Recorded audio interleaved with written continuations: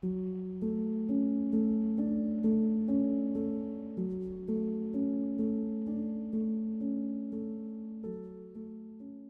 Eyre by Charlotte Brontë.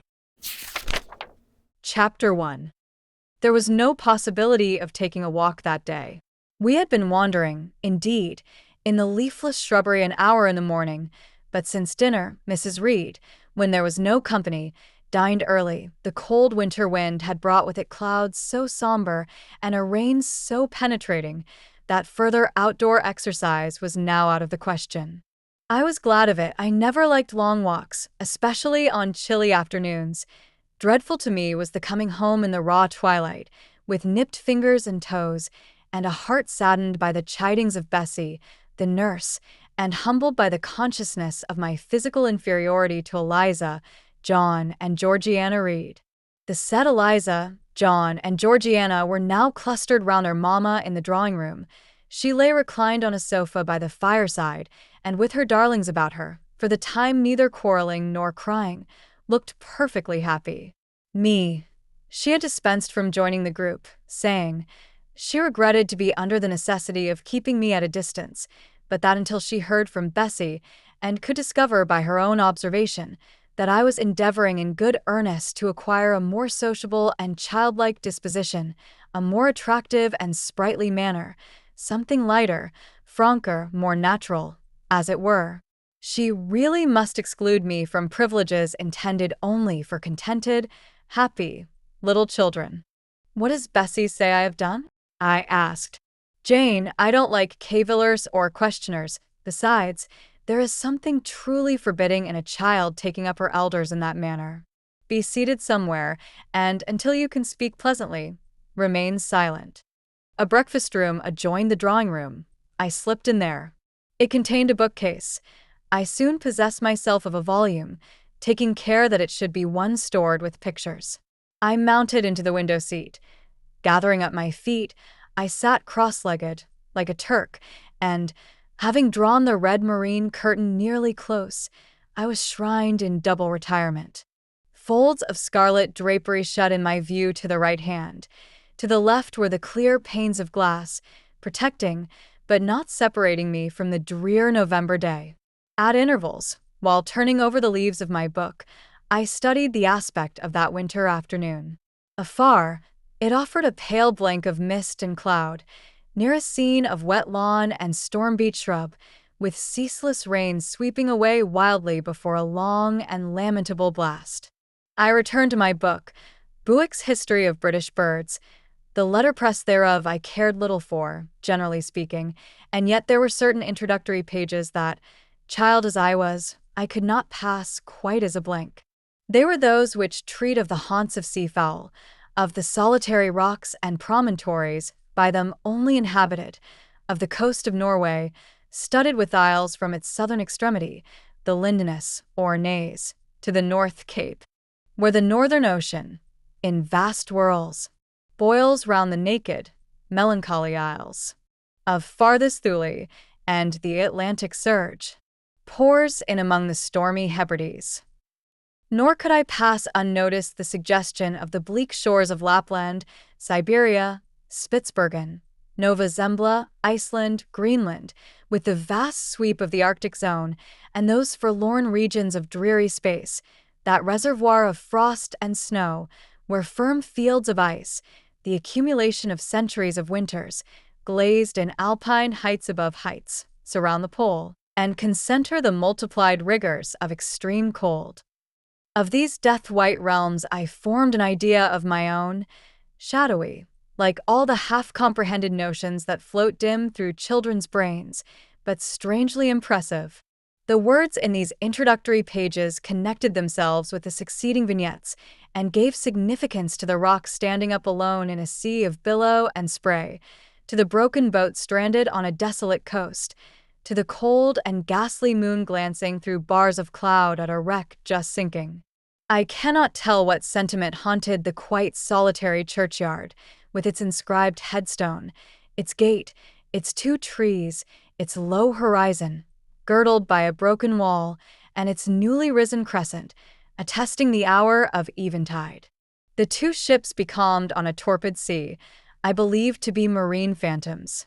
The fiend pinning down the thief's pack behind him, I passed over quickly. It was an object of terror. So was the black-horned thing seated aloof on a rock, surveying a distant crowd surrounding a gallows.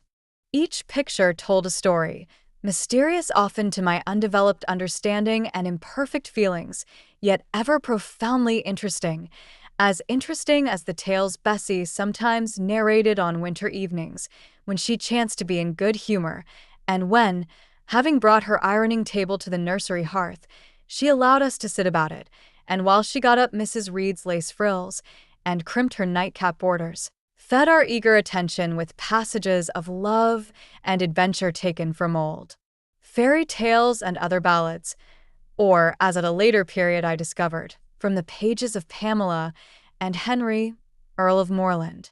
With Buick on my knee, I was then happy at least in my way. I feared nothing but interruption, and that came too soon. The breakfast room door opened. "Beau!" "Madam Mope," cried the voice of John Reed. Then he paused. He found the room apparently empty. "Where the dickens is she?" he continued. "Lizzie." "Georgie," calling to his sisters, "Joan is not here. Tell Mamma she is run out into the rain. Bad animal." It is well I drew the curtain, thought I, and I wished fervently he might not discover my hiding place. Nor would John Reed have found it out himself. He was not quick either of vision or conception, but Eliza just put her head in at the door, and said at once, "She is in the window seat, to be sure, Jack." And I came out immediately, for I trembled at the idea of being dragged forth by the said Jack. "What do you want?" I asked, with awkward diffidence. "Say, what do you want, Master Reed?" was the answer. "I want you to come here," and seating himself in an armchair, he intimated by a gesture that I was to approach and stand before him. John Reed was a schoolboy of 14 years old, for years older than I, for I was but 10, large and stout for his age, with a dingy and unwholesome skin, thick lineaments in a spacious visage, heavy limbs, and large extremities. He gorged himself habitually at table, which made him bilious, and gave him a dim and bleared eye and flabby cheeks. He ought now to have been at school, but his mamma had taken him home for a month or two, on account of his delicate health. Mr. Miles, the master, affirmed that he would do very well if he had fewer cakes and sweetmeats sent him from home, but the mother's heart turned from an opinion so harsh and inclined rather to the more refined idea that John's sallowness was owing to over-application and, perhaps, to pining after home. John had not much affection for his mother and sisters, and an antipathy to me. He bullied and punished me, not 2 or 3 times in the week, nor once or twice in the day, but continually. Every nerve I had feared him, and every morsel of flesh in my bones shrank when he came near. There were moments when I was bewildered by the terror he inspired, because I had no appeal whatever against either his menaces or his inflictions. The servants did not like to offend their young master by taking my part against him, and Mrs. Reed was blind and deaf on the subject. She never saw him strike or heard him abuse me, though he did both now and then in her very presence, more frequently, however, behind her back. Habitually obedient to John, I came up to his chair. He spent some 3 minutes in thrusting out his tongue at me as far as he could without damaging the roots. I knew he would soon strike, and while dreading the blow, I mused on the disgusting and ugly appearance of him who would presently deal it. I wonder if he read that notion in my face, for, all at once, without speaking, he struck suddenly and strongly. I tottered, and on regaining my equilibrium retired back a step or 2 from his chair. "That is for your impudence in answering Mamma a while since," said he, "and for your sneaking way of getting behind curtains, and for the look you had in your eyes 2 minutes since, you rat." Accustomed to John Reed's abuse, I never had an idea of replying to it. My care was how to endure the blow which would certainly follow the insult. "What were you doing behind the curtain?" he asked. "I was reading." "Show the book." I returned to the window and fetched it thence. "You have no business to take our books. You are a dependent, Mamma says. You have no money. Your father left you none. You ought to beg, and not to live here with gentlemen's children like us, and eat the same meals we do, and wear clothes at our mamma's expense. Now, I'll teach you to rummage my bookshelves, for they are mine. All the house belongs to me, or will do in a few years. Go and stand by the door, out of the way of the mirror and the windows." I did so, not at first aware what was his intention, but when I saw him lift and poise the book and stand in act to hurl it, I instinctively started aside with a cry of alarm. Not soon enough, however. The volume was flung, it hit me, and I fell, striking my head against the door and cutting it. The cut bled, the pain was sharp, my terror had passed its climax. Other feelings succeeded. "Wicked and cruel boy," I said. "You are like a murderer, you are like a slave driver. You are like the Roman emperors." I had read Goldsmith's History of Rome, and had formed my opinion of Nero, Caligula, and C. Also I had drawn parallels in silence, which I never thought thus to have declared aloud. "What? What?" he cried. "Did she say that to me? Did you hear her, Eliza and Georgiana? Won't I tell Mamma? But first—" He ran headlong at me. I felt him grasp my hair and my shoulder. He had closed with a desperate thing. I really saw in him a tyrant, a murderer. I felt a drop or two of blood from my head trickle down my neck, and was sensible of somewhat pungent suffering. These sensations for the time predominated over fear, and I received him in frantic sort. I don't very well know what I did with my hands, but he called me rat, and bellowed out aloud. Aid was near him. Eliza and Georgiana had run for Mrs. Reed, who was gone upstairs. She now came upon the scene, followed by Bessie and her maid Abbot. We were parted.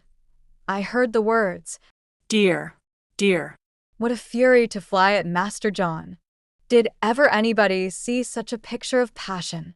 Then Mrs. Reed subjoined, "Take her away to the Red Room, and lock her in there." For hands were immediately laid upon me, and I was borne upstairs. Chapter 2. I resisted all the way. A new thing for me, and a circumstance which greatly strengthened the bad opinion Bessie and Miss Abbot were disposed to entertain of me. The fact is, I was a trifle beside myself, or rather out of myself, as the French would say. I was conscious that a moment's mutiny had already rendered me liable to strange penalties, and like any other rebel slave, I felt resolved, in my desperation, to go all lengths. "Hold her arms, Miss Abbot. She's like a mad cat." "For shame! For shame!" cried the lady's maid. "What shocking conduct, Miss Eyre, to strike a young gentleman, your benefactress's son, your young master." "Master? How is he my master? Am I a servant?" "No, you are less than a servant, for you do nothing for your keep.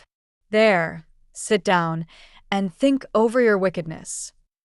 They had got me by this time into the apartment indicated by Mrs. Reed, and had thrust me upon a stool. My impulse was to rise from it like a spring. Their two pair of hands arrested me instantly. "If you don't sit still, you must be tied down," said Bessie. "Miss Abbot, lend me your garters. She would break mine directly." Miss Abbot turned to divest a stout leg of the necessary ligature. This preparation for bonds, and the additional ignominy it inferred, took a little of the excitement out of me. "Don't take them off," I cried. "I will not stir." In guarantee whereof I attached myself to my seat by my hands. "Mind you don't," said Bessie, and when she had ascertained that I was really subsiding, she loosened her hold of me. Then she and Miss Abbot stood with folded arms, looking darkly and doubtfully on my face, as incredulous of my sanity. "She never did so before," at last said Bessie, turning to the Abigail. "But it was always in her," was the reply. "I've told Mrs. often my opinion about the child, and Mrs. agreed with me. She's an underhand little thing. I never saw a girl of her age with so much cover." Bessie answered not, but ere long, addressing me, she said, "You ought to be aware, miss, that you are under obligations to Mrs. Reed. She keeps you. If she were to turn you off, you would have to go to the poorhouse." I had nothing to say to these words. They were not new to me. My very first recollections of existence included hints of the same kind. This reproach of my dependence had become a vague sing-song in my ear, very painful and crushing, but only half intelligible. Miss Abbott joined in. And you ought not to think yourself on an equality with the Mrs. Reed and Master Reed, because Mrs. kindly allows you to be brought up with them. They will have a great deal of money, and you will have none. It is your place to be humble, and to try to make yourself agreeable to them. What we tell you is for your good," added Bessie in no harsh voice. "You should try to be useful and pleasant, then, perhaps, you would have a home here, but if you become passionate and rude, Mrs. will send you away, I am sure." "Besides," said Miss Abbott, "God will punish her. He might strike her dead in the midst of her tantrums, and then where would she go? Come, Bessie, we will leave her. I wouldn't have her heart for anything. Say your prayers, Miss Eyre, when you are by yourself, for if you don't repent, something bad might be permitted to come down the chimney and fetch you away." They went, shutting the door and locking it behind them. The Red Room was a square chamber, very seldom slept in, I might say never, indeed, unless when a chance influx of visitors at Gateshead Hall rendered it necessary to turn to account all the accommodation it contained. Yet it was one of the largest and stateliest chambers in the mansion. A bed supported on massive pillars of mahogany, hung with curtains of deep red damask, stood out like a tabernacle in the center. The two large windows, with their blinds always drawn down, were half shrouded in festoons and falls of similar drapery. The carpet was red. The table at the foot of the bed was covered with a crimson cloth. The walls were a soft fawn color with a blush of pink in it. The wardrobe, the toilet table, the chairs were of darkly polished old mahogany. Out of these deep surrounding shades rose high and glared white the piled-up mattresses and pillows of the bed, spread with a snowy Marseilles counterpane. Scarcely less prominent was an ample cushioned easy-chair near the head of the bed, also white, with a footstool before it, and looking, as I thought, like a pale throne. This room was chill, because it seldom had a fire. It was silent, because remote from the nursery and kitchen, solemn, because it was known to be so seldom entered. The housemaid alone came here on Saturdays, to wipe from the mirrors and the furniture a week's quiet dust, and Mrs. Reed herself, at far intervals, visited it to review the contents of a certain secret drawer in the wardrobe, where were stored divers parchments, her jewel casket, and a miniature of her deceased husband. And in those last words lies the secret of the Red Room, the spell which kept it so lonely in spite of its grandeur. Mr. Reed had been dead 9 years. It was in this chamber he breathed his last. Here he lay in state. Hence his coffin was borne by the undertaker's men, and, since that day, a sense of dreary consecration had guarded it from frequent intrusion. My seat, to which Bessie and the bitter Miss Abbott had left me riveted, was a low ottoman near the marble chimney-piece. The bed rose before me. To my right hand there was the high, dark wardrobe, with subdued, broken reflections varying the gloss of its panels. To my left were the muffled windows. A great looking-glass between them repeated the vacant majesty of the bed and room. I was not quite sure whether they had locked the door, and when I dared move, I got up and went to see. Alas! Yes, no jail was ever more secure. Returning, I had to cross before the looking-glass. My fascinated glance involuntarily explored the depth it revealed.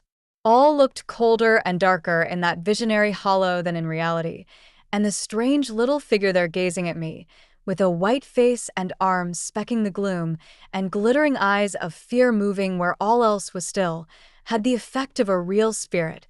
I thought it like one of the tiny phantoms, half fairy, half imp, Bessie's evening stories represented as coming out of lone, ferny dells and moors, and appearing before the eyes of belated travelers. I returned to my stool. Superstition was with me at that moment, but it was not yet her hour for complete victory. My blood was still warm. The mood of the revolted slave was still bracing me with its bitter vigor. I had to stem a rapid rush of retrospective thought before I quailed to the dismal present. All John Reed's violent tyrannies, all his sister's proud indifference, all his mother's aversion, all the servants' partiality, turned up in my disturbed mind like a dark deposit in a turbid well. Why was I always suffering, always browbeaten, always accused, forever condemned? Why could I never please? Why was it useless to try to win anyone's favor? Eliza, who was headstrong and selfish, was respected. Georgiana, who had a spoiled temper, a very acrid spite, a captious and insolent carriage, was universally indulged. Her beauty, her pink cheeks and golden curls, seemed to give delight to all who looked at her and to purchase indemnity for every fault. John no one thwarted, much less punished, though he twisted the necks of the pigeons, killed the little peachicks, set the dogs at the sheep, stripped the hothouse vines of their fruit, and broke the buds off the choicest plants in the conservatory. He called his mother old girl, too, sometimes reviled her for her dark skin, similar to his own, bluntly disregarded her wishes, not unfrequently tore and spoiled her silk attire, and he was still her own darling. I dared commit no fault. I strove to fulfill every duty, and I was termed naughty and tiresome, sullen and sneaking, from morning to noon, and from noon to night. My head still ached and bled with the blow and fall I had received. No one had reproved John for wantonly striking me, and because I had turned against him to avert farther irrational violence, I was loaded with general opprobrium. Unjust, unjust, said my reason, forced by the agonizing stimulus into precocious though transitory power, and resolve, equally wrought up, instigated some strange expedient to achieve escape from insupportable oppression, as running away, or, if that could not be effected, never eating or drinking more, and letting myself die. What a consternation of soul was mine that dreary afternoon! How all my brain was in tumult, and all my heart in insurrection! Yet in what darkness, what dense ignorance, was the mental battle fought! I could not answer the ceaseless inward question, why I thus suffered. Now, at the distance of, I will not say how many years, I see it clearly. I was a discord in Gateshead Hall. I was like nobody there. I had nothing in harmony with Mrs. Reed or her children, or her chosen vassalage. If they did not love me, in fact, as little did I love them, they were not bound to regard with affection a thing that could not sympathize with one amongst them, a heterogeneous thing, opposed to them in temperament, in capacity, in propensities, a useless thing, incapable of serving their interest or adding to their pleasure, a noxious thing, cherishing the germs of indignation at their treatment, of contempt of their judgment. I know that had I been a sanguine, brilliant, careless, exacting, handsome, romping child, though equally dependent and friendless, Mrs. Reed would have endured my presence more complacently. Her children would have entertained for me more of the cordiality of fellow-feeling. The servants would have been less prone to make me the scapegoat of the nursery. Daylight began to forsake the Red Room. It was past 4 o'clock, and the beclouded afternoon was tending to drear twilight. I heard the rain still beating continuously on the staircase window, and the wind howling in the grove behind the hall. I grew by degrees cold as a stone, and then my courage sank. My habitual mood of humiliation, self-doubt, forlorn depression, fell damp on the embers of my decaying ire. All said I was wicked, and perhaps I might be so. What thought had I been but just conceiving of starving myself to death? That certainly was a crime. And was I fit to die? Or was the vault under the chancel of Gateshead Church an inviting bourne? In such vault I had been told did Mr. Reed lie buried, and led by this thought to recall his idea, I dwelt on it with gathering dread. I could not remember him, but I knew that he was my own uncle, my mother's brother, that he had taken me when a parentless infant to his house, and that in his last moments he had required a promise of Mrs. Reed that she would rear and maintain me as one of her own children.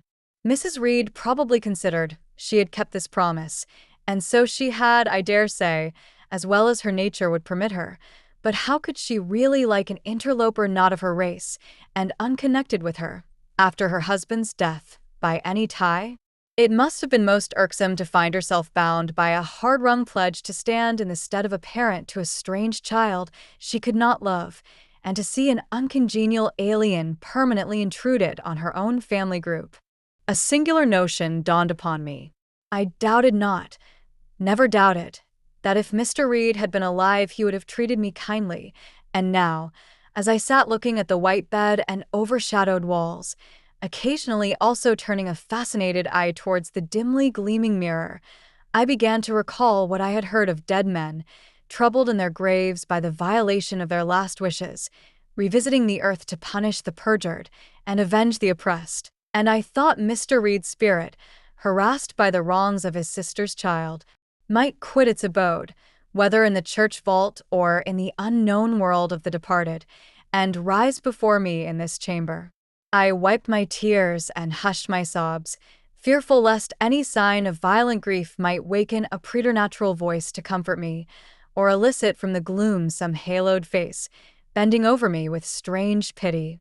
This idea, consolatory in theory, I felt would be terrible if realized. With all my might I endeavored to stifle it. I endeavored to be firm. Shaking my hair from my eyes, I lifted my head and tried to look boldly round the dark room. At this moment a light gleamed on the wall. Was it, I asked myself, a ray from the moon penetrating some aperture in the blind? No, moonlight was still, and this stirred. While I gazed, it glided up to the ceiling and quivered over my head. I can now conjecture readily that this streak of light was, in all likelihood, a gleam from a lantern carried by someone across the lawn. But then, prepared as my mind was for horror, shaken as my nerves were by agitation, I thought the swift darting beam was a herald of some coming vision from another world. My heart beat thick, my head grew hot, a sound filled my ears, which I deemed the rushing of wings. Something seemed near me. I was oppressed, suffocated. Endurance broke down. I rushed to the door and shook the lock in desperate effort. Steps came running along the outer passage. The key turned. Bessie and Abbott entered. "Miss Eyre, are you ill?" said Bessie. "What a dreadful noise." "It went quite through me," exclaimed Abbott. "Take me out. Let me go into the nursery," was my cry. "What for? Are you hurt? Have you seen something?" again demanded Bessie. "Oh." I saw a light, and I thought a ghost would come. I had now got hold of Bessie's hand, and she did not snatch it from me. "She has screamed out on purpose," declared Abbott, in some disgust. "And what a scream! If she had been in great pain one would have excused it, but she only wanted to bring us all here. I know her naughty tricks." "What is all this?" demanded another voice peremptorily, and Mrs. Reed came along the corridor, her cap flying wide, her gown rustling stormily. "Abbott and Bessie, I believe I gave orders that Jane Eyre should be left in the Red Room till I came to her myself." "Miss Jane screamed so loud, ma'am," pleaded Bessie. "Let her go," was the only answer. "Loose Bessie's hand, child. You cannot succeed in getting out by these means, be assured. I abhor artifice, particularly in children. It is my duty to show you that tricks will not answer. You will now stay here an hour longer, and it is only on condition of perfect submission and stillness that I shall liberate you then." "Oh, aunt, have pity. Forgive me. I cannot endure it. Let me be punished some other way. I shall be killed if—" Silence. This violence is almost repulsive, and so, no doubt, she felt it. I was a precocious actress in her eyes. She sincerely looked on me as a compound of virulent passions, mean spirit, and dangerous duplicity. Bessie and Abbott having retreated, Mrs. Reed, impatient of my now frantic anguish and wild sobs, abruptly thrust me back and locked me in, without farther parley. I heard her sweeping away, and soon after she was gone, I suppose I had a species of fit. Unconsciousness closed the scene. Chapter 3. The next thing I remember is, waking up with a feeling as if I had had a frightful nightmare and seeing before me a terrible red glare, crossed with thick black bars. I heard voices, too, speaking with a hollow sound, and as if muffled by a rush of wind or water. Agitation, uncertainty, and an all-predominating sense of terror confused my faculties. Ere long, I became aware that someone was handling me, lifting me up and supporting me in a sitting posture, and that more tenderly than I had ever been raised or upheld before. I rested my head against a pillow or an arm and felt easy. In 5 minutes, more the cloud of bewilderment dissolved. I knew quite well that I was in my own bed and that the red glare was the nursery fire. It was night. A candle burnt on the table.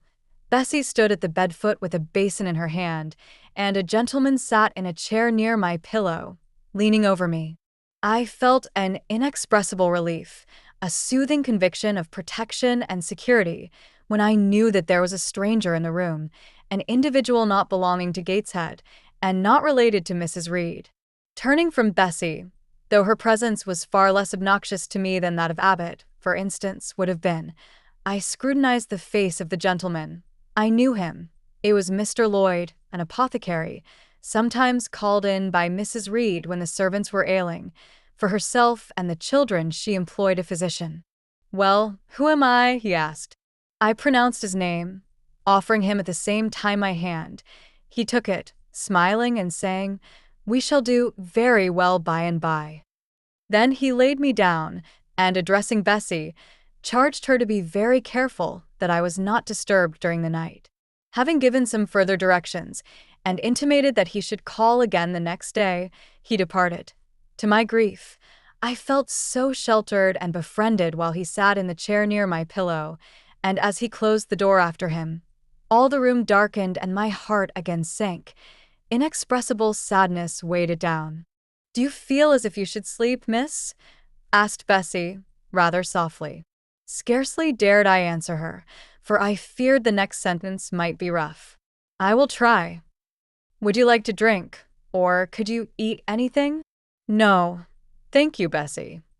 "Then I think I shall go to bed, for it is past 12 o'clock, but you may call me if you want anything in the night." Wonderful civility this. It emboldened me to ask a question. "Bessie, what is the matter with me? Am I ill?" "You fell sick, I suppose, in the red room with crying. You'll be better soon, no doubt." Bessie went into the housemaid's apartment, which was near. I heard her say, "Sarah, come and sleep with me in the nursery. I daren't for my life be alone with that poor child tonight. She might die. It's such a strange thing she should have that fit. I wonder if she saw anything." Mrs. was rather too hard. Sarah came back with her. They both went to bed. They were whispering together for half an hour before they fell asleep. I caught scraps of their conversation, from which I was able only too distinctly to infer the main subject discussed. Something passed her, all dressed in white, and vanished. A great black dog behind him, 3 loud raps on the chamber door, a light in the churchyard just over his grave, and see. At last both slept. The fire and the candle went out. For me, the watches of that long night passed in ghastly wakefulness. Ear, eye, and mind were alike strained by dread, such dread as children only can feel.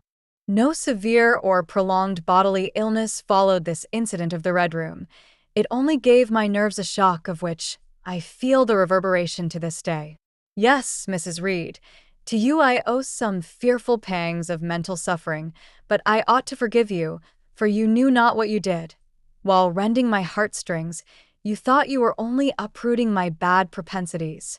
Next day, by noon, I was up and dressed, and sat wrapped in a shawl by the nursery hearth. I felt physically weak and broken down, but my worst ailment was an unutterable wretchedness of mind, a wretchedness which kept drawing from me silent tears. No sooner had I wiped one salt drop from my cheek than another followed. Yet I thought I ought to have been happy, for none of the Reeds were there. They were all gone out in the carriage with their mamma. Abbott, too, was sewing in another room, and Bessie, as she moved hither and thither, putting away toys and arranging drawers, addressed to me every now and then a word of unwanted kindness. This state of things should have been to me a paradise of peace, accustomed as I was to a life of ceaseless reprimand and thankless fagging, but, in fact, my racked nerves were now in such a state that no calm could soothe and no pleasure excite them agreeably. Bessie had been down into the kitchen, and she brought up with her a tart on a certain brightly painted china plate, whose bird of paradise, nestling in a wreath of convolvuli and rosebuds, had been wont to stir in me a most enthusiastic sense of admiration, and which plate I had often petitioned to be allowed to take in my hand in order to examine it more closely, but had always hitherto been deemed unworthy of such a privilege. This precious vessel was now placed on my knee, and I was cordially invited to eat this circlet of delicate pastry upon it. Vain favor, coming, like most other favors long deferred and often wished for, too late. I could not eat the tart, and the plumage of the bird, the tints of the flowers, seemed strangely faded. I put both plate and tart away. Bessie asked if I would have a book. The word book acted as a transient stimulus, and I begged her to fetch Gulliver's Travels from the library. This book I had again and again perused with delight. I considered it a narrative of facts, and discovered in it a vein of interest deeper than what I found in fairy tales.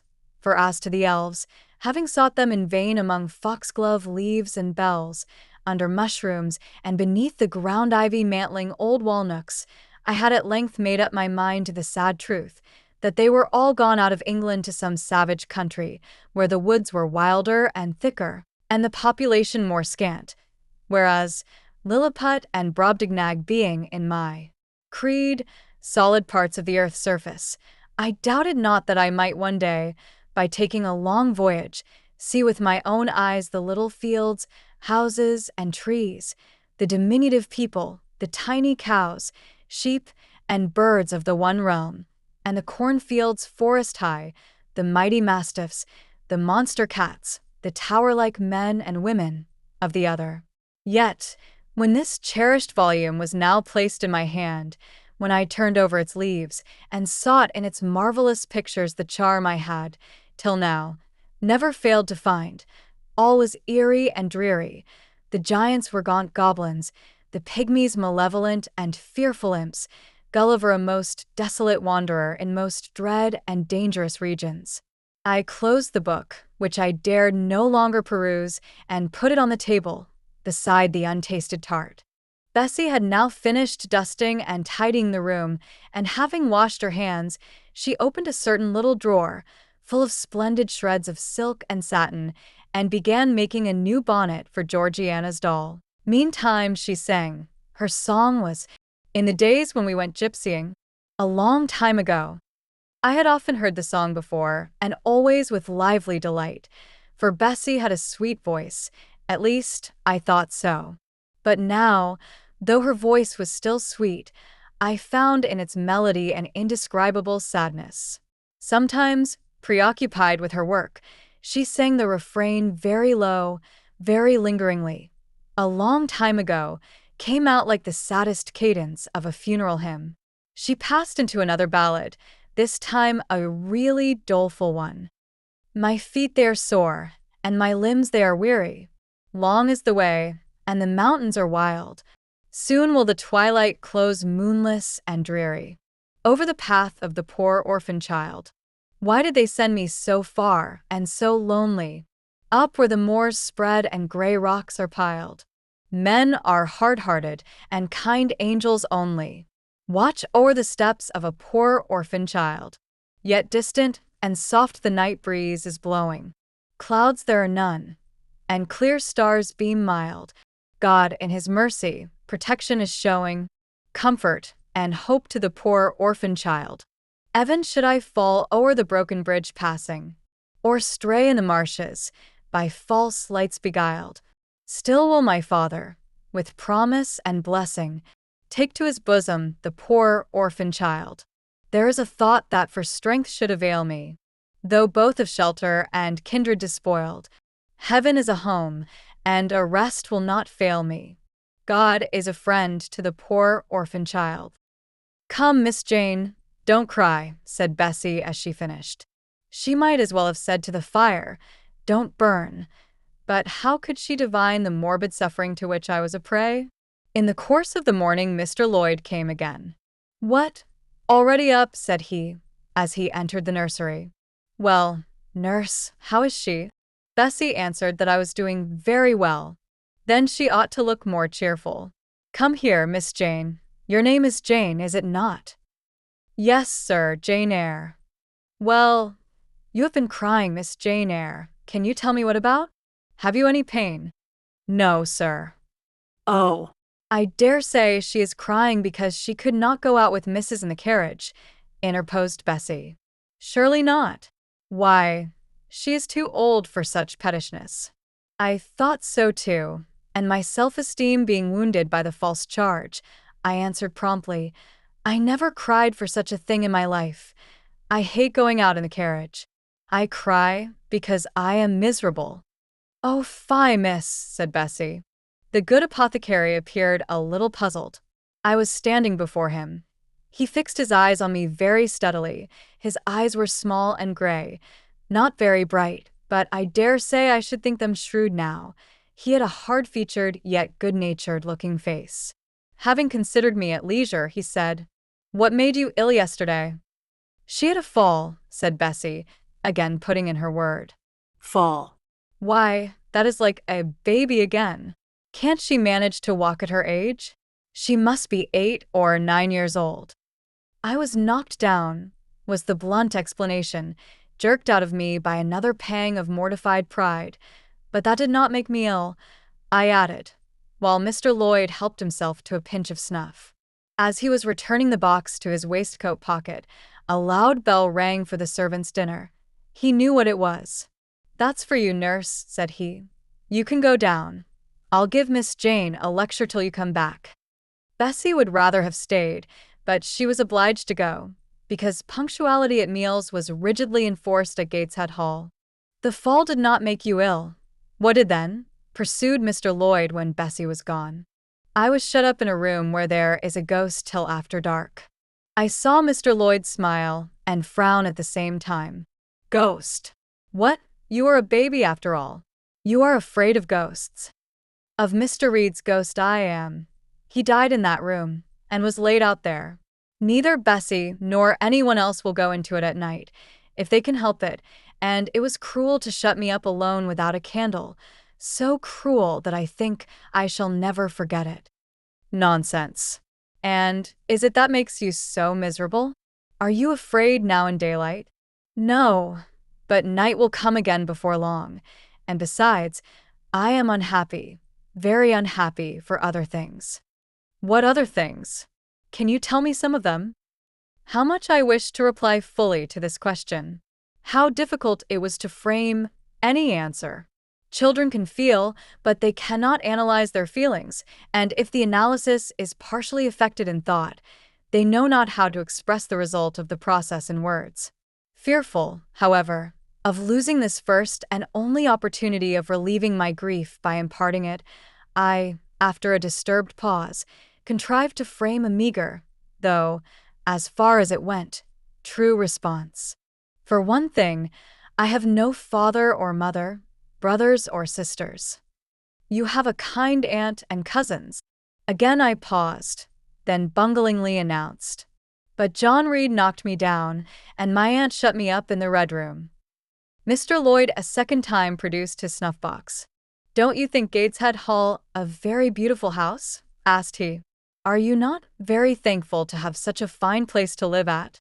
"It is not my house, sir. An abbot says I have less right to be here than a servant." "Pooh." "You can't be silly enough to wish to leave such a splendid place." "If I had anywhere else to go, I should be glad to leave it, but I can never get away from Gateshead till I am a woman." "Perhaps you may, who knows? Have you any relations besides Mrs. Reed?" "I think not, sir." "None belonging to your father?" "I don't know. I asked Aunt Reed once, and she said possibly I might have some poor, low relations called Eyre, but she knew nothing about them."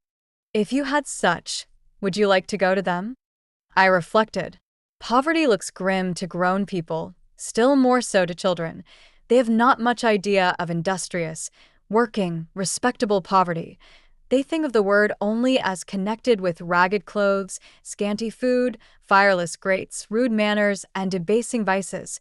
Poverty for me was synonymous with degradation.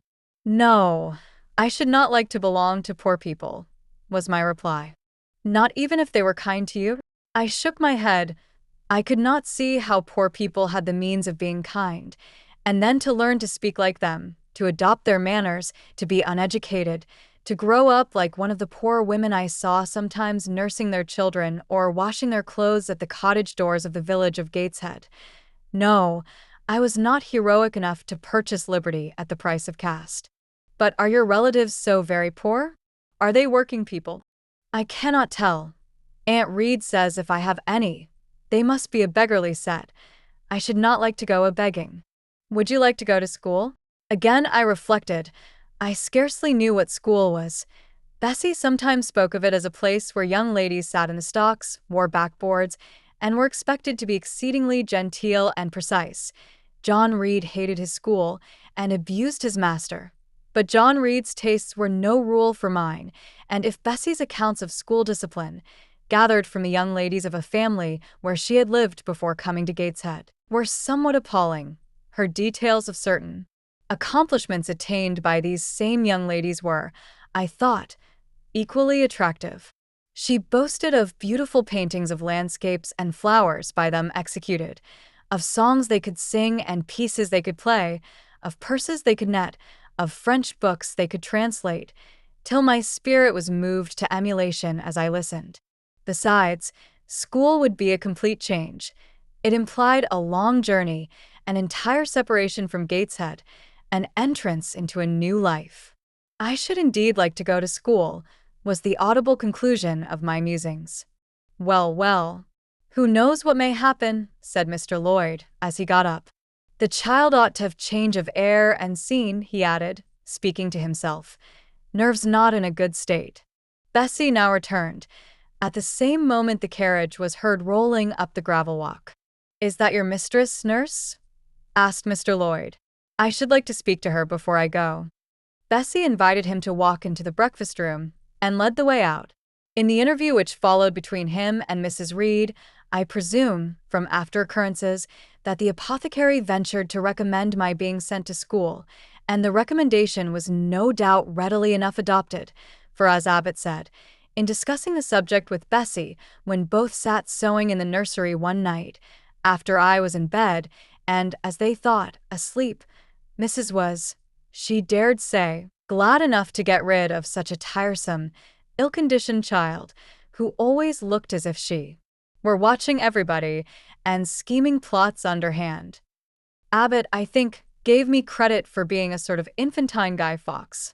On that same occasion I learned, for the first time, from Miss Abbot's communications to Bessie, that my father had been a poor clergyman, that my mother had married him against the wishes of her friends, who considered the match beneath her, that my grandfather Reed was so irritated at her disobedience, he cut her off without a shilling, that after my mother and father had been married a year, the latter caught the typhus fever while visiting among the poor of a large manufacturing town where his curacy was situated, and where that disease was then prevalent, that my mother took the infection from him, and both died within a month of each other. Bessie, when she heard this narrative, sighed and said, Poor Miss Jane is to be pitied, too, Abbot. Yes, responded Abbot. If she were a nice, pretty child, one might compassionate her forlornness, but one really cannot care for such a little toad as that. Not a great deal, to be sure, agreed Bessie. At any rate, a beauty like Miss Georgiana would be more moving in the same condition. Yes, I dote on Miss Georgiana, cried the fervent Abbot. Little darling, with her long curls and her blue eyes, and such a sweet color as she has, just as if she were painted. Bessie, I could fancy a Welsh rabbit for supper. So could I with a roast onion. Come, we'll go down. They went. Chapter 4. From my discourse with Mr. Lloyd, and from the above reported conference between Bessie and Abbot, I gathered enough of hope to suffice as a motive for wishing to get well. A change seemed near. I desired and waited it in silence. It tarried, however. Days and weeks passed. I had regained my normal state of health, but no new allusion was made to the subject over which I brooded. Mrs. Reed surveyed me at times with a severe eye, but seldom addressed me. Since my illness, she had drawn a more marked line of separation than ever between me and her own children, appointing me a small closet to sleep in by myself, condemning me to take my meals alone and pass all my time in the nursery, while my cousins were constantly in the drawing-room. Not a hint, however, did she drop about sending me to school. Still I felt an instinctive certainty that she would not long endure me under the same roof with her, for her glance, now more than ever, when turned on me, expressed an insuperable and rooted aversion. Eliza and Georgiana, evidently acting according to orders, spoke to me as little as possible. John thrust his tongue in his cheek whenever he saw me, and once attempted chastisement, but as I instantly turned against him, roused by the same sentiment of deep ire and desperate revolt which had stirred my corruption before, he thought it better to desist, and ran from me uttering execrations, and vowing I had burst his nose. I had indeed leveled at that prominent feature as hard a blow as my knuckles could inflict, and when I saw that either that or my look daunted him, I had the greatest inclination to follow up my advantage to purpose, but he was already with his mamma. I heard him in a blubbering tone commence the tale of how that nasty Jane Eyre had flown at him like a mad cat. He was stopped rather harshly. "Don't talk to me about her, John. I told you not to go near her. She is not worthy of notice. I do not choose that either you or your sisters should associate with her." Here, leaning over the banister, I cried out suddenly, and without at all deliberating on my words, "They are not fit to associate with me." Mrs. Reed was rather a stout woman, but, on hearing this strange and audacious declaration, she ran nimbly up the stair, swept me like a whirlwind into the nursery, and crushing me down on the edge of my crib, dared me in an emphatic voice to rise from that place, or utter one syllable during the remainder of the day. "What would Uncle Reed say to you if he were alive?" was my scarcely voluntary demand. I say scarcely voluntary, for it seemed as if my tongue pronounced words without my will consenting to their utterance. Something spoke out of me over which I had no control. "What?" said Mrs. Reed under her breath. Her usually cold, composed gray eye became troubled with a look like fear. She took her hand from my arm and gazed at me as if she really did not know whether I were child or fiend. I was now in for it. "My Uncle Reed is in heaven, and can see all you do and think, and so can Pop and Mama. They know how you shut me up all day long, and how you wish me dead." Mrs. Reed soon rallied her spirits. She shook me most soundly. She boxed both my ears, and then left me without a word. Bessie supplied the hiatus by a homily of an hour's length, in which she proved beyond a doubt that I was the most wicked and abandoned child ever reared under a roof. I half believed her, for I felt indeed only bad feelings surging in my breast. November, December, and half of January passed away. Christmas and the New Year had been celebrated at Gateshead with the usual festive cheer. Presents had been interchanged, dinners and evening parties given. From every enjoyment I was, of course, excluded. My share of the gaiety consisted in witnessing the daily appareling of Eliza and Georgiana, and seeing them descend to the drawing-room, dressed out in thin muslin frocks and scarlet sashes, with hair elaborately ringlet, and afterwards, in listening to the sound of the piano or the harp played below, to the passing to and fro of the butler and footman, to the jingling of glass and china as refreshments were handed, to the broken hum of conversation as the drawing-room door opened and closed. When tired of this occupation, I would retire from the stairhead to the solitary and silent nursery. There, though somewhat sad, I was not miserable.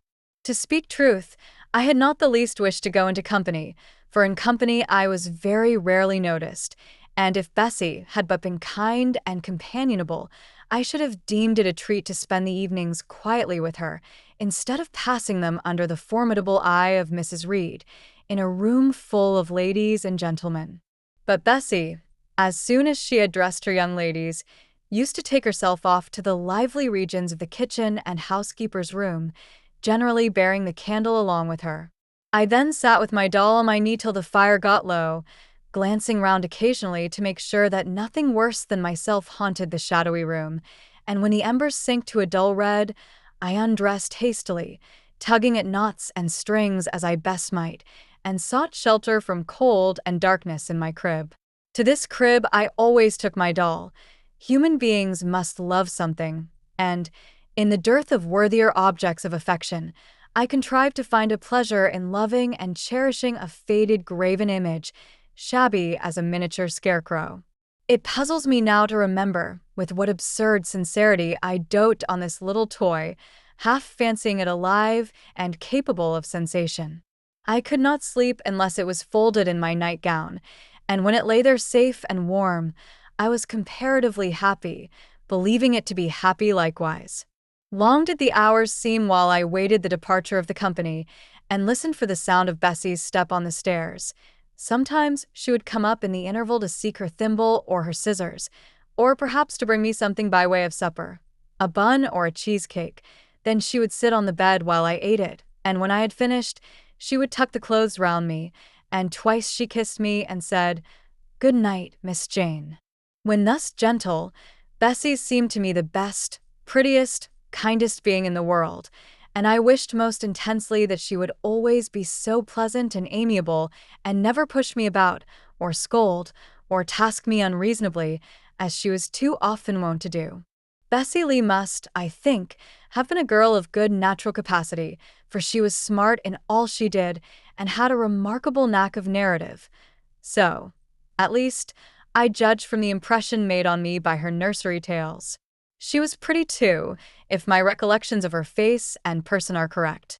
I remember her as a slim young woman, with black hair, dark eyes, very nice features, and good, clear complexion, but she had a capricious and hasty temper, and indifferent ideas of principle or justice. Still, such as she was, I preferred her to anyone else at Gateshead Hall. It was the 15th of January, about 9 o'clock in the morning. Bessie was gone down to breakfast. My cousins had not yet been summoned to their mamma. Eliza was putting on her bonnet and warm garden coat to go and feed her poultry, an occupation of which she was fond, and not less so of selling the eggs to the housekeeper and hoarding up the money she thus obtained.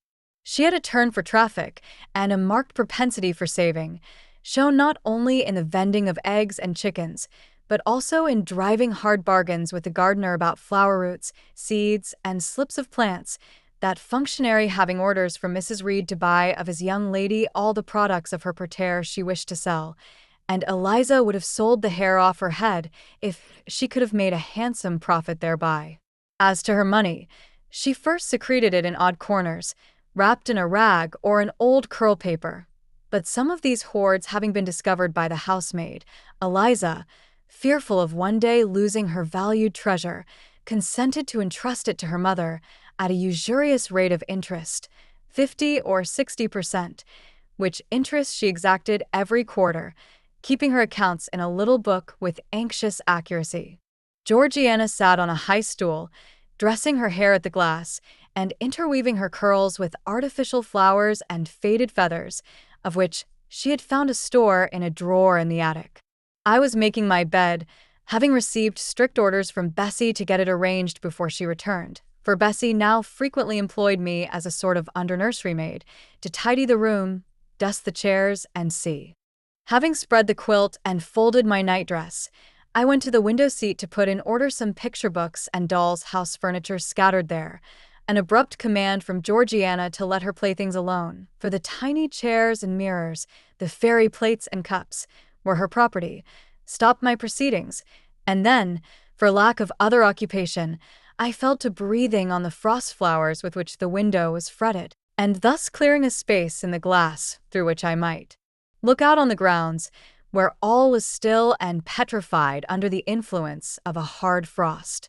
From this window were visible the porter's lodge and the carriage road, and just as I had dissolved so much of the silver-white foliage veiling the panes as left room to look out, I saw the gates thrown open and a carriage roll through. I watched it ascending the drive with indifference. Carriages often came to Gateshead, but none ever brought visitors in whom I was interested. It stopped in front of the house. The doorbell rang loudly. The newcomer was admitted. All this being nothing to me, my vacant attention soon found livelier attraction in the spectacle of a little hungry robin, which came and chirruped on the twigs of a leafless cherry tree nailed against the wall near the casement. The remains of my breakfast of bread and milk stood on the table, and having crumbled a morsel of roll, I was tugging at the sash to put out the crumbs on the windowsill, when Bessie came running upstairs into the nursery. "Miss Jane, take off your pinafore. What are you doing there? Have you washed your hands and face this morning?" I gave another tug before I answered, for I wanted the bird to be secure of its bread. The sash yielded. I scattered the crumbs, some on the stone sill, some on the cherry tree bough. Then, closing the window, I replied, "No, Bessie. I have only just finished dusting." "Troublesome, careless child. And what are you doing now? You look quite red, as if you had been about some mischief. What were you opening the window for?" I was spared the trouble of answering, for Bessie seemed in too great a hurry to listen to explanations. She hauled me to the washstand, inflicted a merciless, but happily brief scrub on my face and hands with soap, water, and a coarse towel, disciplined my head with a bristly brush, denuded me of my pinafore, and then, hurrying me to the top of the stairs, bid me go down directly, as I was wanted in the breakfast room. I would have asked who wanted me. I would have demanded if Mrs. Reed was there. But Bessie was already gone, and had closed the nursery door upon me. I slowly descended. For nearly 3 months, I had never been called to Mrs. Reed's presence, restricted so long to the nursery. The breakfast, dining, and drawing rooms were become for me awful regions, on which it dismayed me to intrude. I now stood in the empty hall. Before me was the breakfast-room door, and I stopped, intimidated and trembling. What a miserable little poltroon had fear, engendered of unjust punishment, made of me in those days. I feared to return to the nursery, and feared to go forward to the parlor. 10 minutes I stood in agitated hesitation. The vehement ringing of the breakfast-room bell decided me. I must enter. Who could want me? I asked inwardly, as with both hands I turned the stiff door handle, which, for a second or two, resisted my efforts. What should I see besides Aunt Reed in the apartment? A man or a woman? The handle turned, the door unclosed, and passing through and curtsying low, I looked up at a black pillar. Such, at least, appeared to me, at first sight, the straight, narrow, sable-clad shape standing erect on the rug. The grim face at the top was like a carved mask, placed above the shaft by way of capital. Mrs. Reed occupied her usual seat by the fireside. She made a signal to me to approach. I did so, and she introduced me to the stony stranger with the words, "This is the little girl respecting whom I applied to you." He, for it was a man, turned his head slowly towards where I stood, and having examined me with the 2 inquisitive-looking gray eyes which twinkled under a pair of bushy brows, said solemnly and in a bass voice, "Her size is small. What is her age?" 10 years. So much, was the doubtful answer, and he prolonged his scrutiny for some minutes. Presently, he addressed me. "Your name, little girl?" "Jane Eyre, sir." In uttering these words, I looked up. He seemed to me a tall gentleman, but then I was very little. His features were large, and they and all the lines of his frame were equally harsh and prim. "Well, Jane Eyre, and are you a good child?" Impossible to reply to this in the affirmative. My little world held a contrary opinion. I was silent. Mrs. Reed answered for me by an expressive shake of the head, adding soon, "Perhaps the less said on that subject the better, Mr. Brocklehurst." Sorry indeed to hear it. She and I must have some talk, and bending from the perpendicular, he installed his person in the armchair opposite Mrs. Reed's. "Come here," he said. I stepped across the rug. He placed me square and straight before him. What a face he had, now that it was almost on a level with mine. What a great nose. And what a mouth. And what large prominent teeth. No sight so sad as that of a naughty child, he began, especially a naughty little girl. Do you know where the wicked go after death? They go to hell, was my ready and orthodox answer. And what is hell? Can you tell me that? A pit full of fire. And should you like to fall into that pit and to be burning there forever? No, sir. What must you do to avoid it? I deliberated a moment. My answer, when it did come, was objectionable. I must keep in good health and not die. How can you keep in good health? Children younger than you die daily. I buried a little child of 5 years old only a day or two since, a good little child, whose soul is now in heaven. It is to be feared the same could not be said of you were you to be called hence. Not being in a condition to remove his doubt, I only cast my eyes down on the 2 large feet planted on the rug and sighed, wishing myself far enough away. I hope that sigh is from the heart, and that you repent of ever having been the occasion of discomfort to your excellent benefactress. Benefactress. Benefactress, said I inwardly. They all call Mrs. Reed my benefactress. If so, a benefactress is a disagreeable thing. Do you say your prayers night and morning? Continued my interrogator. Yes, sir. Do you read your Bible?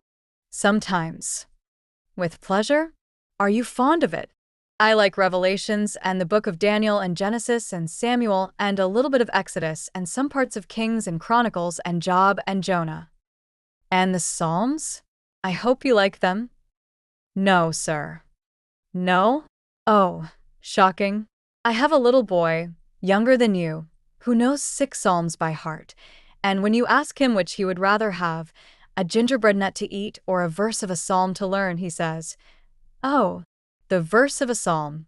Angels sing psalms," says he. I wish to be a little angel here below. He then gets 2 nuts in recompense for his infant piety. Psalms are not interesting, I remarked. That proves you have a wicked heart, and you must pray to God to change it, to give you a new and clean one, to take away your heart of stone and give you a heart of flesh. I was about to propound a question, touching the manner in which that operation of changing my heart was to be performed, when Mrs. Reed interposed, telling me to sit down. She then proceeded to carry on the conversation herself. Mr. Brocklehurst, I believe I intimated in the letter which I wrote to you 3 weeks ago that this little girl has not quite the character and disposition I could wish. Should you admit her into Lowood School, I should be glad if the superintendent and teachers were requested to keep a strict eye on her, and above all, to guard against her worst fault, a tendency to deceit. I mention this in your hearing, Jane, that you may not attempt to impose on Mr. Brocklehurst. Well might I dread, well might I dislike Mrs. Reed, for it was her nature to wound me cruelly. Never was I happy in her presence, however carefully I obeyed, however strenuously I strove to please her. My efforts were still repulsed and repaid by such sentences as the above. Now, uttered before a stranger, the accusation cut me to the heart.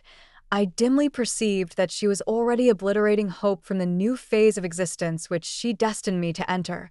I felt, though I could not have expressed the feeling, that she was sowing aversion and unkindness along my future path.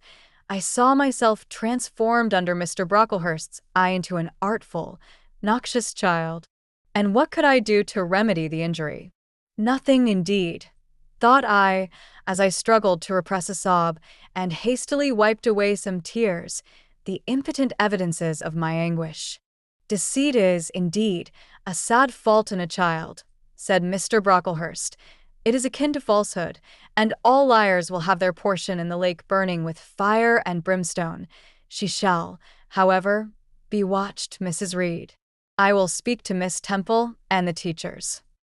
I should wish her to be brought up in a manner suiting her prospects, continued my benefactress, to be made useful, to be kept humble. As for the vacations, she will, with your permission, spend them always at Lowood.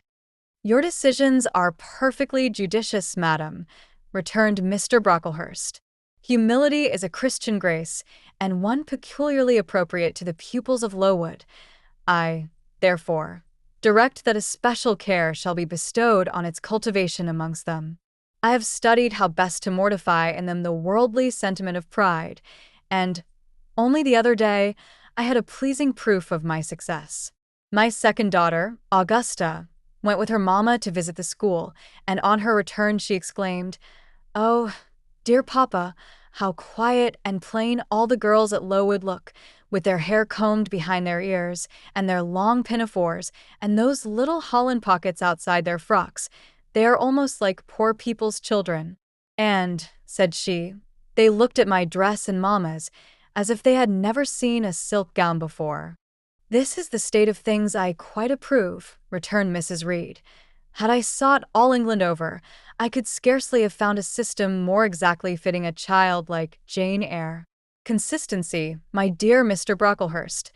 I advocate consistency in all things. Consistency, madam, is the first of Christian duties, and it has been observed in every arrangement connected with the establishment of Lowood. Plain fare, simple attire, unsophisticated accommodations, hearty and active habits, such is the order of the day in the house and its inhabitants." "Quite right, sir. I may then depend upon this child being received as a pupil at Lowood, and there being trained in conformity to her position and prospects." "Madam, you may. She shall be placed in that nursery of chosen plants, and I trust she will show herself grateful for the inestimable privilege of her election. I will send her, then, as soon as possible, Mr. Brocklehurst, for, I assure you, I feel anxious to be relieved of a responsibility that was becoming too irksome." No doubt, madam. And now I wish you good morning. I shall return to Brocklehurst Hall in the course of a week or two. My good friend, the Archdeacon, will not permit me to leave him sooner. I shall send Miss Temple notice that she is to expect a new girl, so that there will be no difficulty about receiving her. Goodbye. Goodbye, Mr. Brocklehurst. Remember me to Mrs. and Miss Brocklehurst, and to Augusta and Theodore and Master Brontë Brocklehurst. I will, madam. Little girl, here is a book entitled The Child's Guide. Read it with prayer, especially that part containing an account of the awfully sudden death of Martha G., a naughty child addicted to falsehood and deceit. With these words, Mr. Brocklehurst put into my hand a thin pamphlet sewn in a cover, and having rung for his carriage, he departed. Mrs. Reed and I were left alone. Some minutes passed in silence. She was sewing. I was watching her. Mrs. Reed might be at that time some 6 or 7 and 30. She was a woman of robust frame, square-shouldered and strong-limbed, not tall, and, though stout, not obese. She had a somewhat large face, the under jaw being much developed and very solid. Her brow was low, her chin large and prominent, mouth and nose sufficiently regular. Under her light eyebrows glimmered an eye devoid of ruth. Her skin was dark and opaque, her hair nearly flaxen. Her constitution was sound as a bell. Illness never came near her.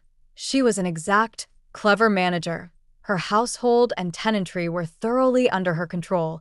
Her children only at times defied her authority and laughed it to scorn. She dressed well, and had a presence and port calculated to set off handsome attire. Sitting on a low stool, a few yards from her armchair, I examined her figure. I perused her features. In my hand I held the tract containing the sudden death of the liar, to which narrative my attention had been pointed as to an appropriate warning. What had just passed, what Mrs. Reed had said concerning me to Mr. Brocklehurst, the whole tenor of their conversation, was recent, raw, and stinging in my mind. I had felt every word as acutely as I had heard it plainly, and a passion of resentment fomented now within me. Mrs. Reed looked up from her work. Her eyes settled on mine. Her fingers at the same time suspended their nimble movements. "Go out of the room. Return to the nursery," was her mandate. My look or something else must have struck her as offensive, for she spoke with extreme though suppressed irritation. I got up. I went to the door. I came back again. I walked to the window, across the room, then close up to her. Speak I must. I had been trodden on severely, and must turn. But how? What strength had I to dart retaliation at my antagonist? I gathered my energies and launched them in this blunt sentence. I am not deceitful. If I were, I should say I loved you, but I declare I do not love you. I dislike you the worst of anybody in the world except John Reed, and this book about the liar you may give to your girl, Georgiana, for it is she who tells lies and not I. Mrs. Reed's hands still lay on her work inactive. Her eye of ice continued to dwell freezingly on mine. "What more have you to say?" she asked, rather in the tone in which a person might address an opponent of adult age than such as is ordinarily used to a child. That eye of hers, that voice stirred every antipathy I had. Shaking from head to foot, thrilled with ungovernable excitement, I continued, "I am glad you are no relation of mine. I will never call you aunt again as long as I live. I will never come to see you when I am grown up, and if anyone asks me how I liked you, and how you treated me, I will say the very thought of you makes me sick, and that you treated me with miserable cruelty." "How dare you affirm that, Jane Eyre?" "How dare I, Mrs. Reed? How dare I? Because it is the truth. You think I have no feelings, and that I can do without one bit of love or kindness, but I cannot live so, and you have no pity. I shall remember how you thrust me back, roughly and violently thrust me back, into the Red Room, and locked me up there, to my dying day, though I was in agony, though I cried out, while suffocating with distress, 'Have mercy! Have mercy, Aunt Reed!' And that punishment you made me suffer, because your wicked boy struck me, knocked me down for nothing. I will tell anybody who asks me questions this exact tale. People think you a good woman, but you are bad, hard-hearted. You are deceitful." Ere I had finished this reply, my soul began to expand, to exult, with the strangest sense of freedom, of triumph I ever felt. It seemed as if an invisible bond had burst, and that I had struggled out into unhoped-for liberty. Not without cause was this sentiment. Mrs. Reed looked frightened. Her work had slipped from her knee. She was lifting up her hands, rocking herself to and fro, and even twisting her face, as if she would cry. "Jane, you are under a mistake. What is the matter with you? Why do you tremble so violently? Would you like to drink some water?" "No, Mrs. Reed. Is there anything else you wish for, Jane?" "I assure you, I desire to be your friend." "Not you.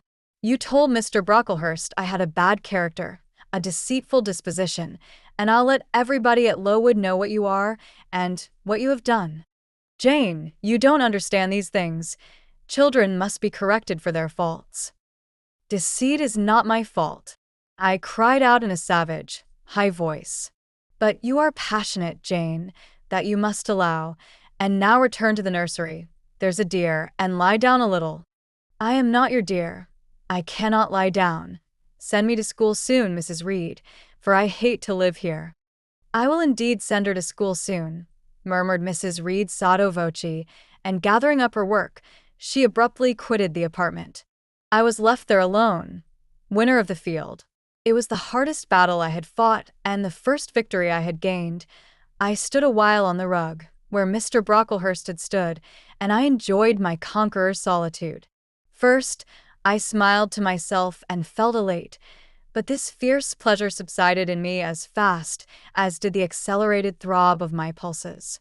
A child cannot quarrel with its elders, as I had done, cannot give its furious feelings uncontrolled play, as I had given mine, without experiencing afterwards the pang of remorse and the chill of reaction. A ridge of lighted heath, alive, glancing, devouring, would have been a meet emblem of my mind when I accused and menaced Mrs. Reed. The same ridge, black and blasted after the flames are dead, would have represented as meetly my subsequent condition, when half an hour's silence and reflection had shown me the madness of my conduct, and the dreariness of my hated and hating position. Something of vengeance I had tasted for the first time, as aromatic wine it seemed, on swallowing, warm and racy, its after-flavor, metallic and corroding, gave me a sensation as if I had been poisoned. Willingly would I now have gone and asked Mrs. Reed's pardon, but I knew, partly from experience and partly from instinct, that was the way to make her repulse me with double scorn, thereby re-exciting every turbulent impulse of my nature. I would fain exercise some better faculty than that of fierce speaking, fain find nourishment for some less fiendish feeling than that of somber indignation. I took a book, some Arabian tales. I sat down and endeavored to read. I could make no sense of a subject. My own thoughts swam always between me and the page I had usually found fascinating. I opened the glass door in the breakfast room. The shrubbery was quite still. The black frost reigned, unbroken by sun or breeze, through the grounds. I covered my head and arms with the skirt of my frock and went out to walk in a part of the plantation which was quite sequestrated, but I found no pleasure in the silent trees, the falling fir cones, the congealed relics of autumn, russet leaves, swept by past winds in heaps, and now stiffened together. I leaned against a gate and looked into an empty field where no sheep were feeding, where the short grass was nipped and blanched. It was a very gray day, a most opaque sky, onding on snaw, canopied all, thence flakes fell at intervals, which settled on the hard path and on the hoary Leah without melting. I stood, a wretched child enough, whispering to myself over and over again, "What shall I do? What shall I do?" All at once I heard a clear voice call, "Miss Jane, where are you? Come to lunch." It was Bessie I knew well enough, but I did not stir. Her light step came tripping down the path. "You naughty little thing," she said. "Why don't you come when you are called?" Bessie's presence, compared with the thoughts over which I had been brooding, seemed cheerful, even though, as usual, she was somewhat cross. The fact is, after my conflict with and victory over Mrs. Reed, I was not disposed to care much for the nursemaid's transitory anger, and I was disposed to bask in her youthful lightness of heart. I just put my 2 arms round her and said, "Come, Bessie, don't scold." The action was more frank and fearless than any I was habituated to indulge in. Somehow it pleased her. "You are a strange child, Miss Jane," she said, as she looked down at me. "A little roving, solitary thing. And you are going to school, I suppose?" I nodded. "And won't you be sorry to leave poor Bessie?" "What does Bessie care for me?" "She is always scolding me." "Because you're such a queer, frightened, shy little thing. You should be bolder." "What?" "To get more knocks." "Nonsense." "But you are rather put upon, that's certain. My mother said, when she came to see me last week, that she would not like a little one of her own to be in your place.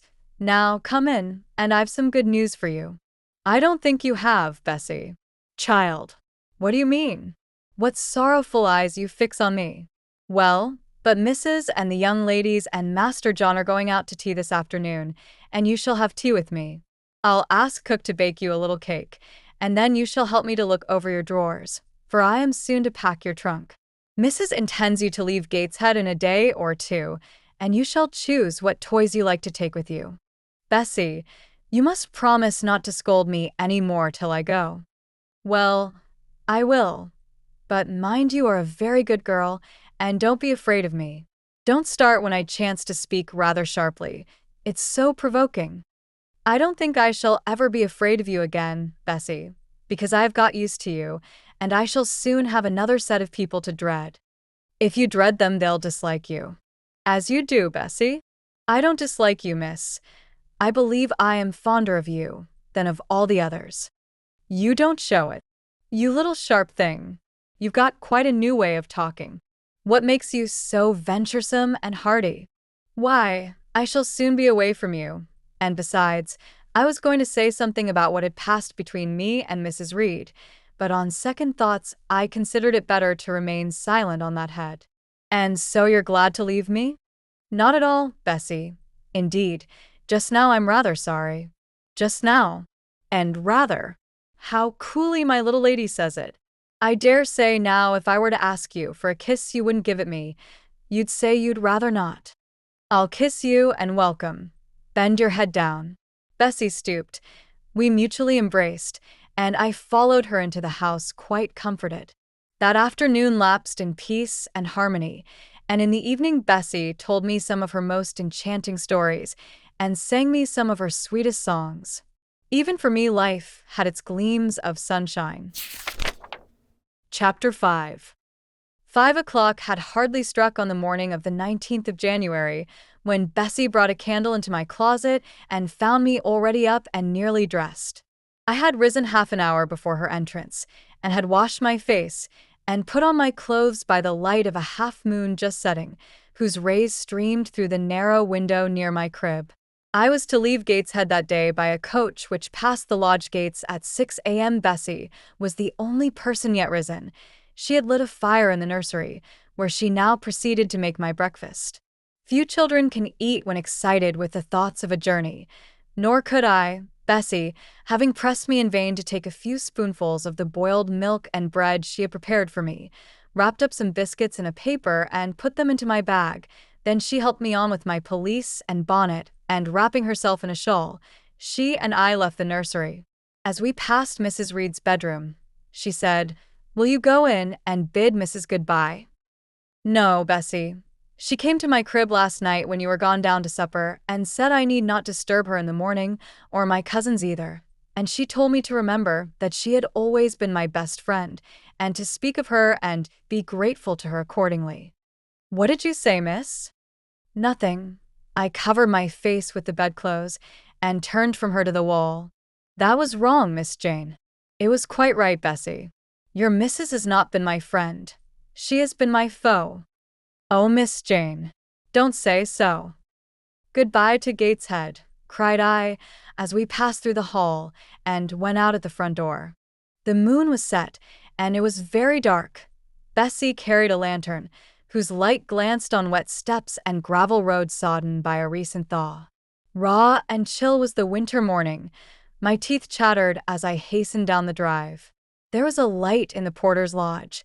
When we reached it, we found the porter's wife just kindling her fire. My trunk, which had been carried down the evening before, stood corded at the door. It wanted but a few minutes of 6, and shortly after that hour had struck, the distant roll of wheels announced the coming coach.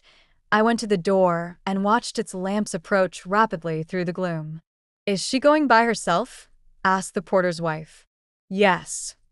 "And how far is it?" 50 miles. "What a long way.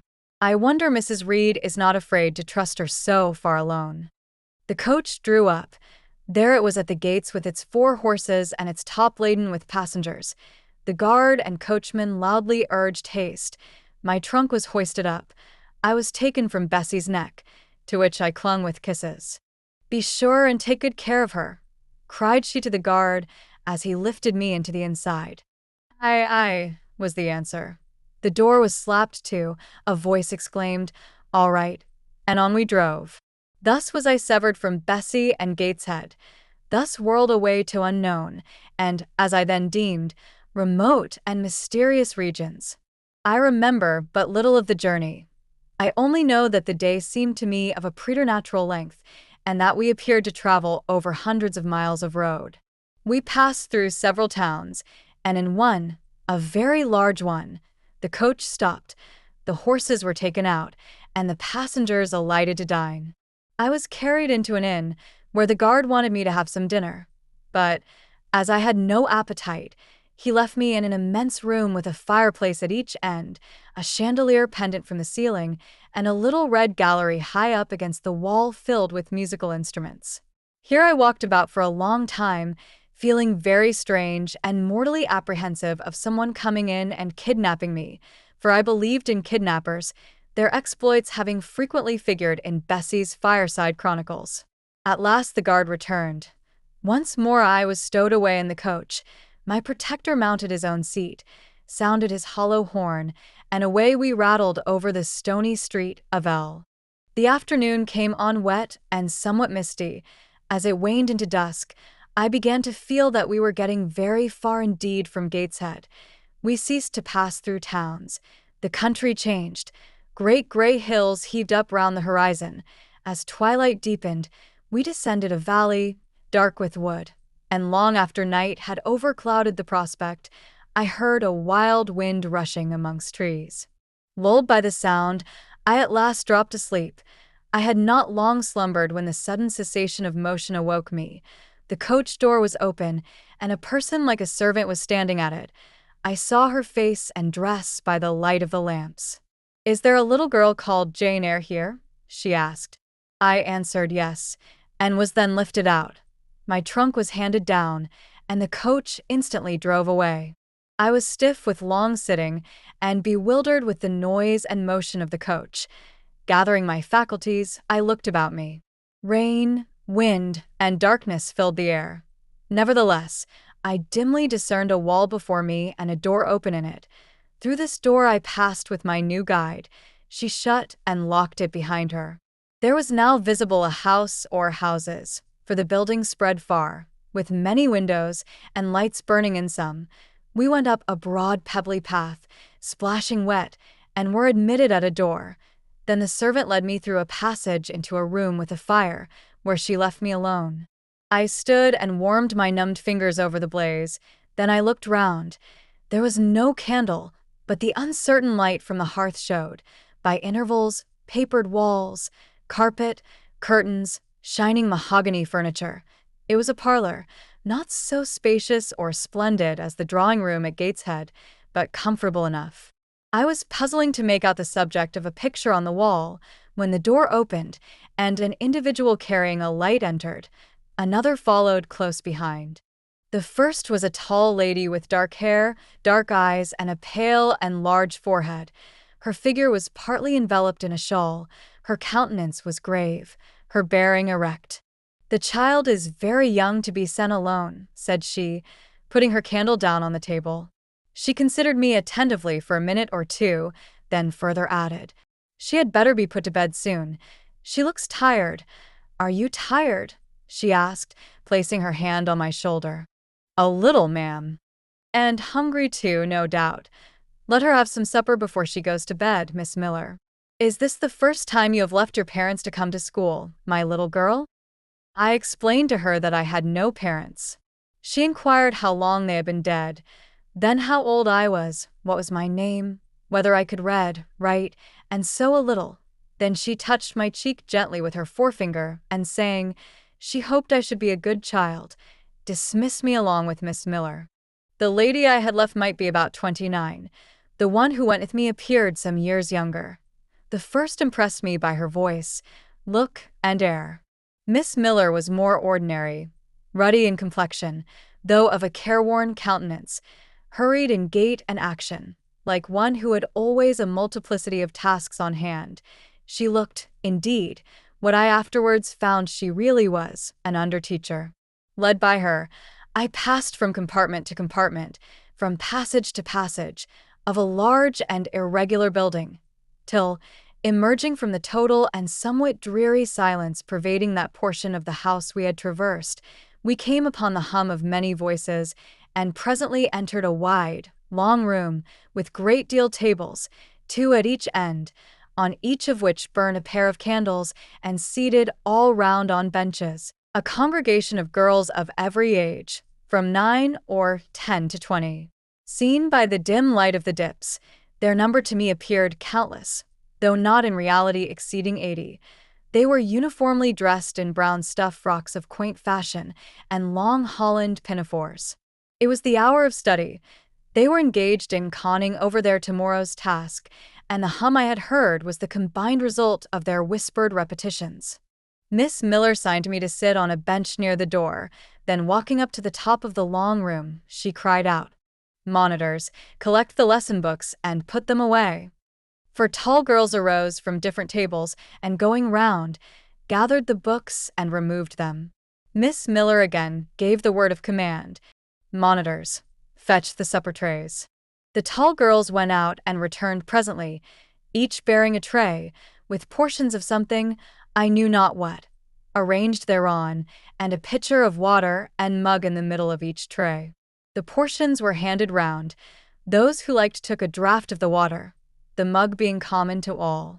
When it came to my turn, I drank, for I was thirsty, but did not touch the food, excitement and fatigue rendering me incapable of eating.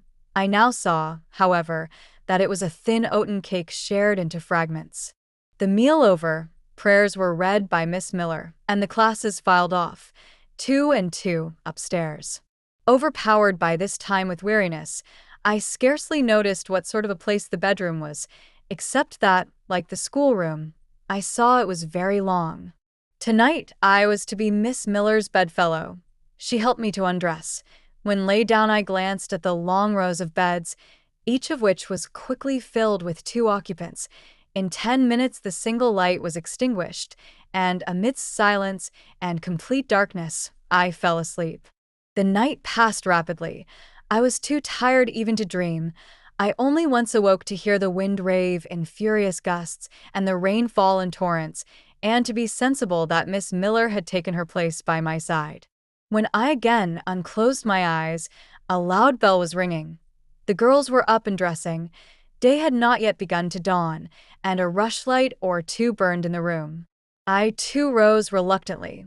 It was bitter cold, and I dressed as well as I could for shivering, and washed when there was a basin at liberty, which did not occur soon, as there was but 1 basin to 6 girls, on the stands down the middle of the room. Again the bell rang.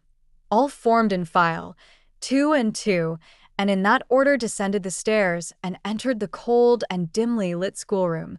Here prayers were read by Miss Miller. Afterwards she called out, "Form classes." A great tumult succeeded for some minutes, during which Miss Miller repeatedly exclaimed, "Silence," and "Order." When it subsided, I saw them all drawn up in 4 semicircles, before 4 chairs, placed at the 4 tables. All held books in their hands, and a great book, like a Bible, lay on each table before the vacant seat. A pause of some seconds succeeded, filled up by the low, vague hum of numbers. Miss Miller walked from class to class, hushing this indefinite sound. A distant bell tinkled. Immediately 3 ladies entered the room. Each walked to a table and took her seat. Miss Miller assumed the 4th vacant chair, which was that nearest the door, and around which the smallest of the children were assembled. To this inferior class I was called, and placed at the bottom of it. Business now began. The day's collect was repeated, then certain texts of Scripture were said, and to these succeeded a protracted reading of chapters in the Bible, which lasted an hour. By the time that exercise was terminated, day had fully dawned. The indefatigable bell now sounded for the 4th time. The classes were marshaled and marched into another room to breakfast. How glad I was to behold a prospect of getting something to eat. I was now nearly sick from inanition, having taken so little the day before. The refectory was a great, low-ceiled, gloomy room. On 2 long tables smoked basins of something hot, which, however, to my dismay, sent forth an odor far from inviting.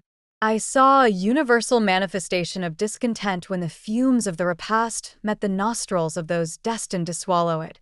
From the van of the procession, the tall girls of the 1st class, rose the whispered words, "Disgusting. The porridge is burnt again." "Silence," ejaculated a voice, not that of Miss Miller, but one of the upper teachers, a little and dark personage, smartly dressed, but of somewhat morose aspect, who installed herself at the top of one table, while a more buxom lady presided at the other. I looked in vain for her I had first seen the night before. She was not visible. Miss Miller occupied the foot of the table where I sat, and a strange, foreign-looking, elderly lady, the French teacher, as I afterwards found, took the corresponding seat at the other board. A long grace was said and a hymn sung. Then a servant brought in some tea for the teachers, and the meal began. Ravenous, and now very faint, I devoured a spoonful or 2 of my portion without thinking of its taste, but the first edge of hunger blunted, I perceived I had got in hand a nauseous mess. Burnt porridge is almost as bad as rotten potatoes. Famine itself soon sickens over it. The spoons were moved slowly. I saw each girl taste her food and try to swallow it, but in most cases the effort was soon relinquished. Breakfast was over, and none had breakfasted. Thanks being returned for what we had not got, and a second enchanted, the refectory was evacuated for the schoolroom. I was one of the last to go out, and in passing the tables, I saw one teacher take a basin of the porridge and taste it. She looked at the others. All their countenances expressed displeasure, and one of them, the stout one, whispered, "Abominable stuff! How shameful!" A quarter of an hour passed before lessons again began, during which the schoolroom was in a glorious tumult. For that space of time it seemed to be permitted to talk loud and more freely, and they used their privilege. The whole conversation ran on the breakfast, which one and all abused roundly. Poor things! It was the sole consolation they had. Miss Miller was now the only teacher in the room. A group of great girls standing about her spoke with serious and sullen gestures. I heard the name of Mr. Brocklehurst pronounced by some lips, at which Miss Miller shook her head disapprovingly, but she made no great effort to check the general wrath. Doubtless she shared in it. A clock in the schoolroom struck 9. Miss Miller left her circle, and standing in the middle of the room, cried, "Silence! To your seats!" Discipline prevailed. In 5 minutes the confused throng was resolved into order, and comparative silence quelled the babel clamor of tongues. The upper teachers now punctually resumed their posts, but still, all seemed to wait. Ranged on benches down the sides of the room, the 80 girls sat motionless and erect. A quaint assemblage they appeared, all with plain locks combed from their faces, not a curl visible, in brown dresses, made high and surrounded by a narrow tucker about the throat, with little pockets of holland, shaped something like a Highlander's purse, tied in front of their frocks, and destined to serve the purpose of a work-bag. All, too, wearing woolen stockings and country-made shoes, fastened with brass buckles. Above 20 of those clad in this costume were full-grown girls, or rather young women. It suited them ill, and gave an air of oddity even to the prettiest.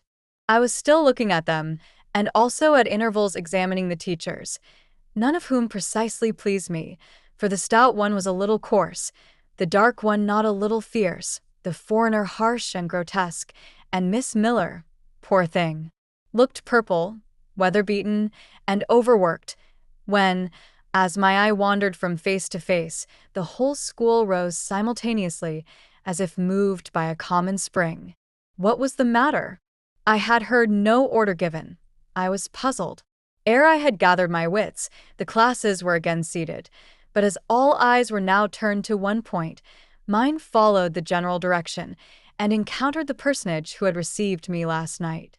She stood at the bottom of the long room, on the hearth, for there was a fire at each end. She surveyed the 2 rows of girls silently and gravely. Miss Miller, approaching, seemed to ask her a question, and having received her answer, went back to her place and said aloud, "Monitor of the first class, fetch the globes." While the direction was being executed, the lady consulted moved slowly up the room. I suppose I have a considerable organ of veneration, for I retain yet the sense of admiring awe with which my eyes traced her steps. Seen now, in broad daylight, she looked tall, fair and shapely, brown eyes with a benignant light in their irids, and a fine penciling of long lashes round, relieved the whiteness of her large front. On each of her temples her hair, of a very dark brown, was clustered in round curls, according to the fashion of those times, when neither smooth bands nor long ringlets were in vogue. Her dress, also in the mode of the day, was of purple cloth, relieved by a sort of Spanish trimming of black velvet. A gold watch, watches were not so common then as now, shone at her girdle. Let the reader add, to complete the picture, refined features, a complexion, if pale, clear, and a stately air and carriage, and he will have, at least, as clearly as words can give it, a correct idea of the exterior of Miss Temple, Maria Temple, as I afterwards saw the name written in a prayer book entrusted to me to carry to church. The superintendent of Lowood, for such was this lady, having taken her seat before a pair of globes placed on one of the tables, summoned the first class round her, and commenced giving a lesson on geography. The lower classes were called by the teachers. Repetitions in history, grammar, and went on for an hour. Writing and arithmetic succeeded, and music lessons were given by Miss Temple to some of the elder girls. The duration of each lesson was measured by the clock, which at last struck 12. The superintendent rose. "I have a word to address to the pupils," said she. The tumult of cessation from lessons was already breaking forth, but it sank at her voice. She went on. "You had this morning a breakfast which you could not eat. You must be hungry. I have ordered that a lunch of bread and cheese shall be served to all." The teachers looked at her with a sort of surprise. "It is to be done on my responsibility," she added, in an explanatory tone to them, and immediately afterwards left the room. The bread and cheese was presently brought in and distributed, to the high delight and refreshment of the whole school. The order was now given to the garden. Each put on a coarse straw bonnet, with strings of colored calico, and a cloak of gray frieze. I was similarly equipped, and, following the stream, I made my way into the open air. The garden was a wide enclosure, surrounded with walls so high as to exclude every glimpse of prospect. A covered veranda ran down one side, and broad walks bordered a middle space divided into scores of little beds. These beds were assigned as gardens for the pupils to cultivate, and each bed had an owner. When full of flowers, they would doubtless look pretty, but now, at the latter end of January, all was wintry blight and brown decay. I shuddered as I stood and looked round me. It was an inclement day for outdoor exercise, not positively rainy, but darkened by a drizzling yellow fog. All underfoot was still soaking wet with the floods of yesterday. The stronger among the girls ran about and engaged in active games, but sundry pale and thin ones herded together for shelter and warmth in the veranda, and amongst these, as the dense mist penetrated to their shivering frames, I heard frequently the sound of a hollow cough. As yet I had spoken to no one, nor did anybody seem to take notice of me.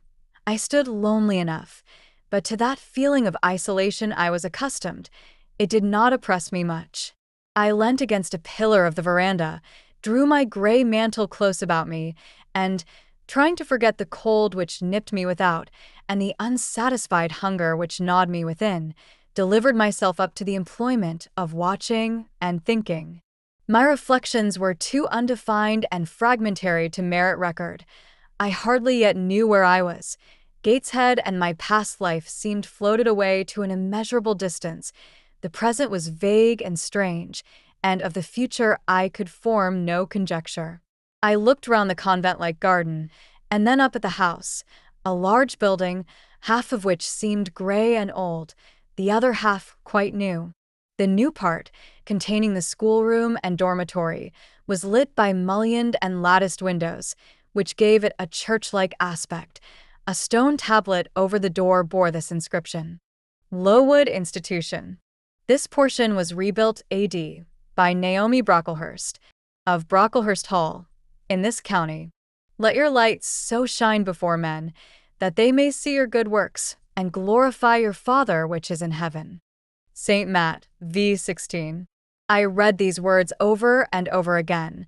I felt that an explanation belonged to them, and was unable fully to penetrate their import. I was still pondering the signification of institution, and endeavoring to make out a connection between the first words and the verse of Scripture, when the sound of a cough close behind me made me turn my head. I saw a girl sitting on a stone bench near. She was bent over a book, on the perusal of which she seemed intent. From where I stood I could see the title. It was Rasselas, a name that struck me as strange and consequently attractive. In turning a leaf she happened to look up, and I said to her directly, "Is your book interesting?" I had already formed the intention of asking her to lend it to me some day. "I like it," she answered, after a pause of a second or two, during which she examined me. "What is it about?" I continued. I hardly know where I found the hardihood thus to open a conversation with a stranger. The step was contrary to my nature and habits, but I think her occupation touched a chord of sympathy somewhere, for I too liked reading, though of a frivolous and childish kind. I could not digest or comprehend the serious or substantial. "You may look at it," replied the girl, offering me the book. I did so, A brief examination convinced me that the contents were less taking than the title. Rasselas looked dull to my trifling taste. I saw nothing about fairies, nothing about genii. No bright variety seemed spread over the closely printed pages. I returned it to her. She received it quietly, and without saying anything she was about to relapse into her former studious mood. Again, I ventured to disturb her. "Can you tell me what the writing on that stone over the door means? What is Lowood Institution? This house where you are come to live. And why do they call it institution?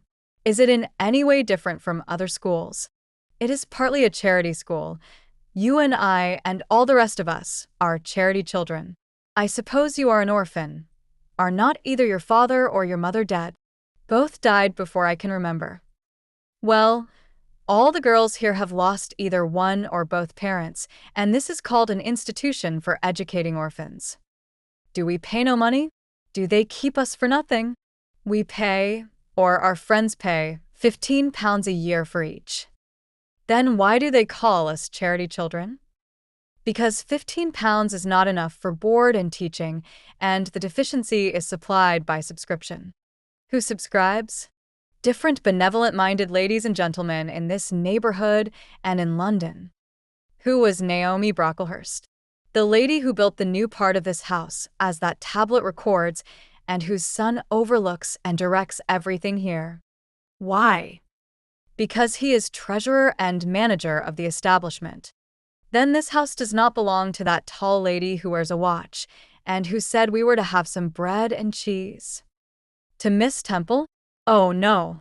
I wish it did. She has to answer to Mr. Brocklehurst for all she does. Mr. Brocklehurst buys all our food and all our clothes." "Does he live here?" "No, 2 miles off at a large hall." "Is he a good man?" "He is a clergyman, and is said to do a great deal of good."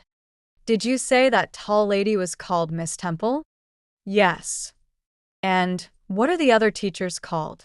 "The one with red cheeks is called Miss Smith. She attends to the work and cuts out, for we make our own clothes, our frocks and pelisses and everything. The little one with black hair is Miss Scatcherd. She teaches history and grammar, and hears the second-class repetitions, and the one who wears a shawl and has a pocket handkerchief tied to her side with a yellow riband is Madame Pierrot. She comes from Lille, in France, and teaches French." "Do you like the teachers?" "Well enough." "Do you like the little black one and the madam? I cannot pronounce her name as you do." "Miss Scatcherd is hasty. You must take care not to offend her. Madame Pierrot is not a bad sort of person." "But Miss Temple is the best, isn't she?" "Miss Temple is very good and very clever. She is above the rest, because she knows far more than they do." "Have you been long here?" 2 years. "Are you an orphan?" "My mother is dead." "Are you happy here?" "You ask rather too many questions. I have given you answers enough for the present. Now I want to read." But at that moment the summons sounded for dinner. All re-entered the house. The odor which now filled the refectory was scarcely more appetizing than that which had regaled our nostrils at breakfast. The dinner was served in 2 huge tin-plated vessels, whence rose a strong steam redolent of rancid fat. I found the mess to consist of indifferent potatoes and strange shreds of rusty meat, mixed and cooked together. Of this preparation, a tolerably abundant plateful was apportioned to each pupil. I ate what I could, and wondered within myself whether every day's fare would be like this. After dinner, we immediately adjourned to the schoolroom. Lessons recommenced, and were continued till 5 o'clock.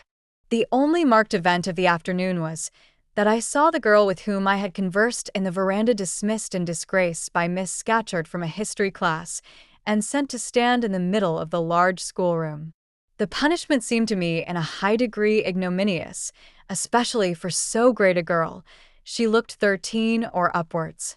I expected she would show signs of great distress and shame, but to my surprise she neither wept nor blushed. Composed, though grave, she stood, the central mark of all eyes. How can she bear it so quietly, so firmly? I asked myself. Were I in her place, It seems to me I should wish the earth to open and swallow me up. She looks as if she were thinking of something beyond her punishment, beyond her situation, of something not round her nor before her. I have heard of daydreams. Is she in a daydream now? Her eyes are fixed on the floor, but I am sure they do not see it. Her sight seems turned in, gone down into her heart. She is looking at what she can remember, I believe, not at what is really present. I wonder what sort of a girl she is, whether good or naughty. Soon after 5 p.m. we had another meal, consisting of a small mug of coffee and half a slice of brown bread. I devoured my bread and drank my coffee with relish, but I should have been glad of as much more. I was still hungry. Half an hour's recreation succeeded, then study, then the glass of water and the piece of oatcake, prayers and bed. Such was my first day at Lowood. Chapter 6. The next day commenced as before, getting up and dressing by rushlight. But this morning we were obliged to dispense with the ceremony of washing. The water in the pitchers was frozen. A change had taken place in the weather the preceding evening, and a keen northeast wind, whistling through the crevices of our bedroom windows all night long, had made us shiver in our beds and turned the contents of the ewers to ice. Before the long hour and a half of prayers and Bible reading was over, I felt ready to perish with cold. Breakfast time came at last, and this morning the porridge was not burnt. The quality was eatable, the quantity small. How small my portions seemed! I wished it had been doubled. In the course of the day I was enrolled a member of the 4th class, and regular tasks and occupations were assigned me. Hitherto, I had only been a spectator of the proceedings at Lowood. I was now to become an actor therein.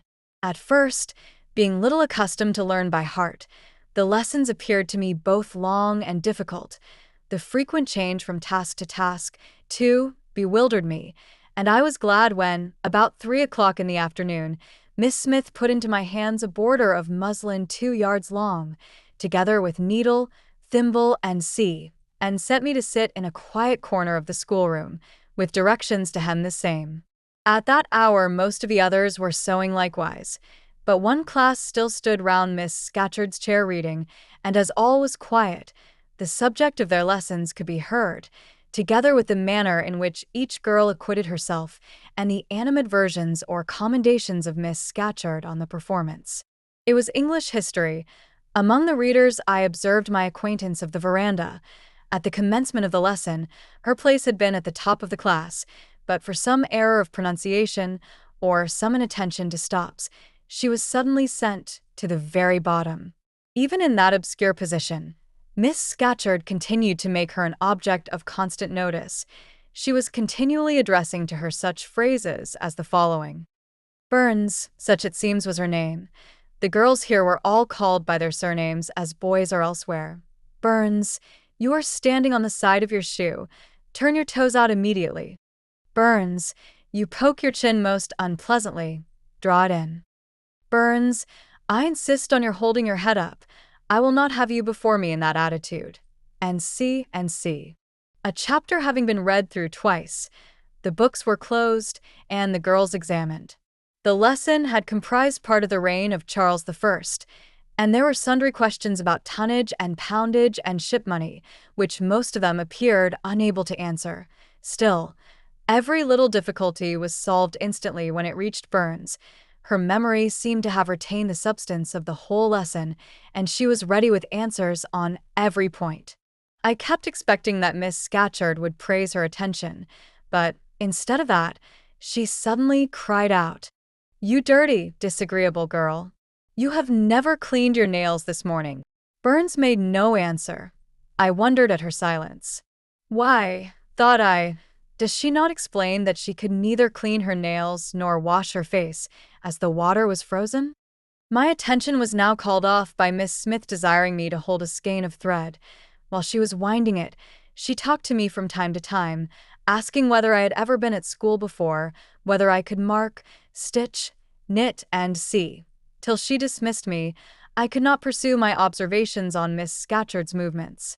When I returned to my seat, that lady was just delivering an order of which I did not catch the import, But Burns immediately left the class, and going into the small inner room where the books were kept, returned in half a minute, carrying in her hand a bundle of twigs tied together at one end. This ominous tool she presented to Miss Scatcherd with a respectful courtesy. Then she quietly, and without being told, unloosed her pinafore, and the teacher instantly and sharply inflicted on her neck a dozen strokes with a bunch of twigs. Not a tear rose to Burns' eye, and, while I paused for my sewing, because my fingers quivered at this spectacle with a sentiment of unavailing and impotent anger, not a feature of her pensive face altered its ordinary expression. "Hardened girl," exclaimed Miss Scatcherd, "nothing can correct you of your slatternly habits. Carry the rod away." Burns obeyed. I looked at her narrowly as she emerged from the book closet. She was just putting back her handkerchief into her pocket, and the trace of a tear glistened on her thin cheek. The play hour in the evening I thought the pleasantest fraction of the day at Lowood. The bit of bread, the draught of coffee swallowed at 5 o'clock had revived vitality, if it had not satisfied hunger. The long restraint of the day was slackened. The schoolroom felt warmer than in the morning, its fires being allowed to burn a little more brightly, to supply, in some measure, the place of candles, not yet introduced. The ruddy gloaming, the licensed uproar, the confusion of many voices gave one a welcome sense of liberty.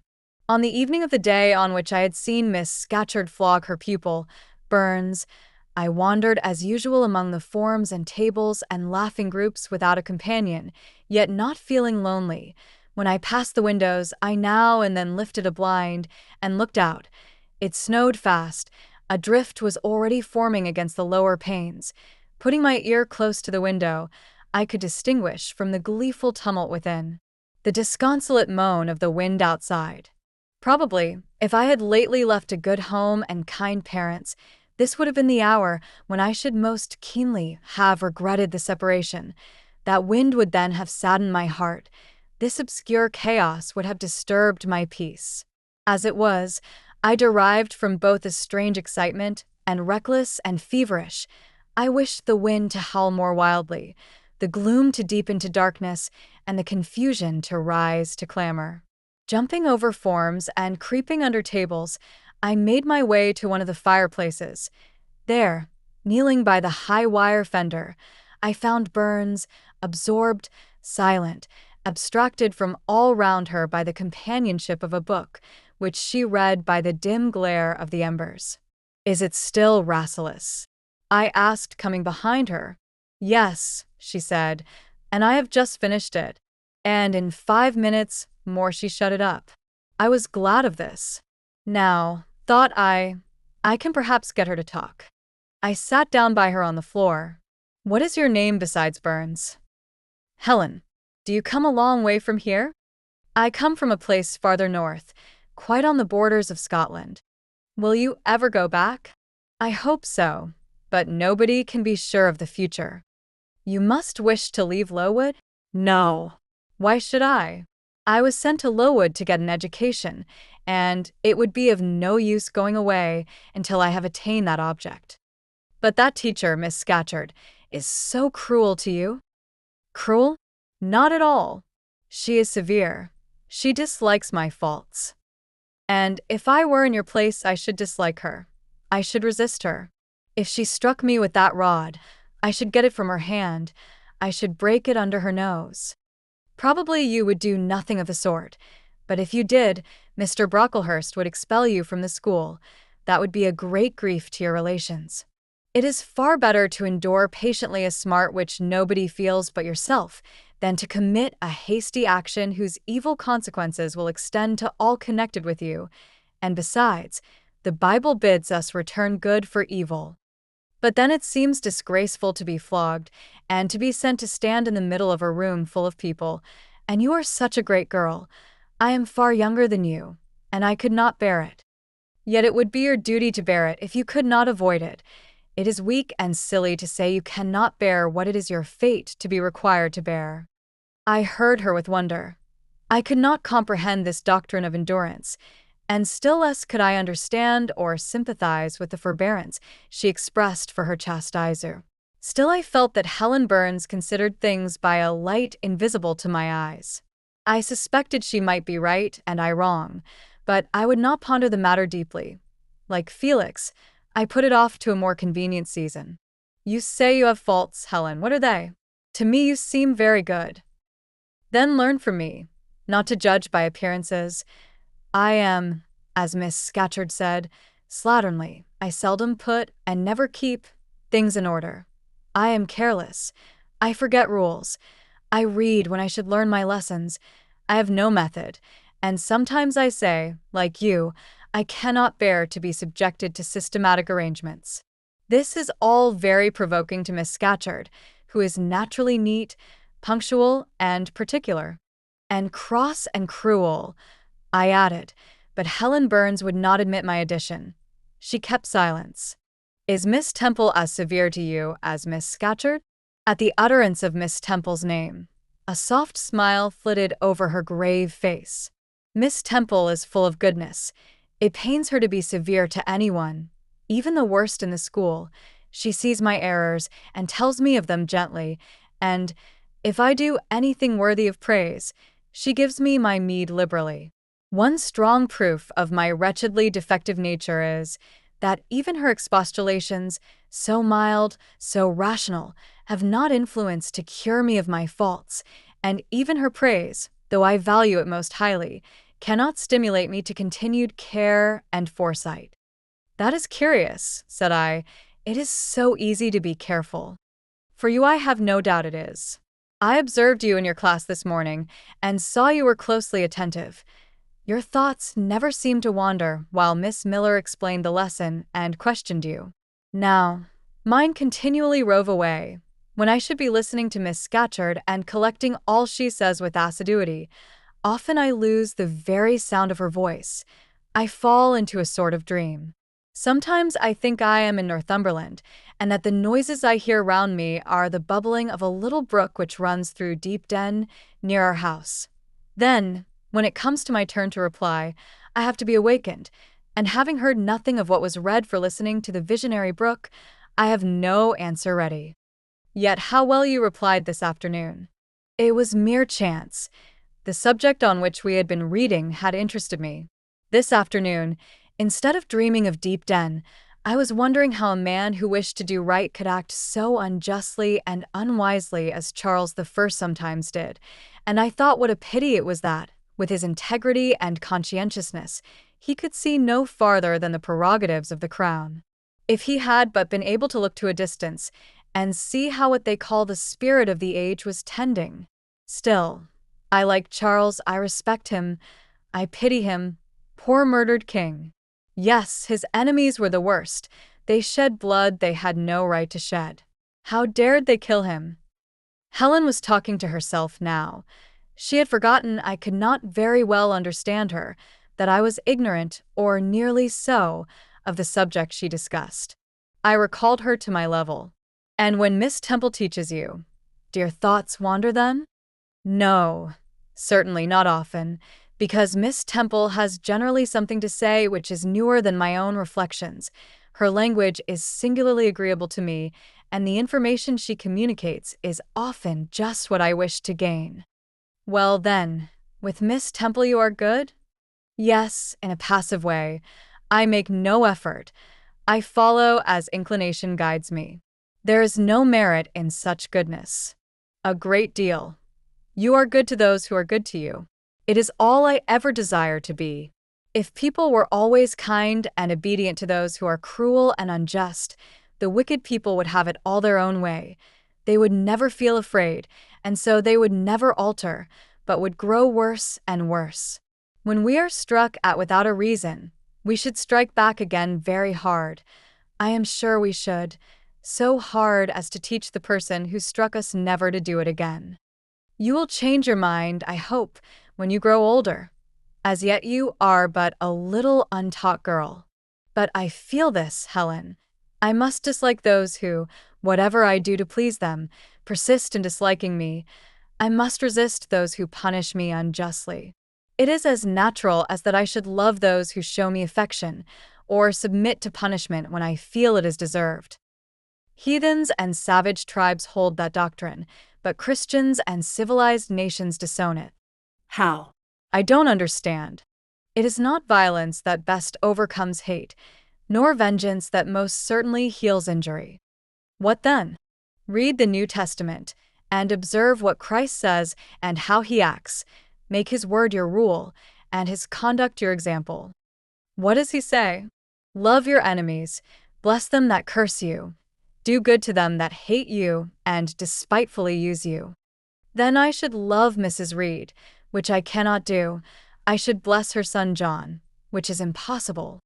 In her turn, Helen Burns asked me to explain, and I proceeded forthwith to pour out, in my own way, the tale of my sufferings and resentments. Bitter and truculent when excited, I spoke as I felt, without reserve or softening. Helen heard me patiently to the end. I expected she would then make a remark, but she said nothing. Well, I asked impatiently, is not Mrs. Reed a hard-hearted, bad woman? She has been unkind to you, no doubt, because you see, she dislikes your cast of character, as Miss Scatcherd does mine, but how minutely you remember all she has done and said to you. What a singularly deep impression her injustice seems to have made on your heart. No ill usage so brands its record on my feelings. Would you not be happier if you tried to forget her severity, together with the passionate emotions it excited? Life appears to me too short to be spent in nursing animosity or registering wrongs. We are, and must be, one and all, burdened with faults in this world, but the time will soon come when, I trust, we shall put them off in putting off our corruptible bodies, when debasement and sin will fall from us with this cumbrous frame of flesh, and only the spark of the Spirit will remain, the impalpable principle of light and thought, pure as when it left the Creator to inspire the creature.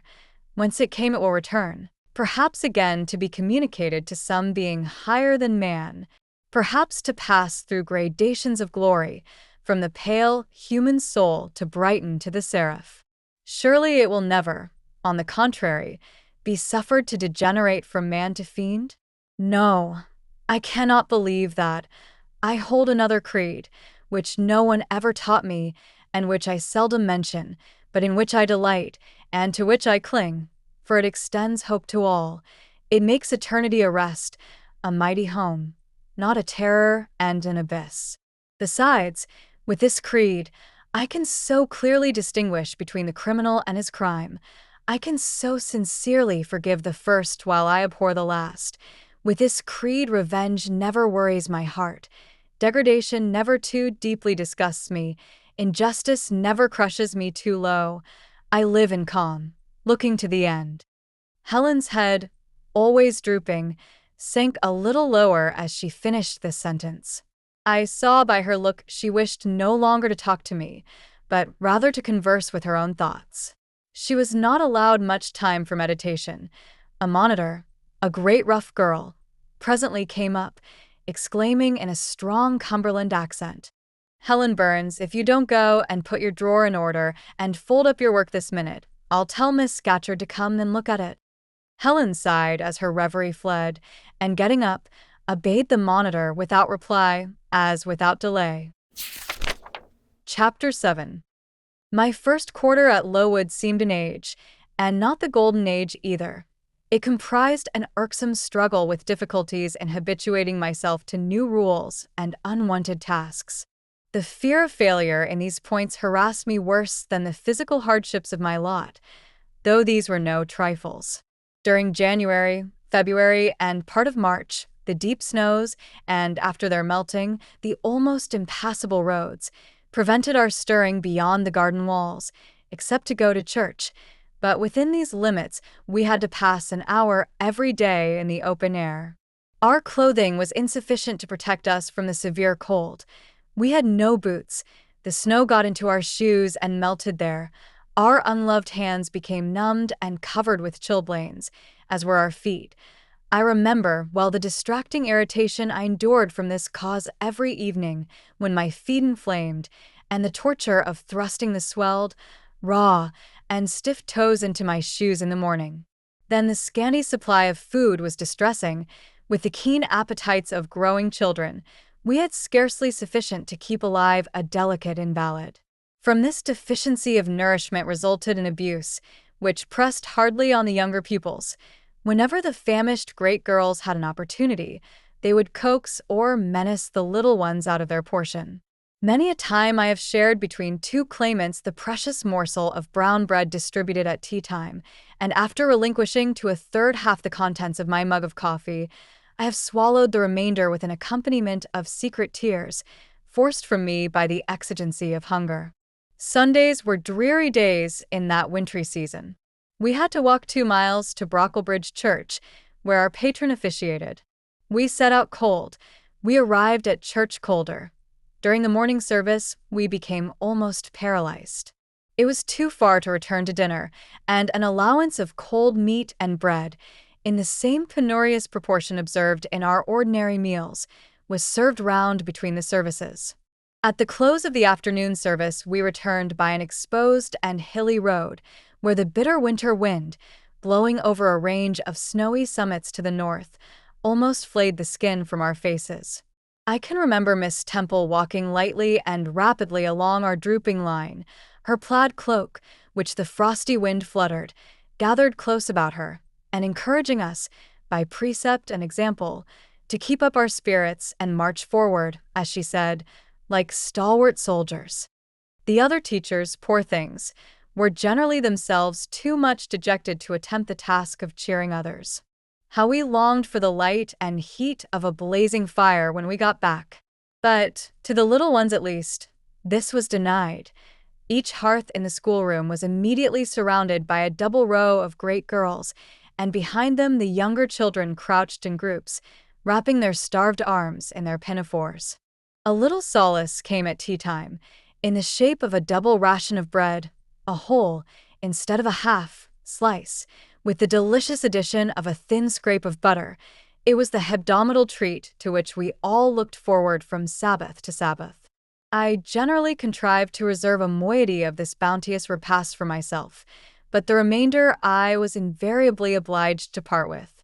The Sunday evening was spent in repeating, by heart, the Church Catechism and the 5th, 6th, and 7th chapters of St. Matthew, and in listening to a long sermon, read by Miss Miller, whose irrepressible yawns attested her weariness.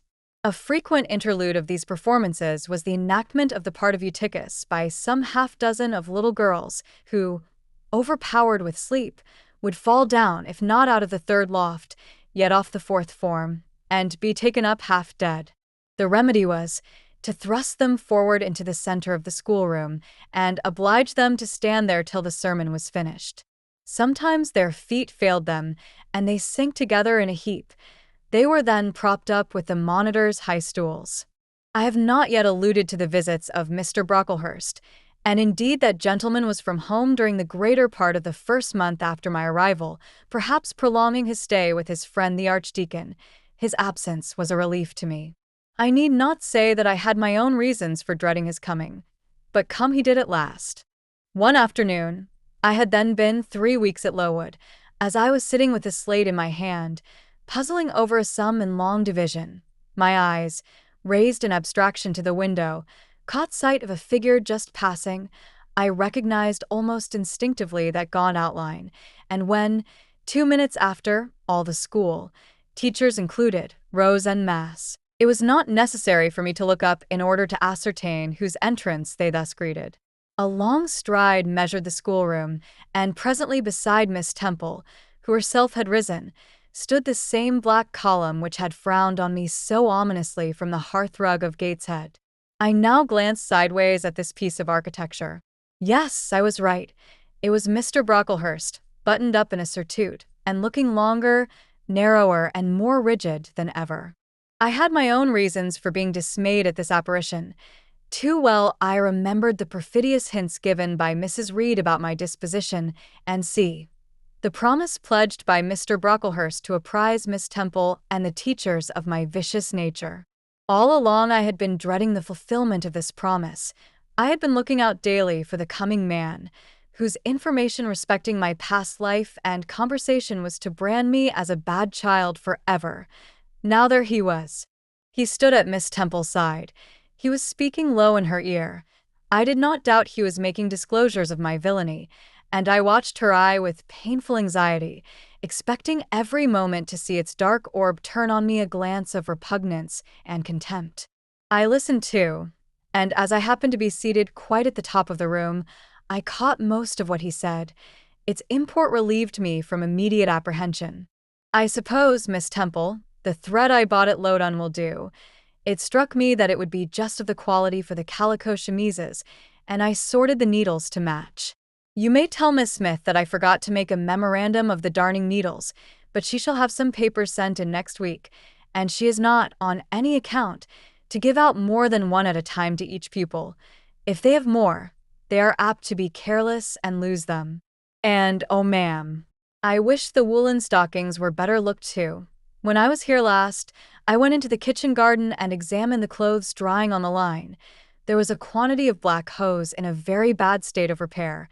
From the size of the holes in them, I was sure they had not been well mended from time to time." He paused. "Your directions shall be attended to, sir," said Miss Temple. "And, ma'am," he continued, "the laundress tells me some of the girls have 2 clean tuckers in the week. It is too much. The rules limit them to 1. I think I can explain that circumstance, sir. Agnes and Catherine Johnstone were invited to take tea with some friends at Lowood last Thursday, and I gave them leave to put on clean tuckers for the occasion." Mr. Brocklehurst nodded. "Well, for once it may pass, but please not to let the circumstance occur too often. And there is another thing which surprised me. I find, in settling accounts with the housekeeper, that a lunch, consisting of bread and cheese, has twice been served out to the girls during the past fortnight. How is this? I looked over the regulations, and I find no such meal as lunch mentioned. Who introduced this innovation? And by what authority?" "I must be responsible for the circumstance, sir," replied Miss Temple. "The breakfast was so ill prepared that the pupils could not possibly eat it, and I dared not allow them to remain fasting till dinner time. Madam, allow me an instant. You are aware that my plan in bringing up these girls is not to accustom them to habits of luxury and indulgence, but to render them hardy, patient, self-denying. Should any little accidental disappointment of the appetite occur, such as the spoiling of a meal, the under or the overdressing of a dish, the incident ought not to be neutralized by replacing with something more delicate the comfort lost, thus pampering the body and obviating the aim of this institution. It ought to be improved to the spiritual edification of the pupils, by encouraging them to evince fortitude under the temporary privation. A brief address on those occasions would not be mistimed, wherein a judicious instructor would take the opportunity of referring to the sufferings of the primitive Christians, to the torments of martyrs, to the exhortations of our blessed Lord himself, calling upon his disciples to take up their cross and follow him, to his warnings that man shall not live by bread alone, but by every word that proceedeth out of the mouth of God, to his divine consolations, if ye suffer hunger or thirst for my sake, happy are ye. Oh, madam, when you put bread and cheese, instead of burnt porridge, into these children's mouths, you may indeed feed their vile bodies, but you little think how you starve their immortal souls." Mr. Brocklehurst again paused, perhaps overcome by his feelings. Miss Temple had looked down when he first began to speak to her, but she now gazed straight before her, and her face, naturally pale as marble, appeared to be assuming also the coldness and fixity of that material, especially her mouth, closed as if it would have required a sculptor's chisel to open it, and her brow settled gradually into petrified severity. Meantime, Mr. Brocklehurst, standing on the hearth with his hands behind his back, majestically surveyed the whole school. Suddenly his eye gave a blink, as if it had met something that either dazzled or shocked its pupil. Turning, he said in more rapid accents than he had hitherto used, Miss Temple, what is that girl with curled hair?" "Red hair, ma'am, curled all over?" And extending his cane, he pointed to the awful object, his hand shaking as he did so. "It is Julia Severn," replied Miss Temple, very quietly. "Julia Severn, ma'am. And why has she, or any other, curled hair? Why, in defiance of every precept and principle of this house, does she conform to the world so openly, here in an evangelical, charitable establishment, as to wear her hair one mass of curls? Julia's hair curls naturally, returned Miss Temple, still more quietly. Naturally. Yes, but we are not to conform to nature. I wish these girls to be the children of grace. And why that abundance? I have again and again intimated that I desire the hair to be arranged closely, modestly, plainly. Miss Temple, that girl's hair must be cut off entirely. I will send a barber tomorrow, and I see others who have far too much of the excrescence. That tall girl, tell her to turn round. Tell all the first form to rise up and direct their faces to the wall. Miss Temple passed her handkerchief over her lips, as if to smooth away the involuntary smile that curled them. She gave the order, however, and when the first class could take in what was required of them, they obeyed. Leaning a little back on my bench, I could see the looks and grimaces with which they commented on this maneuver. It was a pity Mr. Brocklehurst could not see them too. He would perhaps have felt that, whatever he might do with the outside of the cup and platter, the inside was further beyond his interference than he imagined. He scrutinized the reverse of these living metals some 5 minutes, then pronounced sentence. These words fell like the knell of doom. All those top knots must be cut off. Miss Temple seemed to remonstrate.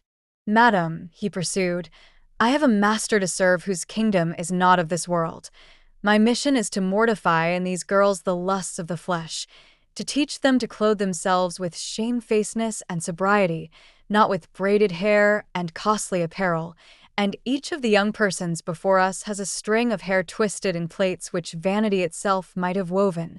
These, I repeat, must be cut off. Think of the time wasted, of— Mr. Brocklehurst was here interrupted. 3 other visitors, ladies, now entered the room. They ought to have come a little sooner to have heard his lecture on dress, for they were splendidly attired in velvet, silk, and furs.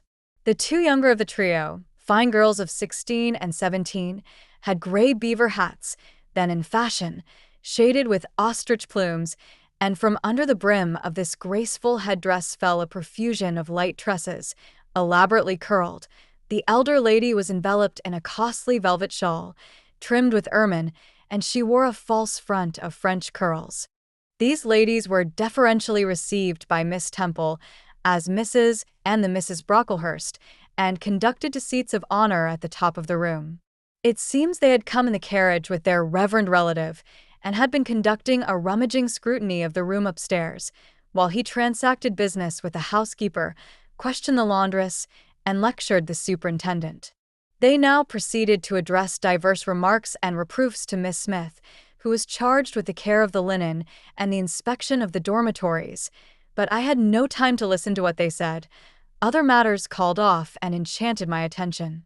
Hitherto, while gathering up the discourse of Mr. Brocklehurst and Miss Temple, I had not, at the same time, neglected precautions to secure my personal safety, which I thought would be effected if I could only elude observation.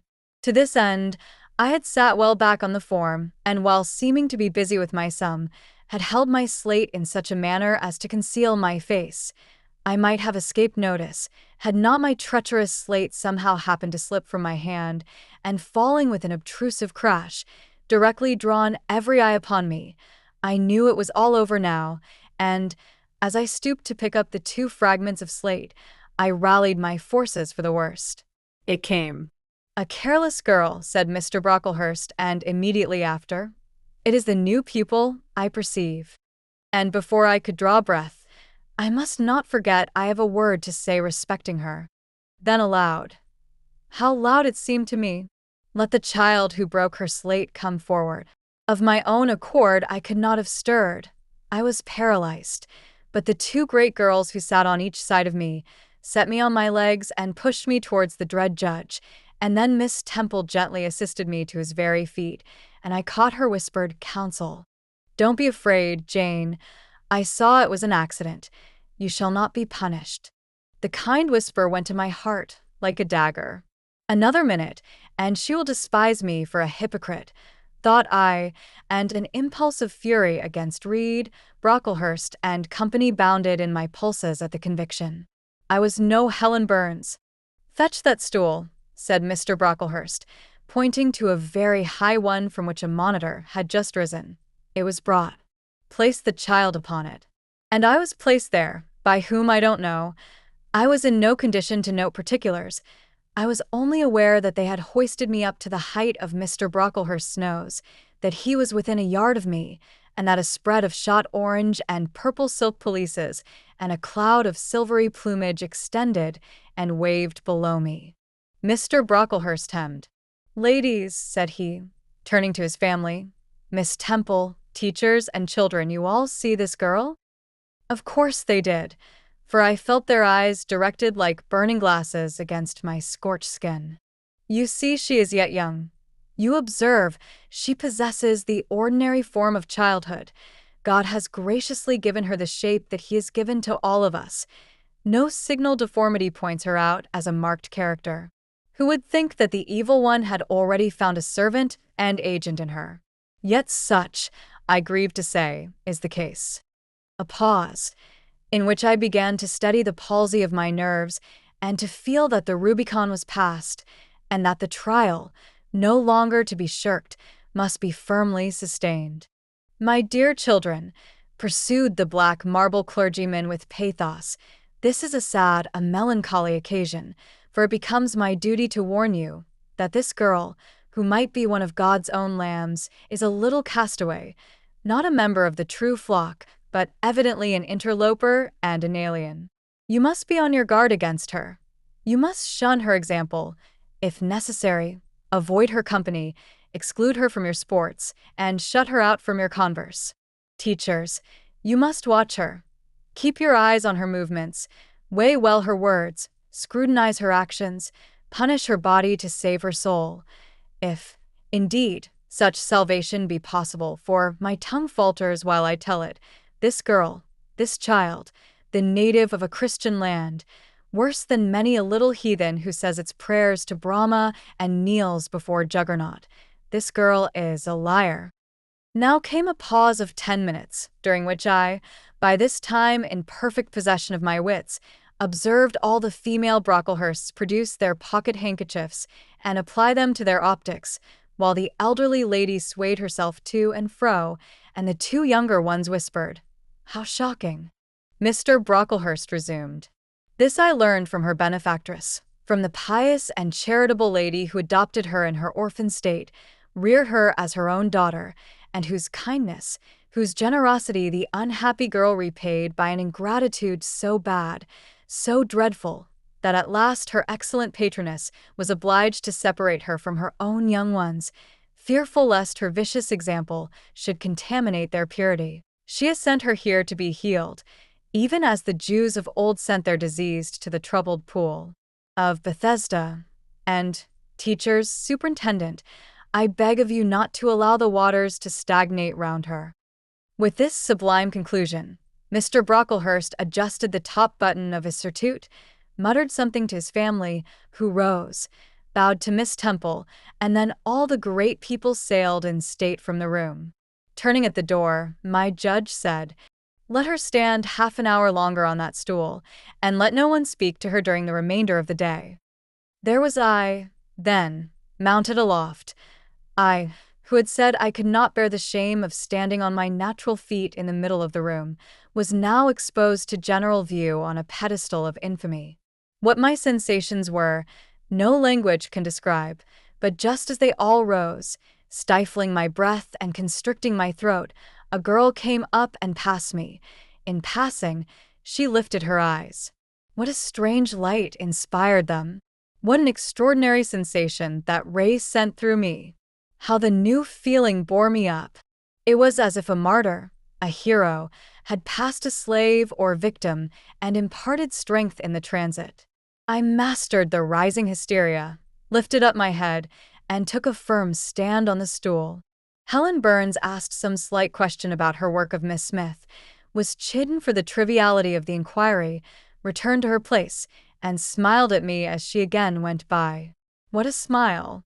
I remember it now, and I know that it was the effluence of fine intellect, of true courage. It lit up her marked lineaments, her thin face, her sunken gray eye, like a reflection from the aspect of an angel. Yet at that moment Helen Burns wore on her arm the untidy badge. Scarcely an hour ago I had heard her condemned by Miss Scatcherd to a dinner of bread and water on the morrow because she had blotted an exercise in copying it out. Such is the imperfect nature of man. Such spots are there on the disk of the clearest planet, and eyes like Miss Scatcherd's can only see those minute defects and are blind to the full brightness of the orb. Chapter 8. Ere the half-hour ended, 5 o'clock struck. School was dismissed, and all were gone into the refectory to tea. I now ventured to descend. It was deep dusk. I retired into a corner and sat down on the floor. The spell by which I had been so far supported began to dissolve. Reaction took place, and soon, so overwhelming was the grief that seized me, I sank prostrate with my face to the ground. Now I wept. Helen Burns was not here. Nothing sustained me. Left to myself, I abandoned myself, and my tears watered the boards. I had meant to be so good, and to do so much at Lowood, to make so many friends, to earn respect and win affection. Already I had made visible progress. That very morning I had reached the head of my class. Miss Miller had praised me warmly. Miss Temple had smiled approbation. She had promised to teach me drawing and to let me learn French if I continued to make similar improvement 2 months longer, and then I was well received by my fellow pupils, treated as an equal by those of my own age, and not molested by any. Now, here I lay again crushed and trodden on, and could I ever rise more? Never, I thought, and ardently I wished to die. While sobbing out this wish in broken accents, someone approached. I started up. Again Helen Burns was near me. The fading fires just showed her coming up the long, vacant room. She brought my coffee and bread. "Come, eat something," she said, but I put both away from me, feeling as if a drop or a crumb would have choked me in my present condition. Helen regarded me, probably with surprise. I could not now abate my agitation, though I tried hard. I continued to weep aloud. She sat down on the ground near me, embraced her knees with her arms, and rested her head upon them. In that attitude, she remained silent as an Indian. I was the first who spoke. "Helen, why do you stay with a girl whom everybody believes to be a liar?" "Everybody, Jane? Why, there are only 80 people who have heard you called so, and the world contains hundreds of millions." "But what have I to do with millions? The 80 I know despise me." "Jane, you are mistaken. Probably not one in the school either despises or dislikes you. Many, I am sure, pity you much." "How can they pity me after what Mr. Brocklehurst has said?" "Mr. Brocklehurst is not a god, nor is he even a great and admired man. He is little liked here. He never took steps to make himself liked. Had he treated you as an especial favorite, you would have found enemies, declared or covert, all around you. As it is, the greater number would offer you sympathy if they dared. Teachers and pupils may look coldly on you for a day or two, but friendly feelings are concealed in their hearts, and if you persevere in doing well, these feelings will ere long appear so much the more evidently for their temporary suppression. Besides, Jane," she paused. "Well, Helen," said I, putting my hand into hers. She chafed my fingers gently to warm them and went on. "If all the world hated you and believed you wicked, while your own conscience approved you and absolved you from guilt, you would not be without friends. No, I know I should think well of myself, but that is not enough. If others don't love me, I would rather die than live. I cannot bear to be solitary and hated, Helen. Look here, to gain some real affection from you, or Miss Temple, or any other whom I truly love, I would willingly submit to have the bone of my arm broken, or to let a bull toss me, or to stand behind a kicking horse and let it dash its hoof at my chest." "Hush, Jane. You think too much of the love of human beings. You are too impulsive, too vehement. The sovereign hand that created your frame and put life into it has provided you with other resources than your feeble self, or than creatures feeble as you. Besides this earth, and besides the race of men, there is an invisible world and a kingdom of spirits. That world is round us, for it is everywhere, and those spirits watch us, for they are commissioned to guard us. And if we were dying in pain and shame, if scorn smote us on all sides, and hatred crushed us, angels see our tortures, recognize our innocence, if innocent we be. As I know you are of this charge which Mr. Brocklehurst has weakly and pompously repeated at second hand from Mrs. Reed. For I read a sincere nature in your ardent eyes and on your clear front, and God waits only the separation of spirit from flesh to crown us with a full reward. Why, then, should we ever sink overwhelmed with distress, when life is so soon over, and death is so certain an entrance to happiness, to glory? I was silent. Helen had calmed me, but in the tranquility she imparted there was an alloy of inexpressible sadness. I felt the impression of woe as she spoke, but I could not tell whence it came, and when, having done speaking, she breathed a little fast and coughed a short cough, I momentarily forgot my own sorrows to yield to a vague concern for her. Resting my head on Helen's shoulder, I put my arms round her waist. She drew me to her, and we reposed in silence. We had not sat long thus, when another person came in. Some heavy clouds, swept from the sky by a rising wind, had left the moon bare, and her light, streaming in through a window near, shone full both on us and on the approaching figure, which we at once recognized as Miss Temple. "I came on purpose to find you, Jane Eyre," said she. "I want you in my room, and as Helen Burns is with you, she may come too." We went, following the superintendent's guidance. We had to thread some intricate passages and mount a staircase before we reached her apartment. It contained a good fire and looked cheerful. Miss Temple told Helen Burns to be seated in a low armchair on one side of the hearth, and herself taking another. She called me to her side. "Is it all over?" she asked, looking down at my face. "Have you cried your grief away?" "I am afraid I never shall do that." "Why?" "Because I have been wrongly accused, and you, ma'am, and everybody else, will now think me wicked." "We shall think you what you prove yourself to be, my child. Continue to act as a good girl, and you will satisfy us." "Shall I, Miss Temple?" "You will," said she, passing her arm round me. "And now tell me, who is the lady whom Mr. Brocklehurst called your benefactress?" "Mrs. Reed, my uncle's wife." "My uncle is dead, and he left me to her care." "Did she not, then, adopt you of her own accord?" "No, ma'am.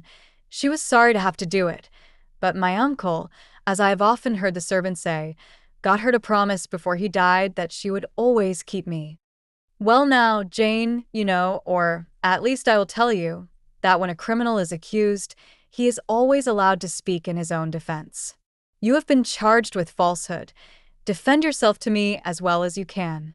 Say whatever your memory suggests is true, but add nothing and exaggerate nothing."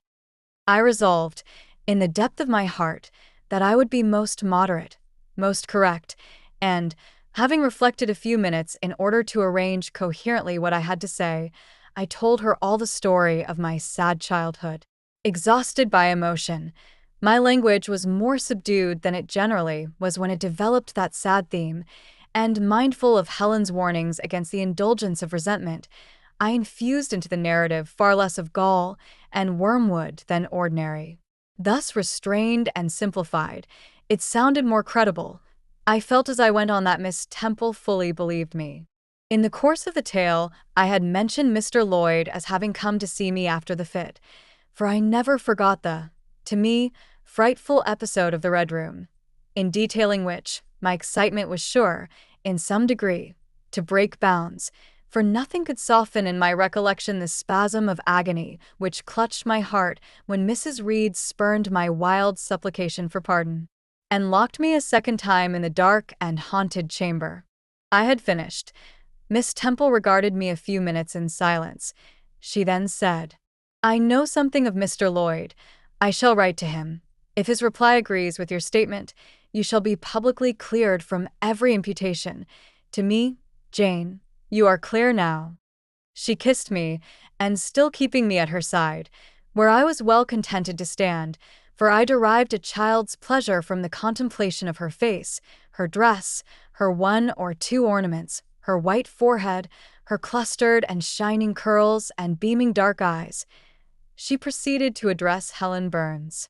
"How are you tonight, Helen? Have you coughed much today?" "Not quite so much, I think, ma'am." "And the pain in your chest?" "It is a little better."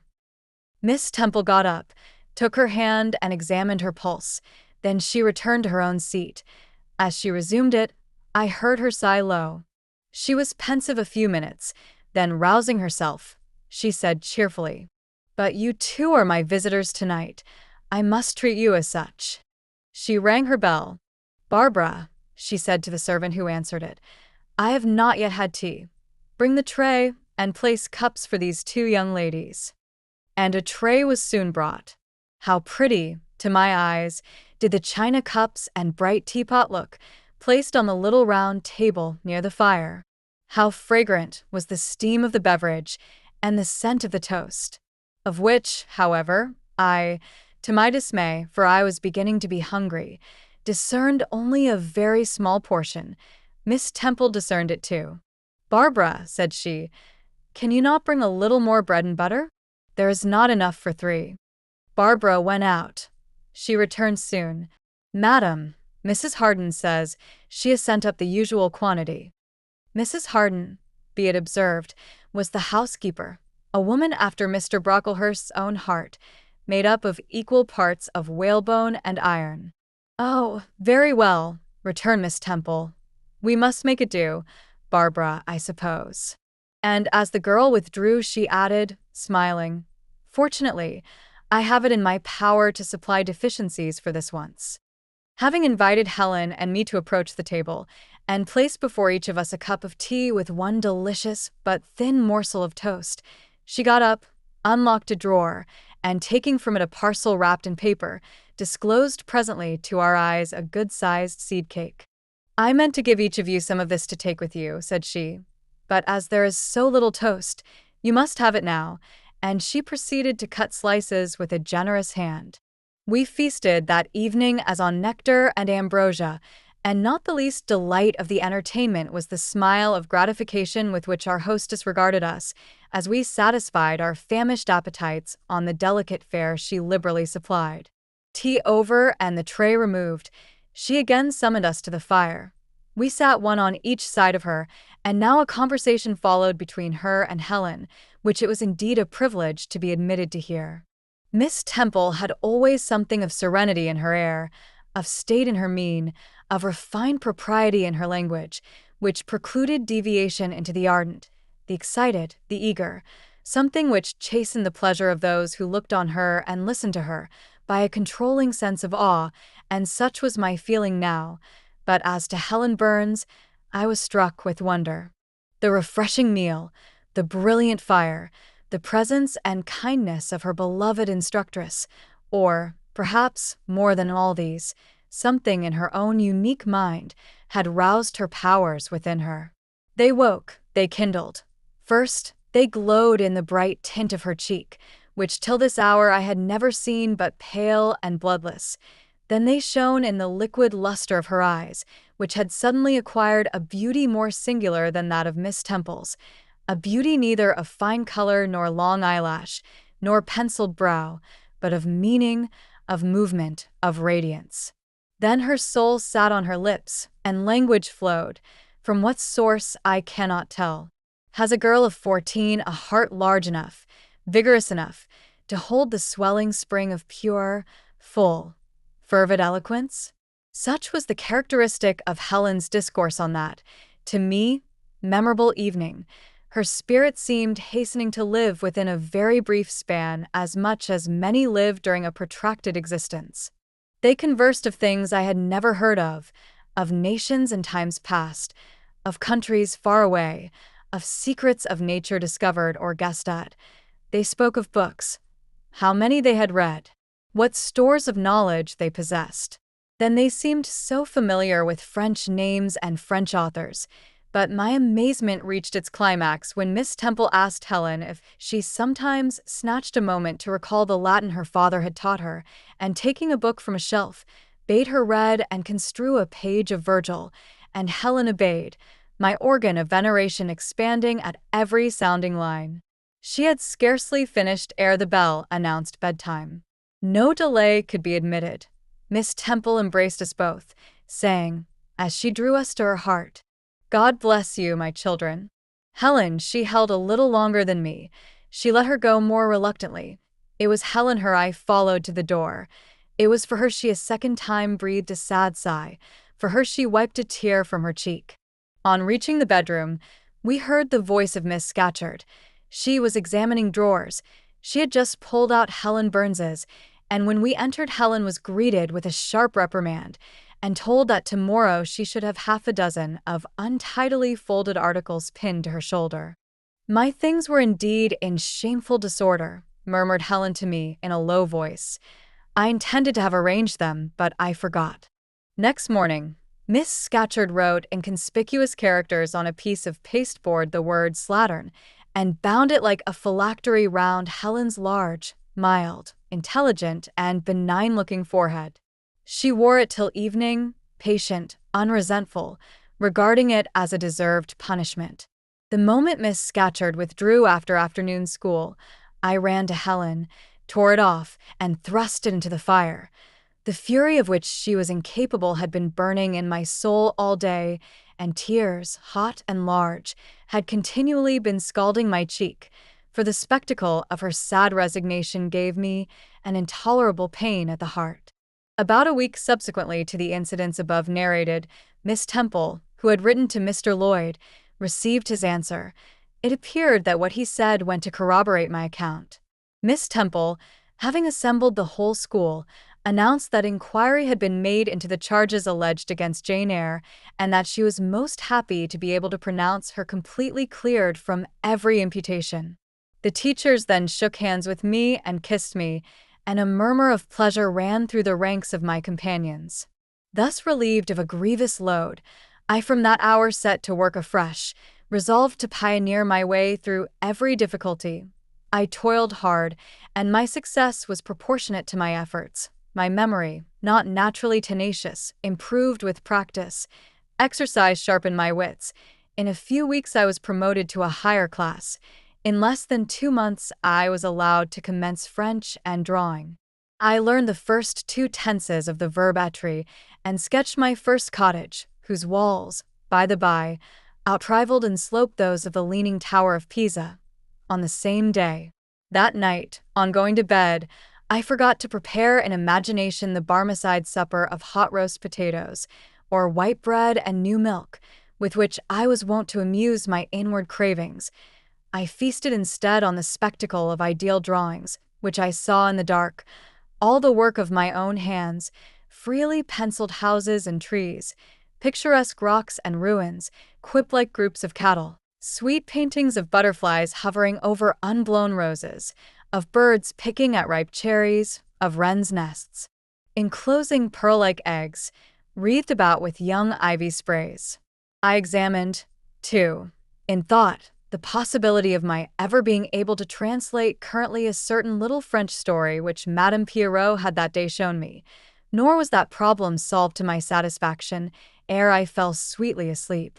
Well, as Solomon said, "Better is a dinner of herbs where love is, than a stalled ox and hatred therewith." I would not now have exchanged Lowood with all its privations for Gateshead and its daily luxuries. Chapter 9. But the privations, or rather the hardships, of Lowood lessened. Spring drew on. She was indeed already come. The frosts of winter had ceased. Its snows were melted, its cutting winds ameliorated. My wretched feet, flayed and swollen to lameness by the sharp air of January, began to heal and subside under the gentler breathings of April. The nights and mornings no longer by their Canadian temperature froze the very blood in our veins. We could now endure the play hour passed in the garden. Sometimes on a sunny day it began even to be pleasant and genial, and a greenness grew over those brown beds, which, freshening daily, suggested the thought that hope traversed them at night and left each morning brighter traces of her steps. Flowers peeped out amongst the leaves, snowdrops, crocuses, purple auriculas, and golden-eyed pansies.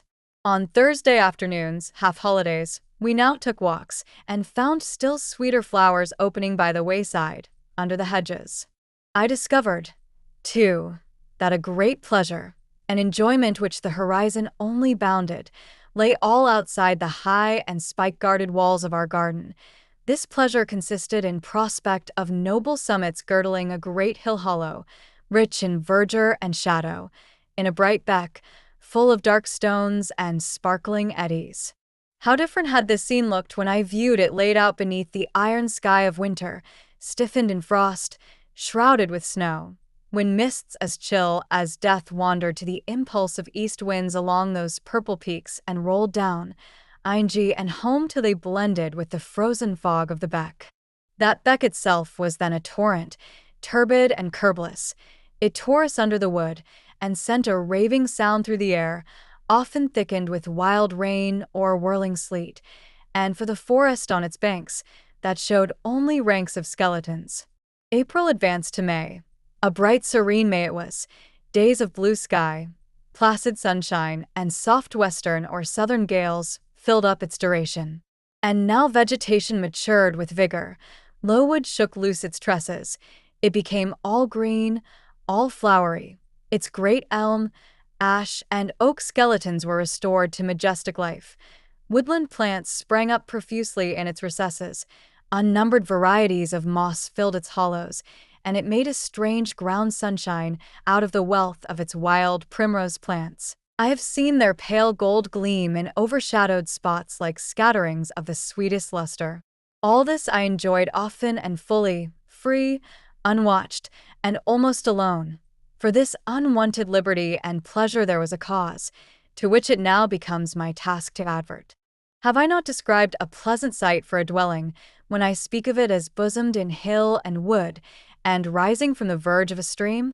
Assuredly, pleasant enough, but whether healthy or not is another question. That forest dell, where Lowood lay, was the cradle of fog and fog-bred pestilence, which, quickening with a quickening spring, crept into the orphan asylum, breathed typhus through its crowded schoolroom and dormitory, and, ere May arrived, transformed the seminary into an hospital. Semi-starvation and neglected colds had predisposed most of the pupils to receive infection. 45 out of the 80 girls lay ill at one time. Classes were broken up, rules relaxed. The few who continued well were allowed almost unlimited license, because the medical attendant insisted on the necessity of frequent exercise to keep them in health, and had it been otherwise, no one had leisure to watch or restrain them. Miss Temple's whole attention was absorbed by the patients. She lived in the sick room, never quitting it except to snatch a few hours' rest at night. The teachers were fully occupied with packing up and making other necessary preparations for the departure of those girls who were fortunate enough to have friends and relations able and willing to remove them from the seat of contagion. Many, already smitten, went home only to die. Some died at the school and were buried quietly and quickly, the nature of the malady forbidding delay. While disease had thus become an inhabitant of Lowood, and death its frequent visitor, while there was gloom and fear within its walls, while its rooms and passages steamed with hospital smells, the drug and the pastille striving vainly to overcome the effluvia of mortality, that bright May shone unclouded over the bold hills and beautiful woodland out of doors. Its garden, too, glowed with flowers. Hollyhocks had sprung up tall as trees, lilies had opened, tulips and roses were in bloom. The borders of the little beds were gay with pink thrift and crimson double daisies. The sweetbriars gave out, morning and evening, their scent of spice and apples, and these fragrant treasures were all useless for most of the inmates of Lowood, except to furnish now and then a handful of herbs and blossoms to put in a coffin. But I, and the rest who continued well, enjoyed fully the beauties of the scene and season. They let us ramble in the wood, like gypsies, from morning till night. We did what we liked, went where we liked. We lived better too. Mr. Brocklehurst and his family never came near Lowood now. Household matters were not scrutinized into. The cross housekeeper was gone, driven away by the fear of infection. Her successor, who had been matron at the Lowood dispensary and used to the ways of her new abode, provided with comparative liberality. Besides, there were fewer to feed. The sick could eat little. Our breakfast basins were better filled. When there was no time to prepare a regular dinner, which often happened, she would give us a large piece of cold pie or a thick slice of bread and cheese, and this we carried away with us to the wood, where we each chose the spot we liked best and dined sumptuously. My favorite seat was a smooth and broad stone, rising white and dry from the very middle of the beck, and only to be got at by wading through the water, a feat I accomplished barefoot. The stone was just broad enough to accommodate, comfortably, another girl and me. At that time my chosen comrade, one Mary and Wilson, a shrewd, observant personage, whose society I took pleasure in, partly because she was witty and original, and partly because she had a manner which set me at my ease. Some years older than I, she knew more of the world, and could tell me many things I liked to hear. With her my curiosity found gratification. To my faults also she gave ample indulgence, never imposing curb or rein on anything I said. She had a turn for narrative, I for analysis. She liked to inform, I to question. So we got on swimmingly together, deriving much entertainment, if not much improvement, from our mutual intercourse. And where, meantime, was Helen Burns? Why did I not spend these sweet days of liberty with her? Had I forgotten her? Or was I so worthless as to have grown tired of her pure society? Surely the Mary and Wilson I have mentioned was inferior to my first acquaintance. She could only tell me amusing stories and reciprocate any racy and pungent gossip I chose to indulge in, while, if I have spoken truth of Helen, she was qualified to give those who enjoyed the privilege of her converse a taste of far higher things. True, reader, and I knew and felt this. And though I am a defective being, with many faults and few redeeming points, yet I never tired of Helen Burns, nor ever ceased to cherish for her a sentiment of attachment as strong, tender, and respectful as any that ever animated my heart. How could it be otherwise when Helen, at all times and under all circumstances, evinced for me a quiet and faithful friendship, which ill humor never soured, nor irritation never troubled? But Helen was ill at present. For some weeks she had been removed from my sight to I knew not what room upstairs. She was not, I was told, in the hospital portion of the house with the fever patients, for her complaint was consumption, not typhus, and by consumption I, in my ignorance, understood something mild, which time and care would be sure to alleviate. I was confirmed in this idea by the fact of her once or twice coming downstairs on very warm sunny afternoons and being taken by Miss Temple into the garden, but on these occasions I was not allowed to go and speak to her. I only saw her from the schoolroom window, and then not distinctly, for she was much wrapped up and sat at a distance under the veranda. One evening, in the beginning of June, I had stayed out very late with Mary and in the wood. We had, as usual, separated ourselves from the others and had wandered far, so far that we lost our way and had to ask it at a lonely cottage where a man and woman lived, who looked after a herd of half-wild swine that fed on the mast in the wood. When we got back, it was after moonrise. A pony, which we knew to be the surgeon's, was standing at the garden door. Mary Ann remarked that she supposed someone must be very ill, as Mr. Bates had been sent for at that time of the evening. She went into the house. I stayed behind a few minutes to plant in my garden a handful of roots I had dug up in the forest, and which I feared would wither if I left them till the morning. This done, I lingered yet a little longer. The flowers smelt so sweet as the dew fell.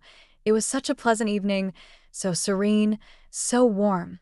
The still glowing west promised so fairly another fine day on the morrow. The moon rose with such majesty in the grave east. I was noting these things and enjoying them as a child might, when it entered my mind as it had never done before.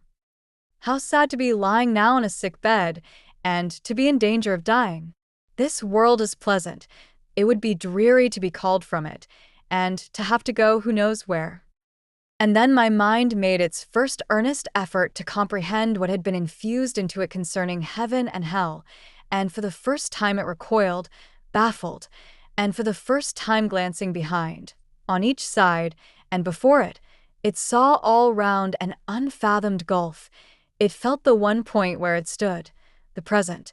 All the rest was formless cloud and vacant depth, and it shuddered at the thought of tottering and plunging amid that chaos. While pondering this new idea, I heard the front door open. Mr. Bates came out, and with him was a nurse. After she had seen him mount his horse and depart, she was about to close the door, but I ran up to her.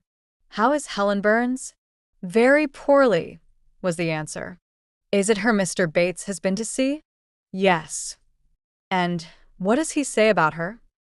"He says she'll not be here long." This phrase, uttered in my hearing yesterday, would have only conveyed the notion that she was about to be removed to Northumberland, to her own home. I should not have suspected that it meant she was dying, but I knew instantly now. It opened clear on my comprehension that Helen Burns was numbering her last days in this world, and that she was going to be taken to the region of spirits, if such region there were. I experienced a shock of horror, then a strong thrill of grief, then a desire, a necessity to see her, and I asked in what room she lay. "She is in Miss Temple's room," said the nurse. "May I go up and speak to her?" "Oh no, child. It is not likely. And now it is time for you to come in. You'll catch the fever if you stop out when the dew is falling." The nurse closed the front door. I went in by the side entrance which led to the schoolroom. I was just in time. It was 9 o'clock, and Miss Miller was calling the pupils to go to bed. It might be 2 hours later, probably near 11, when I, not having been able to fall asleep, and deeming, from the perfect silence of the dormitory, that my companions were all wrapped in profound repose, rose softly, put on my frock over my night-dress, and, without shoes, crept from the apartment, and set off in quest of Miss Temple's room. It was quite at the other end of the house, but I knew my way, and the light of the unclouded summer moon, entering here and there at passage windows, enabled me to find it without difficulty. An odor of camphor and burnt vinegar warned me when I came near the fever room, and I passed its door quickly, fearful lest the nurse who sat up all night should hear me. I dreaded being discovered and sent back, for I must see Helen. I must embrace her before she died. I must give her one last kiss, exchange with her one last word. Having descended a staircase, traversed a portion of the house below, and succeeded in opening and shutting, without noise, 2 doors, I reached another flight of steps. These I mounted, and then just opposite to me was Miss Temple's room. A light shone through the keyhole, and from under the door, a profound stillness pervaded the vicinity. Coming near, I found the door slightly ajar, probably to admit some fresh air into the close abode of sickness. Indisposed to hesitate, and full of impatient impulses, soul and senses quivering with keen throes, I put it back and looked in. My eyes sought Helen, and feared to find death. Close by Miss Temple's bed, and half covered with its white curtains, there stood a little crib. I saw the outline of a form under the clothes, but the face was hid by the hangings. The nurse I had spoken to in the garden sat in an easy chair asleep. An unsnuffed candle burnt dimly on the table. Miss Temple was not to be seen. I knew afterwards that she had been called to a delirious patient in the fever room. I advanced, then paused by the crib side. My hand was on the curtain, but I preferred speaking before I withdrew it. I still recoiled at the dread of seeing a corpse. "Helen," I whispered softly, "are you awake?" She stirred herself, put back the curtain, and I saw her face, pale, wasted, but quite composed. She looked so little changed that my fear was instantly dissipated. "Can it be you, Jane?" she asked, in her own gentle voice. Oh, I thought. She is not going to die. They are mistaken. She could not speak and look so calmly if she were. I got onto her crib and kissed her. Her forehead was cold, and her cheek both cold and thin, and so were her hand and wrist, but she smiled as of old. Why are you come here, Jane? It is past 11 o'clock. I heard it strike some minutes since. I came to see you, Helen. I heard you were very ill, and I could not sleep till I had spoken to you. You came to bid me goodbye, then. You are just in time, probably. Are you going somewhere, Helen? Are you going home? Yes, to my long home, my last home. No, no, Helen. I stopped, distressed. While I tried to devour my tears, a fit of coughing seized Helen. It did not, however, wake the nurse. When it was over, she lay some minutes exhausted. Then she whispered, Jane, your little feet are bare. Lie down and cover yourself with my quilt. I did so. She put her arm over me, and I nestled close to her. After a long silence, she resumed, still whispering, I am very happy, Jane, and when you hear that I am dead, you must be sure and not grieve. There is nothing to grieve about. We all must die one day, and the illness which is removing me is not painful. It is gentle and gradual. My mind is at rest. I leave no one to regret me much. I have only a father, and he is lately married, and will not miss me. By dying young, I shall escape great sufferings. I had not qualities or talents to make my way very well in the world. I should have been continually at fault. But where are you going to, Helen? Can you see? Do you know? I believe. I have faith. I am going to God. Where is God? What is God? My Maker and yours, who will never destroy what He created. I rely implicitly on His power and confide wholly in His goodness. I count the hours till that eventful one arrives which shall restore me to Him, reveal Him to me. You are sure, then, Helen, that there is such a place as heaven, and that our souls can get to it when we die? I am sure there is a future state. I believe God is good. I can resign my immortal part to Him without any misgiving. God is my Father. God is my friend. I love Him. I believe He loves me. And shall I see you again, Helen, when I die? You will come to the same region of happiness, be received by the same mighty, universal parent, no doubt, dear Jane. Again I questioned, but this time only in thought. Where is that region? Does it exist? And I clasped my arms close around Helen. She seemed dearer to me than ever. I felt as if I could not let her go. I lay with my face hidden on her neck. Presently she said, in the sweetest tone, How comfortable I am. That last fit of coughing has tired me a little. I feel as if I could sleep. But don't leave me, Jane. I like to have you near me. I'll stay with you, dear Helen. No one shall take me away. Are you warm, darling? Yes. Good night, Jane. Good night, Helen. She kissed me, and I her, and we both soon slumbered. When I awoke it was day. An unusual movement roused me. I looked up. I was in somebody's arms. The nurse held me.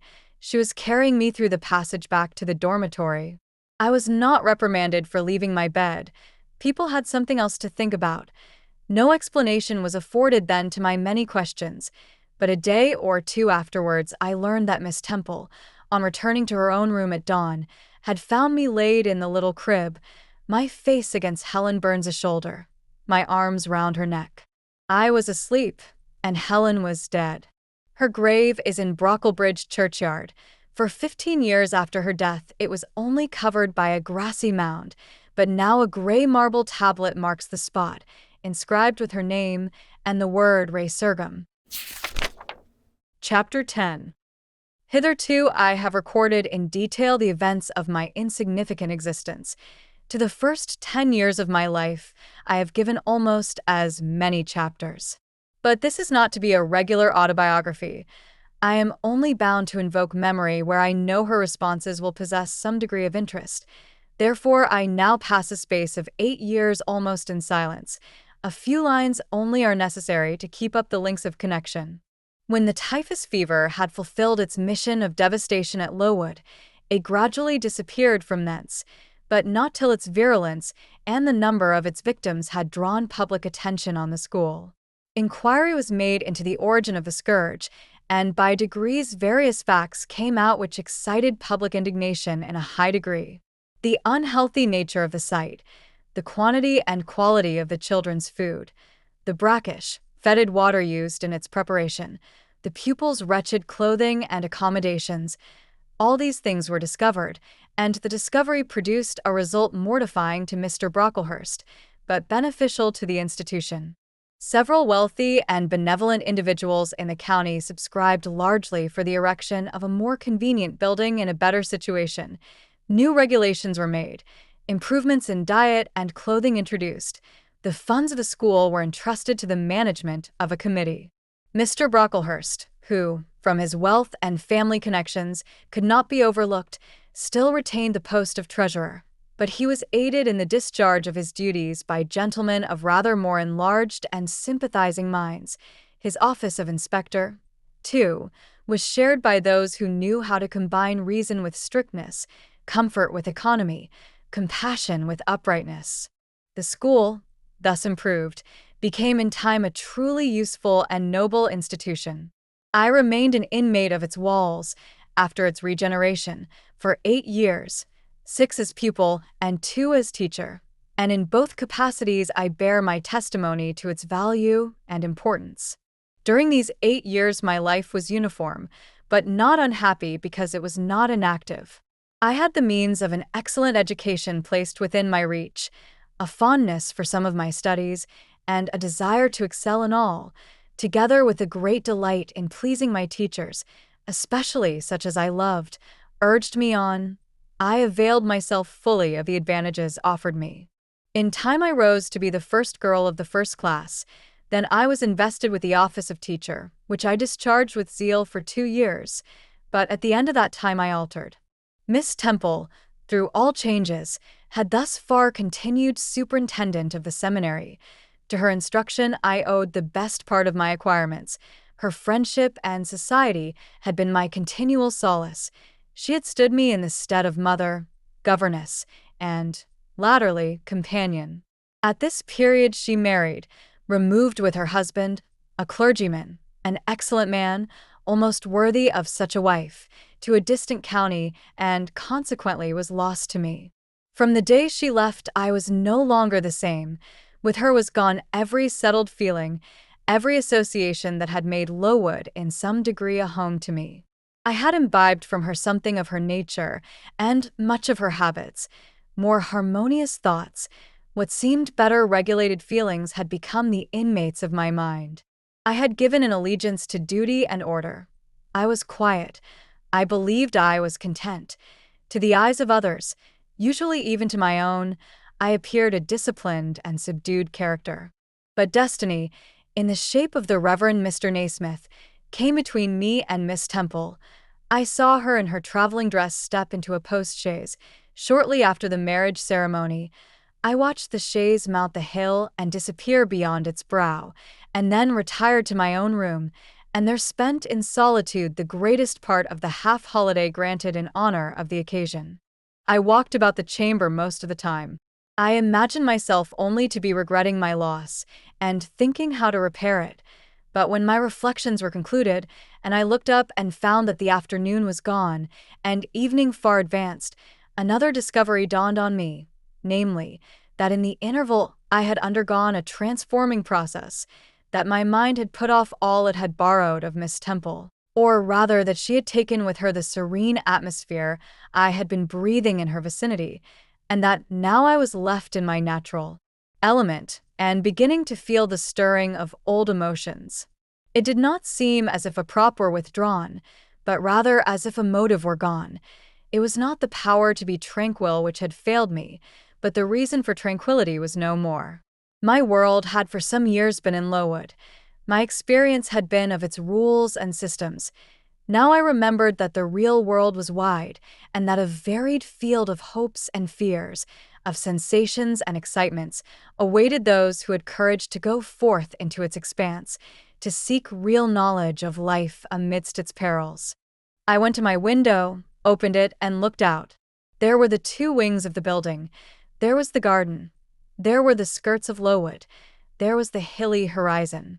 My eye passed all other objects to rest on those most remote, the blue peaks. It was those I longed to surmount. All within their boundary of rock and heath seemed prison ground, exile limits.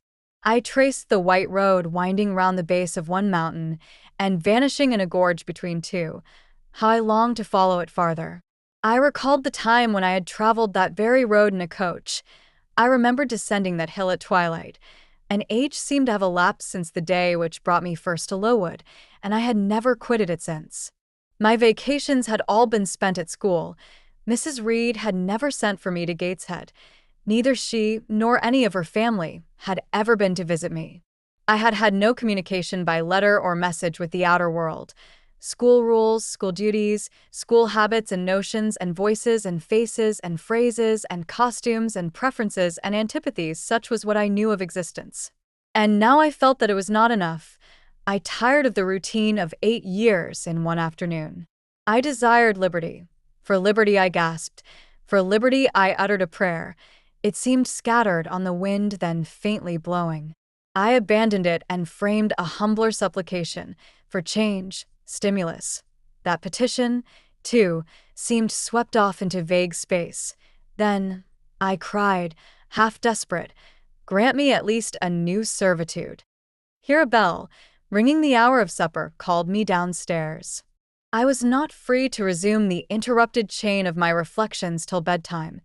Even then a teacher who occupied the same room with me kept me from the subject to which I longed to recur by a prolonged effusion of small talk. How I wished sleep would silence her. It seemed as if, could I but go back to the idea which had last entered my mind as I stood at the window, some inventive suggestion would rise for my relief. Miss Gryce snored at last. She was a heavy Welshwoman. Until now her habitual nasal strains had never been regarded by me in any other light than as a nuisance. Tonight I hailed the first deep notes with satisfaction. I was debarrassed of interruption. My half-effaced thought instantly revived. A new servitude. There is something in that. I soliloquized mentally, be it understood. I did not talk aloud. I know there is, because it does not sound too sweet. It is not like such words as liberty, excitement, enjoyment. Delightful sounds truly, but no more than sounds for me, and so hollow and fleeting that it is mere waste of time to listen to them. But servitude, that must be matter of fact. Anyone may serve. I have served here 8 years. Now all I want is to serve elsewhere. Can I not get so much of my own will? Is not the thing feasible? Yes, the end is not so difficult. If I had only a brain active enough to ferret out the means of attaining it. I sat up in bed by way of arousing the said brain. It was a chilly night. I covered my shoulders with a shawl, and then I proceeded to think again with all my might. What do I want? A new place in a new house, amongst new faces, under new circumstances. I want this because it is of no use wanting anything better. How do people do to get a new place? They apply to friends, I suppose. I have no friends. There are many others who have no friends, who must look about for themselves and be their own helpers. And what is their resource? I could not tell. Nothing answered me. I then ordered my brain to find a response, and quickly. It worked and worked faster. I felt the pulses throb in my head and temples, but for nearly an hour it worked in chaos, and no result came of its efforts.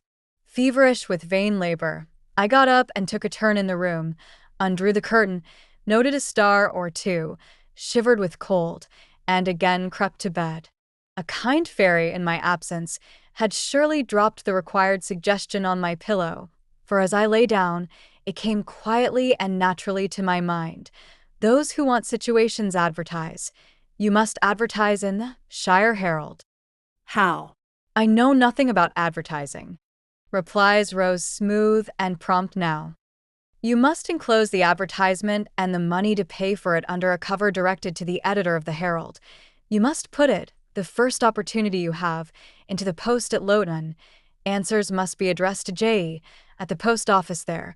You can go and inquire in about a week after you send your letter, if any are come, and act accordingly. This scheme I went over twice, thrice. It was then digested in my mind. I had it in a clear, practical form. I felt satisfied and fell asleep. With earliest day, I was up. I had my advertisement written, enclosed, and directed before the bell rang to rouse the school. It ran thus. A young lady accustomed to tuition, had I not been a teacher 2 years, is desirous of meeting with a situation in a private family where the children are under 14. I thought that as I was barely 18, it would not do to undertake the guidance of pupils nearer my own age. She is qualified to teach the usual branches of a good English education, together with French, drawing, and music. In those days, reader, this now narrow catalogue of accomplishments would have been held tolerably comprehensive. Address J. Post Office, Lowood, Shire. This document remained locked in my drawer all day. After tea, I asked leave of the new superintendent to go to Lowood in order to perform some small commissions for myself and 1 or 2 of my fellow teachers. Permission was readily granted. I went. It was a walk of 2 miles, and the evening was wet, but the days were still long. I visited a shop or 2, slipped the letter into the post office, and came back through heavy rain, with streaming garments, but with a relieved heart. The succeeding week seemed long. It came to an end at last, however, like all sublunary things, and once more, towards the close of a pleasant autumn day, I found myself afoot on the road to Lowood. A picturesque track it was, by the way, lying along the side of the beck and through the sweetest curves of the dale. But that day I thought more of the letters that might or might not be awaiting me at the little burg whither I was bound, than of the charms of Leah and water.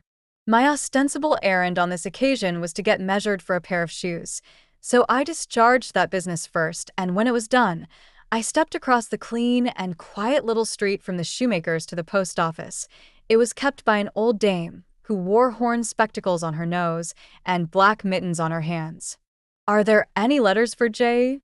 I asked. She peered at me over her spectacles, and then she opened a drawer and fumbled among its contents for a long time, so long that my hopes began to falter.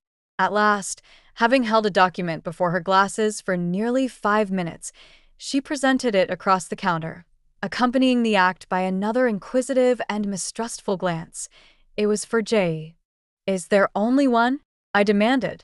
"There are no more," said she, and I put it in my pocket and turned my face homeward. I could not open it then. Rules obliged me to be back by 8, and it was already 7:30. Various duties awaited me on my arrival. I had to sit with the girls during their hour of study. Then it was my turn to read prayers, to see them to bed. Afterwards, I supped with the other teachers. Even when we finally retired for the night, the inevitable Miss Gryce was still my companion. We had only a short end of candle in our candlestick, and I dreaded lest she should talk till it was all burnt out. Fortunately, however, the heavy supper she had eaten produced a soporific effect. She was already snoring before I had finished undressing. There still remained an inch of candle. I now took out my letter. The seal was an initial F. I broke it. The contents were brief. "If J., who advertised in the Shire Herald of last Thursday, possesses the acquirements mentioned, and if she is in a position to give satisfactory references as to character and competency, a situation can be offered her where there is but one pupil, a little girl, under 10 years of age, and where the salary is £30 per annum. J. is requested to send references, name, address, and all particulars to the direction. Mrs. Fairfax, Thornfield, near Millcote, Shire." I examined the document long. The writing was old-fashioned and rather uncertain, like that of an elderly lady. This circumstance was satisfactory. A private fear had haunted me, that in thus acting for myself, and by my own guidance, I ran the risk of getting into some scrape, and, above all things, I wished the result of my endeavors to be respectable, proper, and regla. I now felt that an elderly lady was no bad ingredient in the business I had on hand. Mrs. Fairfax. I saw her in a black gown and widow's cap, frigid, perhaps, but not uncivil. a model of elderly English respectability. Thornfield. That, doubtless, was the name of her house, a neat, orderly spot, I was sure, though I failed in my efforts to conceive a correct plan of the premises. Millcote, Shire. I brushed up my recollections of the map of England. Yes, I saw it, both the Shire and the town. Shire was 70 miles nearer London than the remote county where I now resided. That was a recommendation to me. I longed to go where there was life and movement. Millcote was a large manufacturing town on the banks of the Eyre, a busy place enough, doubtless. So much the better. It would be a complete change at least. Not that my fancy was much captivated by the idea of long chimneys and clouds of smoke, but, I argued, Thornfield will, probably, be a good way from the town. Here the socket of the candle dropped, and the wick went out. Next day, new steps were to be taken. My plans could no longer be confined to my own breast. I must impart them in order to achieve their success. Having sought and obtained an audience of the superintendent during the noontide recreation, I told her I had a prospect of getting a new situation where the salary would be double what I now received, for at Lowood I only got £15 per annum, and requested she would break the matter for me to Mr. Brocklehurst, or some of the committee, and ascertain whether they would permit me to mention them as references. She obligingly consented to act as mediatrix in the matter. The next day she laid the affair before Mr. Brocklehurst, who said that Mrs. Reed must be written to, as she was my natural guardian. A note was accordingly addressed to that lady, who returned for answer that I might do as I pleased. She had long relinquished all interference in my affairs. This note went the round of the committee, and at last, after what appeared to me most tedious delay, formal leave was given me to better my condition if I could, and an assurance added that as I had always conducted myself well, both as teacher and pupil at Lowood, a testimonial of character and capacity, signed by the inspectors of that institution, should forthwith be furnished me. This testimonial I accordingly received in about a month, forwarded a copy of it to Mrs. Fairfax, and got that lady's reply, stating that she was satisfied, and fixing that day fortnight as the period for my assuming the post of governess in her house. I now busied myself in preparations. The fortnight passed rapidly. I had not a very large wardrobe, though it was adequate to my wants, and the last day sufficed to pack my trunk, the same I had brought with me 8 years ago from Gateshead. The box was corded, the card nailed on. In half an hour the carrier was to call for it to take it to Lowood, whither I myself was to repair at an early hour the next morning to meet the coach. I had brushed my black stuff traveling dress, prepared my bonnet, gloves, and muff, sought in all my drawers to see that no article was left behind, and now having nothing more to do, I sat down and tried to rest. I could not. Though I had been on foot all day, I could not now repose an instant. I was too much excited. A phase of my life was closing tonight, a new one opening tomorrow. Impossible to slumber in the interval. I must watch feverishly while the change was being accomplished. "Miss," said a servant who met me in the lobby, where I was wandering like a troubled spirit, "a person below wishes to see you." The carrier, no doubt, I thought, and ran downstairs without inquiry. I was passing the back parlor or teacher's sitting room, the door of which was half open, to go to the kitchen, when someone ran out. "It's her, I am sure. I could have told her anywhere," cried the individual who stopped my progress and took my hand. I looked. I saw a woman attired like a well-dressed servant, matronly, yet still young, very good-looking, with black hair and eyes and lively complexion. "Well, who is it?" she asked, in a voice and with a smile I half recognized. "You've not quite forgotten me, I think, Miss Jane?" In another second I was embracing and kissing her rapturously. "Bessie, Bessie. Bessie," that was all I said, whereat she half laughed, half cried, and we both went into the parlor. By the fire stood a little fellow of 3 years old, in plaid frock and trousers. "That is my little boy," said Bessie directly. "Then you are married, Bessie?" "Yes, nearly 5 years since to Robert Levin, the coachman, and I've a little girl besides Bobby there, that I've christened Jane. And you don't live at Gateshead? I live at the lodge. The old porter has left. Well, and how do they all get on? Tell me everything about them, Bessie. But sit down first. And, Bobby, come and sit on my knee, will you? But Bobby preferred sidling over to his mother. You're not grown so very tall, Miss Jane, nor so very stout, continued Mrs. Levin. I dare say they've not kept you too well at school. Miss Reed is the head and shoulders taller than you are, and Miss Georgiana would make two of you in breadth. Georgiana is handsome, I suppose, Bessie? Very. She went up to London last winter with her mamma, and there everybody admired her, and a young lord fell in love with her. But his relations were against the match, and what do you think? He and Miss Georgiana made it up to run away, but they were found out and stopped. It was Miss Reed that found them out. I believe she was envious, and now she and her sister lead a cat and dog life together. They're always quarreling. Well, and what of John Reed? Oh, he is not doing so well as his mamma could wish. He went to college and he got plucked, I think they call it, and then his uncles wanted him to be a barrister and study the law, but he is such a dissipated young man, they will never make much of him, I think. What does he look like? He is very tall. Some people call him a fine-looking young man, but he has such thick lips. And Mrs. Reed? Mrs. looks stout and well enough in the face, but I think she's not quite easy in her mind. Mr. John's conduct does not please her. He spends a deal of money. Did she send you here, Bessie? No, indeed, but I have long wanted to see you, and when I heard that there had been a letter from you, and that you were going to another part of the country, I thought I'd just set off and get a look at you before you were quite out of my reach. I am afraid you are disappointed in me, Bessie. I said this laughing. I perceived that Bessie's glance, though it expressed regard, did in no shape denote admiration. No, Miss Jane, not exactly. You are genteel enough. You look like a lady, and it is as much as ever I expected of you. You are no beauty as a child. I smiled at Bessie's frank answer.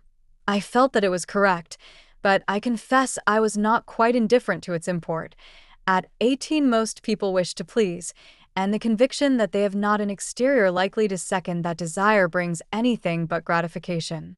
I dare say you are clever, though, continued Bessie, by way of solace. What can you do? Can you play on the piano? A little. There was one in the room.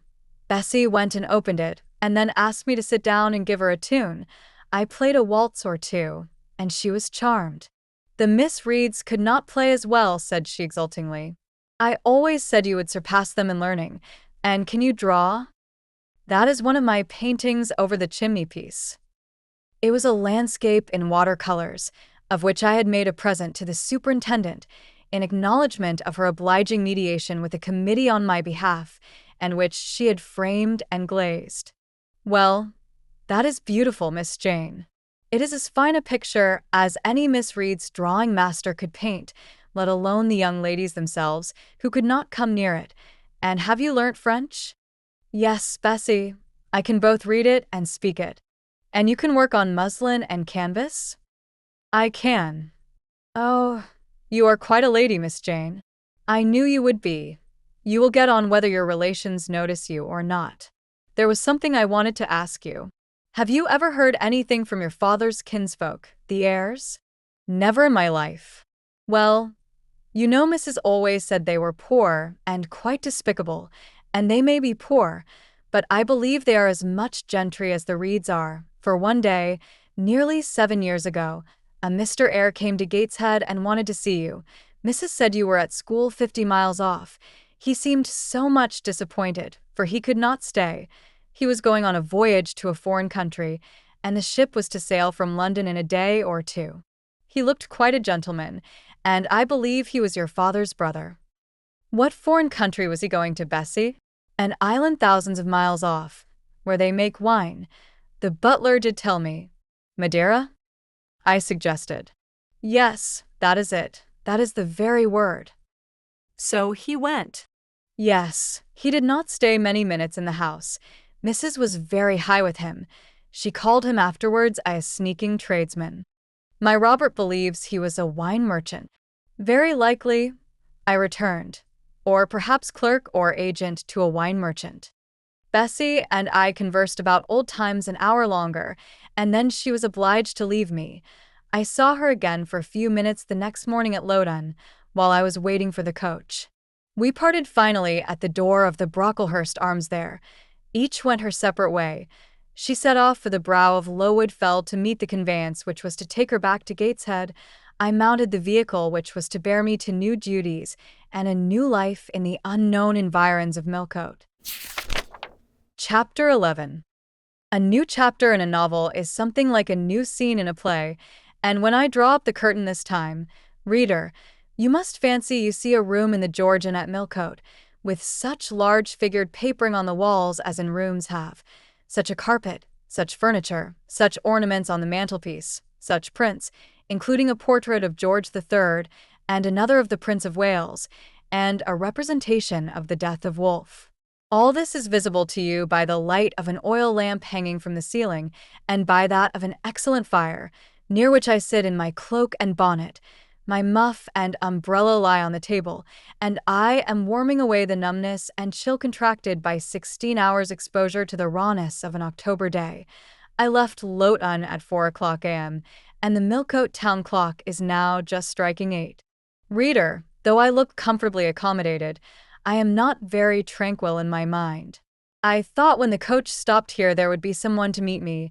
I looked anxiously round as I descended the wooden steps the boots placed for my convenience, expecting to hear my name pronounced, and to see some description of carriage waiting to convey me to Thornfield.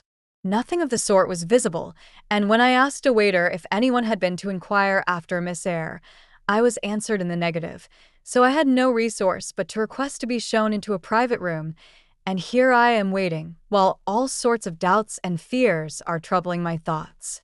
It is a very strange sensation to inexperienced youth to feel itself quite alone in the world, cut adrift from every connection, uncertain whether the port to which it is bound can be reached, and prevented by many impediments from returning to that it has quitted. The charm of adventure sweetens that sensation, the glow of pride warms it, but then the throb of fear disturbs it, and fear with me became predominant when half an hour elapsed, and still I was alone. I bethought myself to ring the bell. "Is there a place in this neighborhood called Thornfield?" I asked the waiter, who answered the summons. "Thornfield? I don't know, ma'am. I'll inquire at the bar." He vanished, but reappeared instantly. "Is your name Eyre, miss?" "Yes." "Person here waiting for you." I jumped up, took my muff and umbrella, and hastened into the inn passage. A man was standing by the open door, and in the lamp-lit street I dimly saw a one-horse conveyance. "This will be your luggage, I suppose," said the man rather abruptly when he saw me, pointing to my trunk in the passage. "Yes." He hoisted it onto the vehicle, which was a sort of car, and then I got in. Before he shut me up, I asked him how far it was to Thornfield. "A matter of 6 miles." "How long shall we be before we get there?" "Happen an hour and a half." He fastened the car door, climbed to his own seat outside, and we set off. Our progress was leisurely, and gave me ample time to reflect. I was content to be at length so near the end of my journey, and as I leaned back in the comfortable though not elegant conveyance, I meditated much at my ease.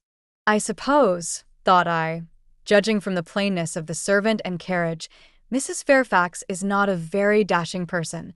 So much the better. I never lived amongst fine people but once, and I was very miserable with them. I wonder if she lives alone except this little girl. If so, and if she is in any degree amiable, I shall surely be able to get on with her. I will do my best. It is a pity that doing one's best does not always answer. At Lowood, indeed, I took that resolution, kept it, and succeeded in pleasing, but with Mrs. Reed, I remember my best was always spurned with scorn. I pray God Mrs. Fairfax may not turn out a second Mrs. Reed, but if she does, I am not bound to stay with her.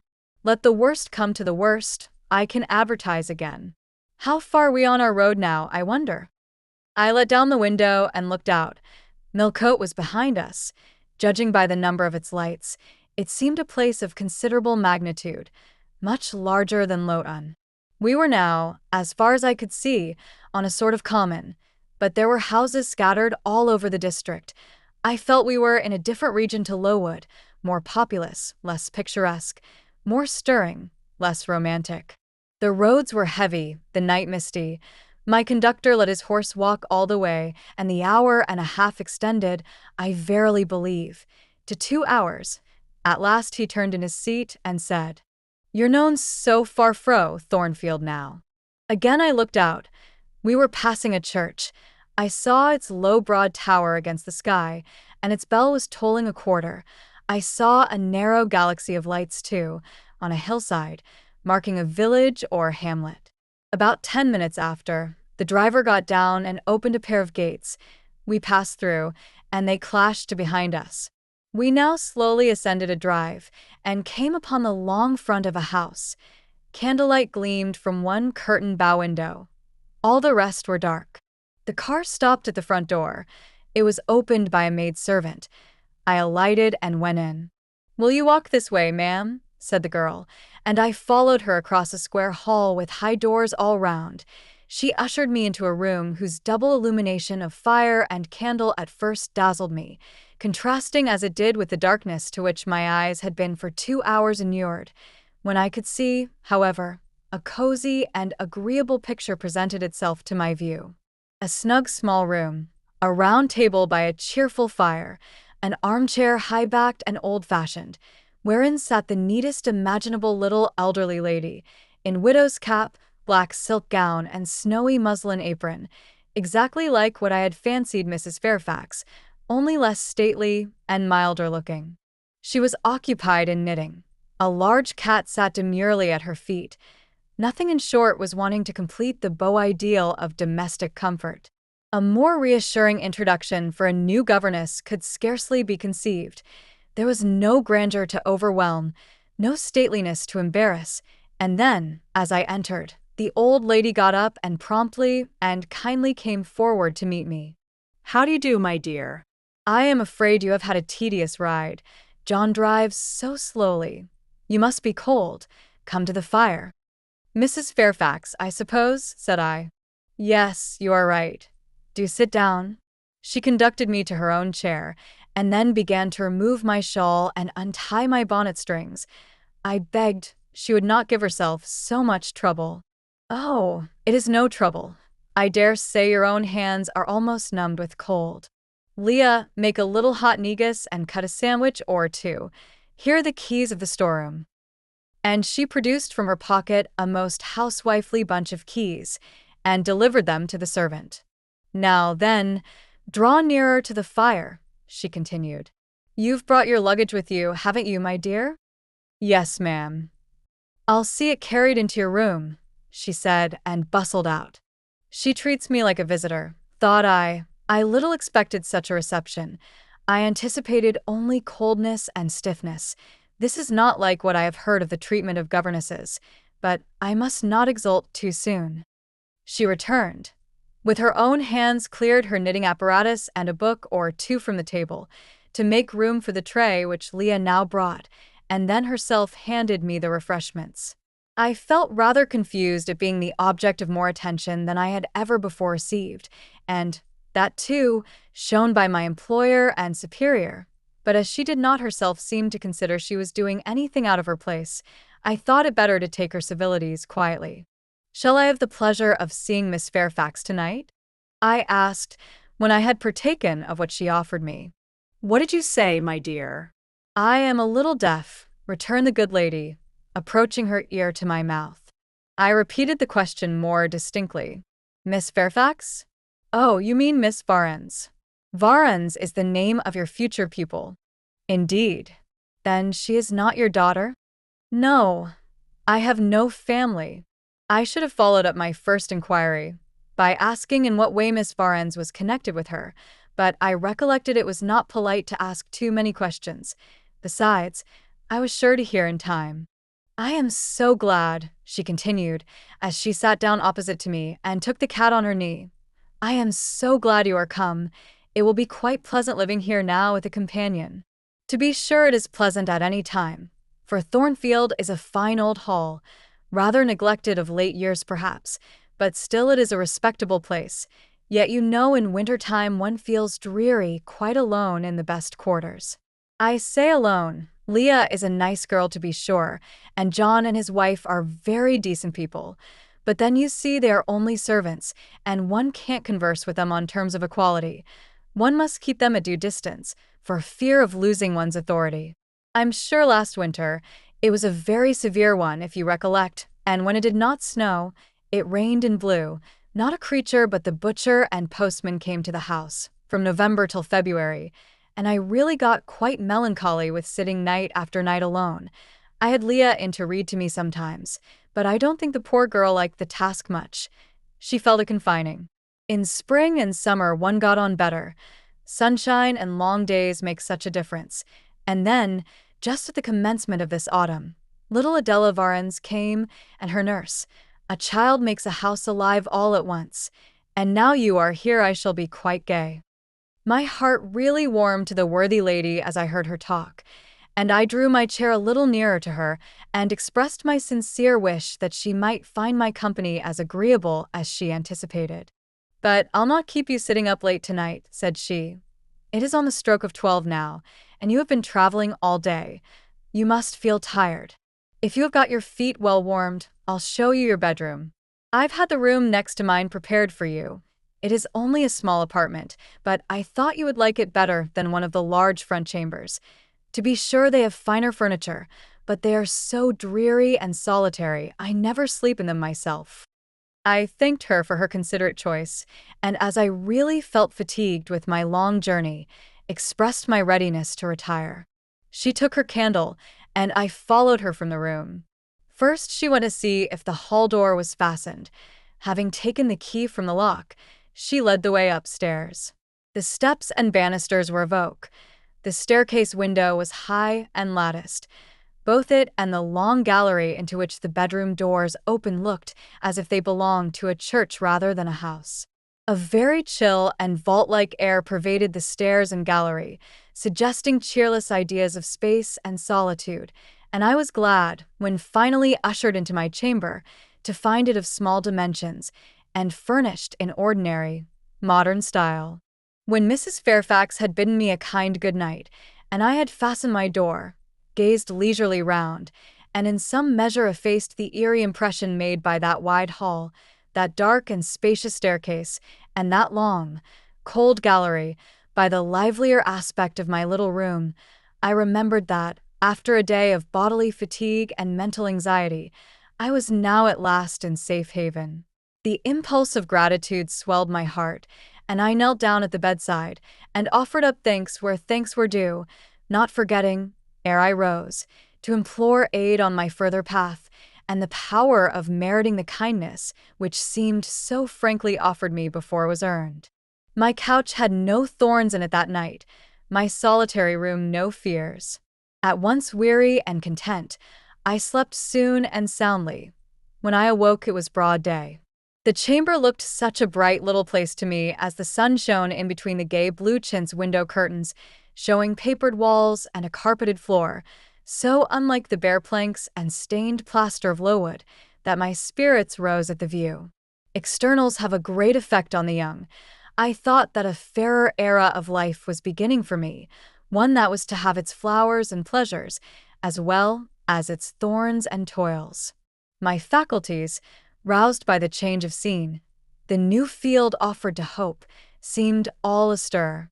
I cannot precisely define what they expected, but it was something pleasant, not perhaps that day or that month, but at an indefinite future period. I rose. I dressed myself with care, obliged to be plain, for I had no article of attire that was not made with extreme simplicity. I was still by nature solicitous to be neat. It was not my habit to be disregardful of appearance or careless of the impression I made. On the contrary, I ever wished to look as well as I could, and to please as much as my want of beauty would permit. I sometimes regretted that I was not handsomer. I sometimes wished to have rosy cheeks, a straight nose, and small cherry mouth. I desired to be tall, stately, and finely developed in figure. I felt it a misfortune that I was so little, so pale, and had features so irregular and so marked. And why had I these aspirations and these regrets? It would be difficult to say. I could not then distinctly say it to myself, yet I had a reason, and a logical, natural reason too. However, when I had brushed my hair very smooth and put on my black frock, which, Quaker-like as it was, at least had the merit of fitting to a nicety, and adjusted my clean white tucker, I thought I should do respectably enough to appear before Mrs. Fairfax, and that my new pupil would not at least recoil from me with antipathy. Having opened my chamber window, and seen that I left all things straight and neat on the toilet table, I ventured forth. Traversing the long and matted gallery, I descended the slippery steps of oak. Then I gained the hall. I halted there a minute. I looked at some pictures on the walls. One, I remember, represented a grim man in a cuirass, and one a lady with powdered hair and a pearl necklace, at a bronze lamp pendant from the ceiling, at a great clock whose case was of oak curiously carved, and ebon black with time and rubbing. Everything appeared very stately and imposing to me, but then I was so little accustomed to grandeur. The hall door, which was half of glass, stood open. I stepped over the threshold. It was a fine autumn morning. The early sun shone serenely on embrowned groves and still green fields. Advancing onto the lawn, I looked up and surveyed the front of the mansion. It was 3 stories high, of proportions not vast, though considerable, a gentleman's manor house, not a nobleman's seat. Battlements round the top gave it a picturesque look. Its grey front stood out well from the background of a rookery, whose cawing tenants were now on the wing. They flew over the lawn and grounds to alight in a great meadow, from which these were separated by a sunk fence, and where an array of mighty old thorn trees, strong, knotty, and broad as oaks, at once explained the etymology of the mansion's designation. Farther off were hills, not so lofty as those round Lowood, nor so craggy, nor so like barriers of separation from the living world, but yet quiet and lonely hills enough, and seeming to embrace Thornfield with a seclusion I had not expected to find existent so near the stirring locality of Millcote. A little hamlet, whose roofs were blent with trees, straggled up the side of one of these hills. The church of the district stood nearer Thornfield. Its old tower top looked over a knoll between the house and gates.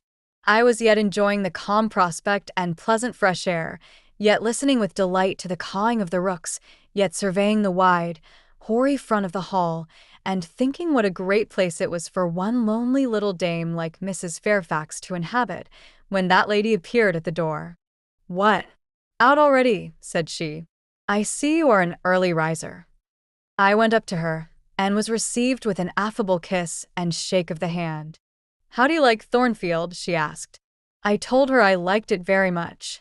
"Yes," she said, "it is a pretty place, but I fear it will be getting out of order, unless Mr. Rochester should take it into his head to come and reside here permanently, or, at least, visit it rather oftener.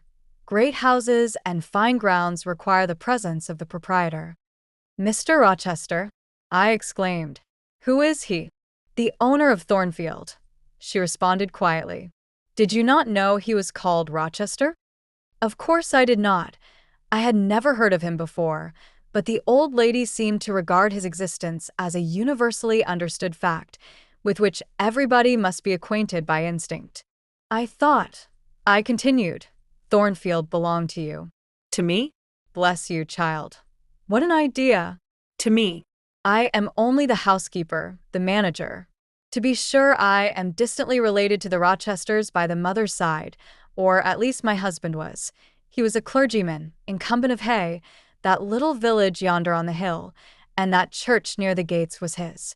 The present Mr. Rochester's mother was a Fairfax, and second cousin to my husband, but I never presume on the connection. In fact, it is nothing to me. I consider myself quite in the light of an ordinary housekeeper.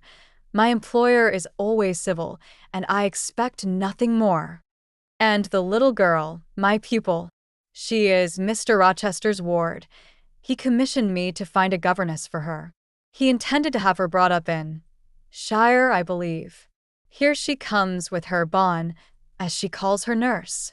The enigma then was explained. This affable and kind little widow was no great dame, but a dependent like myself. I did not like her the worse for that. On the contrary, I felt better pleased than ever. The equality between her and me was real, not the mere result of condescension on her part. So much the better. My position was all the freer. As I was meditating on this discovery, a little girl, followed by her attendant, came running up the lawn. I looked at my pupil, who did not at first appear to notice me.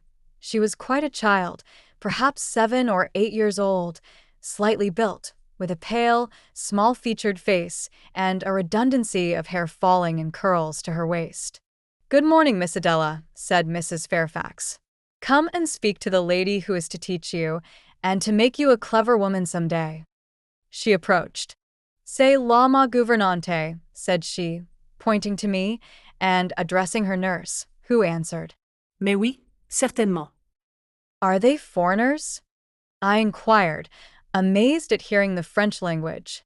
The nurse is a foreigner, and Adela was born on the continent, and, I believe, never left it till within 6 months ago. When she first came here she could speak no English. Now she can make shift to talk it a little. I don't understand her. She mixes it so with French, but you will make out her meaning very well, I dare say. Fortunately, I had had the advantage of being taught French by a French lady, and as I had always made a point of conversing with Madame Pierrot as often as I could, and had besides, during the last 7 years, learned a portion of French by heart daily, applying myself to take pains with my accent, and imitating as closely as possible the pronunciation of my teacher, I had acquired a certain degree of readiness and correctness in the language, and was not likely to be much at a loss with Mademoiselle Adela. She came and shook hands with me when she heard that I was her governess, and as I led her into breakfast, I addressed some phrases to her in her own tongue. She replied briefly at first, but after we were seated at the table, and she had examined me some 10 minutes with her large hazel eyes, she suddenly commenced chattering fluently. "Ah," cried she in French, "you speak my language as well as Mr. Rochester does. I can talk to you as I can to him, and so can Sophie. She will be glad. Nobody here understands her. Madame Fairfax is all English. Sophie is my nurse. She came with me over the sea in a great ship with a chimney that smoked. How it did smoke! And I was sick, and so was Sophie, and so was Mr. Rochester. Mr. Rochester lay down on a sofa in a pretty room called the salon, and Sophie and I had little beds in another place. I nearly fell out of mine. It was like a shelf. And mademoiselle, what is your name?" "Eyre, Jane Eyre." Eyre? Bah. "I cannot say it." "Well, our ship stopped in the morning, before it was quite daylight, at a great city, a huge city, with very dark houses and all smoky, not at all like the pretty clean town I came from, and Mr. Rochester carried me in his arms over a plank to the land, and Sophie came after, and we all got into a coach, which took us to a beautiful large house, larger than this and finer, called an hotel. We stayed there nearly a week. I and Sophie used to walk every day in a great green place full of trees, called the park, and there were many children there besides me, and a pond with beautiful birds in it, that I fed with crumbs." "Can you understand her when she runs on so fast?" asked Mrs. Fairfax. I understood her very well, for I had been accustomed to the fluent tongue of Madame Pierrot. "I wish," continued the good lady, "you would ask her a question or two about her parents. I wonder if she remembers them?"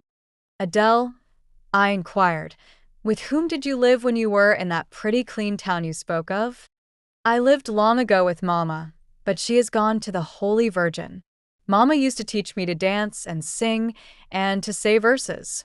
A great many gentlemen and ladies came to see Mamma, and I used to dance before them, or to sit on their knees and sing to them. I liked it. Shall I let you hear me sing now?" She had finished her breakfast, so I permitted her to give a specimen of her accomplishments. Descending from her chair, she came and placed herself on my knee, then, folding her little hands demurely before her, shaking back her curls and lifting her eyes to the ceiling, she commenced singing a song from some opera. It was the strain of a forsaken lady who, after bewailing the perfidy of her lover, calls pride to her aid, desires her attendant to deck her in her brightest jewels and richest robes, and resolves to meet the false one that night at a ball, and prove to him, by the gaiety of her demeanor, how little his desertion has affected her. The subject seemed strangely chosen for an infant singer, but I suppose the point of the exhibition lay in hearing the notes of love and jealousy warbled with the lisp of childhood, and in very bad taste that point was. At least I thought so. Adele sang the canzonet tunefully enough, and with the naivete of her age. This achieved, she jumped from my knee and said, "Now, mademoiselle, I will repeat you some poetry." Assuming an attitude, she began, La Ligue de Rats, Fable de La Fontaine. She then declaimed the little piece with an attention to punctuation and emphasis, a flexibility of voice and an appropriateness of gesture, very unusual indeed at her age, and which proved she had been carefully trained. "Was it your mamma who taught you that piece?" I asked. Yes, and she just used to say it in this way. Qu'avez-vous donc? Lui dire de ces rats, parlez. She made me lift my hand, so, to remind me to raise my voice at the question. "Now shall I dance for you?" "No, that will do. But after your mamma went to the Holy Virgin, as you say, with whom did you live then?" "With Madame Frederick and her husband. She took care of me, but she is nothing related to me. I think she is poor, for she had not so fine a house as mamma. I was not long there. Mr. Rochester asked me if I would like to go and live with him in England, and I said yes, for I knew Mr. Rochester before I knew Madame Frederick, and he was always kind to me and gave me pretty dresses and toys. But you see he has not kept his word, for he has brought me to England, and now he has gone back again himself, and I never see him." After breakfast, Adele and I withdrew to the library, which room, it appears, Mr. Rochester had directed should be used as the schoolroom. Most of the books were locked up behind glass doors, but there was one bookcase left open containing everything that could be needed in the way of elementary works, and several volumes of light literature, poetry, biography, travels, a few romances, and I suppose he had considered that these were all the governess would require for her private perusal, and, indeed, they contented me amply for the present. Compared with the scanty pickings I had now and then been able to glean at Lowood, they seemed to offer an abundant harvest of entertainment and information. In this room, too, there was a cabinet piano, quite new and of superior tone, also an easel for painting and a pair of globes. I found my pupil sufficiently docile, though disinclined to apply. She had not been used to regular occupation of any kind. I felt it would be injudicious to confine her too much at first, so, when I had talked to her a great deal, and got her to learn a little, and when the morning had advanced to noon, I allowed her to return to her nurse. I then proposed to occupy myself till dinner time in drawing some little sketches for her use. As I was going upstairs to fetch my portfolio and pencils, Mrs. Fairfax called to me. "Your morning school hours are over now, I suppose," said she.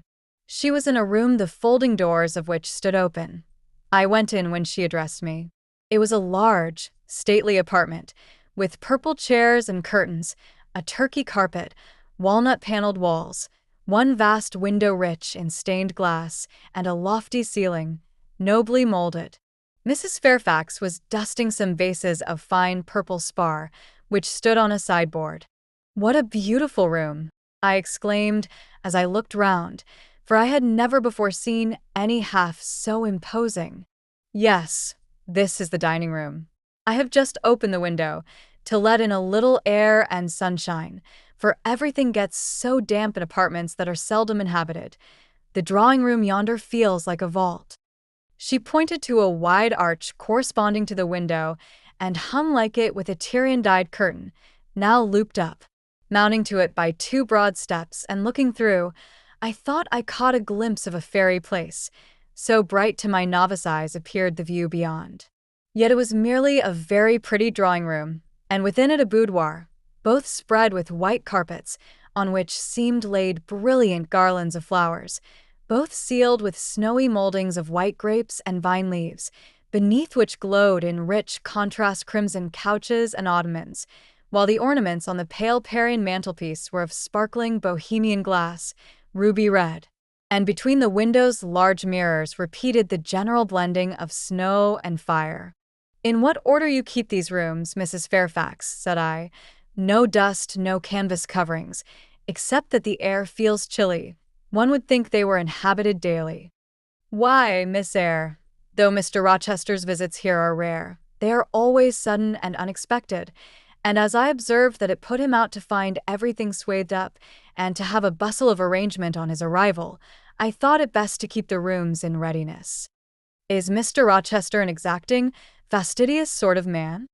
"Not particularly so, but he has a gentleman's tastes and habits, and he expects to have things managed in conformity to them." "Do you like him?" "Is he generally liked?" "Oh, yes. The family have always been respected here. Almost all the land in this neighborhood, as far as you can see, has belonged to the Rochesters time out of mind." "Well, but leaving his land out of the question, do you like him? Is he liked for himself?" "I have no cause to do otherwise than like him, and I believe he is considered a just and liberal landlord by his tenants, but he has never lived much amongst them." "But has he no peculiarities?" "What, in short, is his character?" Oh, "His character is unimpeachable, I suppose. He is rather peculiar, perhaps. He has traveled a great deal and seen a great deal of the world, I should think.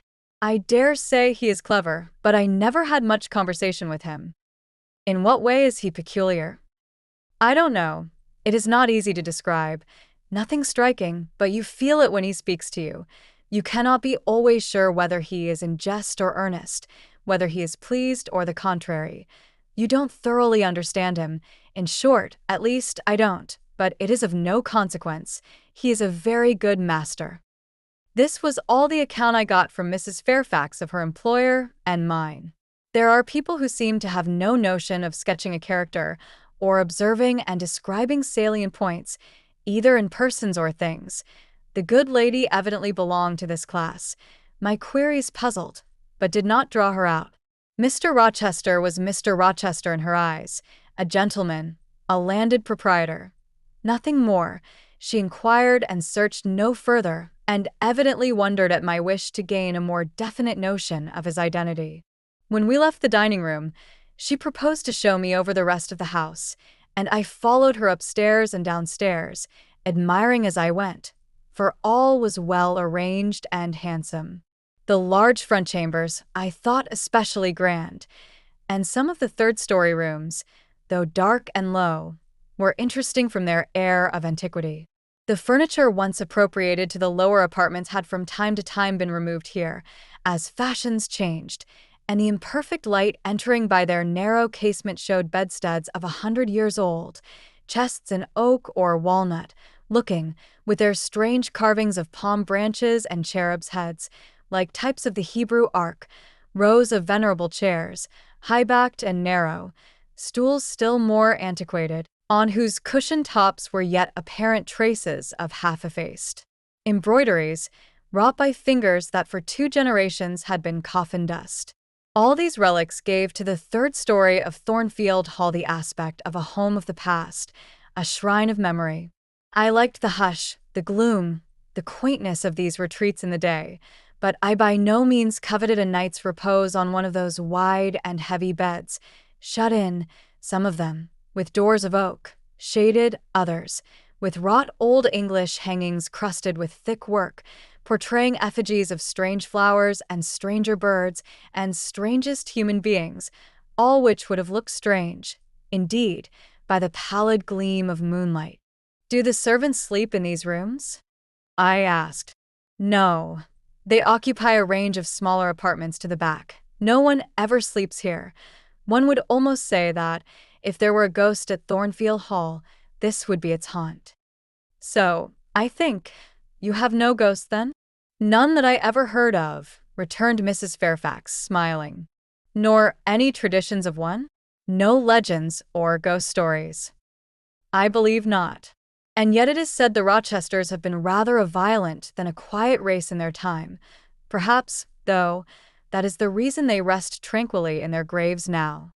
Yes, after life's fitful fever they sleep well, I muttered. Where are you going now, Mrs. Fairfax? For she was moving away. On to the Leads. Will you come and see the view from thence? I followed still, up a very narrow staircase to the attics, and thence by a ladder and through a trapdoor to the roof of the hall. I was now on a level with the crow colony, and could see into their nests. Leaning over the battlements and looking far down, I surveyed the grounds laid out like a map, the bright and velvet lawn closely girdling the gray base of the mansion, the field, wide as a park, dotted with its ancient timber, the wood, dun and sere, divided by a path visibly overgrown, greener with moss than the trees were with foliage, the church at the gates, the road, the tranquil hills, all reposing in the autumn day's sun, the horizon bounded by a propitious sky, azure, marbled with pearly white. No feature in the scene was extraordinary, but all was pleasing. When I turned from it and repassed the trapdoor, I could scarcely see my way down the ladder. The attic seemed black as a vault compared with that arch of blue air to which I had been looking up, and to that sunlit scene of grove, pasture, and green hill, of which the hall was the center, and over which I had been gazing with delight. Mrs. Fairfax stayed behind a moment to fasten the trapdoor. I, by dint of groping, found the outlet from the attic, and proceeded to descend the narrow garret staircase. I lingered in the long passage to which this led, separating the front and back rooms of the third story, narrow, low, and dim, with only one little window at the far end, and looking, with its 2 rows of small black doors all shut, like a corridor in some Bluebeard's castle. While I paced softly on, the last sound I expected to hear in so still a region, a laugh, struck my ear. It was a curious laugh, distinct, formal, mirthless. I stopped. The sound ceased, only for an instant. It began again, louder, for at first, though distinct, it was very low. It passed off in a clamorous peal that seemed to wake an echo in every lonely chamber, though it originated but in one, and I could have pointed out the door whence the accents issued. Mrs. Fairfax, I called out, for I now heard her descending the great stairs. Did you hear that loud laugh? Who is it? Some of the servants, very likely, she answered. Perhaps Grace Poole. Did you hear it? I again inquired. Yes, plainly, I often hear her. She sews in one of these rooms. Sometimes Leah is with her. They are frequently noisy together. The laugh was repeated in its low, syllabic tone, and terminated in an odd murmur. Grace, exclaimed Mrs. Fairfax. I really did not expect any Grace to answer, for the laugh was as tragic, as preternatural a laugh as any I ever heard, but that it was high noon, and that no circumstance of ghostliness accompanied the curious cachinnation, but that neither scene nor season favored fear, I should have been superstitiously afraid. However, the event showed me I was a fool for entertaining a sense even of surprise. The door nearest me opened, and a servant came out, a woman of between 30 and 40, a set, square-made figure, red-haired, and with a hard, plain face. Any apparition less romantic or less ghostly could scarcely be conceived. Too much noise, Grace, said Mrs. Fairfax. Remember directions. Grace curtsied silently and went in. She is a person we have to sew and assist Leah in her housemaid's work, continued the widow. Not altogether unobjectionable in some points, but she does well enough. By the by, how have you got on with your new pupil this morning? The conversation, thus turned on Adele, continued till we reached the light and cheerful region below. Adele came running to meet us in the hall, exclaiming, Mesdames, vous êtes servies. À digne. J'ai bien faim, moi. We found dinner ready and waiting for us in Mrs. Fairfax's room. Chapter 12. The promise of a smooth career, which my first calm introduction to Thornfield Hall seemed to pledge, was not belied on a longer acquaintance with the place and its inmates. Mrs. Fairfax turned out to be what she appeared, a placid-tempered, kind-natured woman, of competent education and average intelligence. My pupil was a lively child, who had been spoilt and indulged, and therefore was sometimes wayward, but as she was committed entirely to my care, and no injudicious interference from any quarter ever thwarted my plans for her improvement, she soon forgot her little freaks, and became obedient and teachable. She had no great talents, no marked traits of character, no peculiar development of feeling or taste which raised her 1 inch above the ordinary level of childhood, but neither had she any deficiency or vice which sunk her below it. She made reasonable progress, entertained for me a vivacious, though perhaps not very profound, affection, and by her simplicity, gay prattle, and efforts to please, inspired me, in return, with a degree of attachment sufficient to make us both content in each other's society. This, par parenthesis, will be thought cool language by persons who entertain solemn doctrines about the angelic nature of children, and the duty of those charged with their education to conceive for them an idolatrous devotion, but I am not writing to flatter parental egotism, to echo cant, or prop up humbug. I am merely telling the truth. I felt a conscientious solicitude for Adele's welfare and progress, and a quiet liking for her little self, just as I cherished towards Mrs. Fairfax a thankfulness for her kindness, and a pleasure in her society proportionate to the tranquil regard she had for me, and the moderation of her mind and character.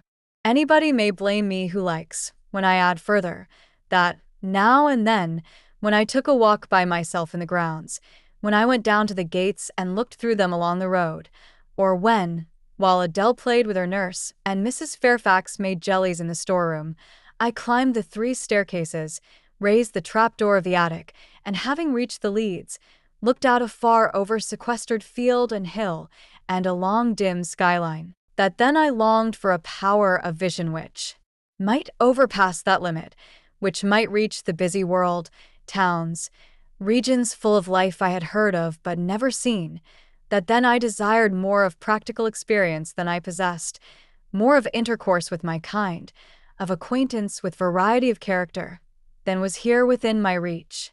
I valued what was good in Mrs. Fairfax, and what was good in Adele, but I believed in the existence of other and more vivid kinds of goodness, and what I believed in I wished to behold. Who blames me? Many, no doubt, and I shall be called discontented. I could not help it. The restlessness was in my nature. It agitated me to pain sometimes. Then my sole relief was to walk along the corridor of the 3rd story, backwards and forwards, safe in the silence and solitude of the spot, and allow my mind's eye to dwell on whatever bright visions rose before it, and, certainly, they were many and glowing, to let my heart be heaved by the exultant movement, which, while it swelled it in trouble, expanded it with life, and, best of all, to open my inward ear to a tale that was never ended, a tale my imagination created and narrated, continuously, quickened with all of incident, life, fire, feeling, that I desired and had not in my actual existence. It is in vain to say human beings ought to be satisfied with tranquility. They must have action, and they will make it if they cannot find it. Millions are condemned to a stiller doom than mine, and millions are in silent revolt against their lot. Nobody knows how many rebellions besides political rebellions ferment in the masses of life which people earth. Women are supposed to be very calm generally, but women feel just as men feel. They need exercise for their faculties and a field for their efforts as much as their brothers do. They suffer from too rigid a restraint, too absolute a stagnation, precisely as men would suffer, and it is narrow-minded in their more privileged fellow creatures to say that they ought to confine themselves to making puddings and knitting stockings, to playing on the piano and embroidering bags. It is thoughtless to condemn them, or laugh at them, if they seek to do more or learn more than custom has pronounced necessary for their sex. When thus alone, I not unfrequently heard Grace Poole's laugh, the same peal, the same low, slow ha, which, when first heard, had thrilled me. I heard, 2. Her eccentric murmurs, stranger than her laugh. There were days when she was quite silent, but there were others when I could not account for the sounds she made. Sometimes I saw her. She would come out of her room with a basin, or a plate, or a tray in her hand, go down to the kitchen and shortly return, generally, oh, romantic reader, forgive me for telling the plain truth, bearing a pot of porter. Her appearance always acted as a damper to the curiosity raised by her oral oddities. Hard-featured and staid, she had no point to which interest could attach. I made some attempts to draw her into conversation, but she seemed a person of few words. A monosyllabic reply usually cut short every effort of that sort. The other members of the household, viz., John and his wife, Leah the housemaid, and Sophie the French nurse, were decent people, but in no respect remarkable. With Sophie I used to talk French, and sometimes I asked her questions about her native country, but she was not of a descriptive or narrative turn, and generally gave such vapid and confused answers as were calculated rather to check than encourage inquiry. October, November, December passed away.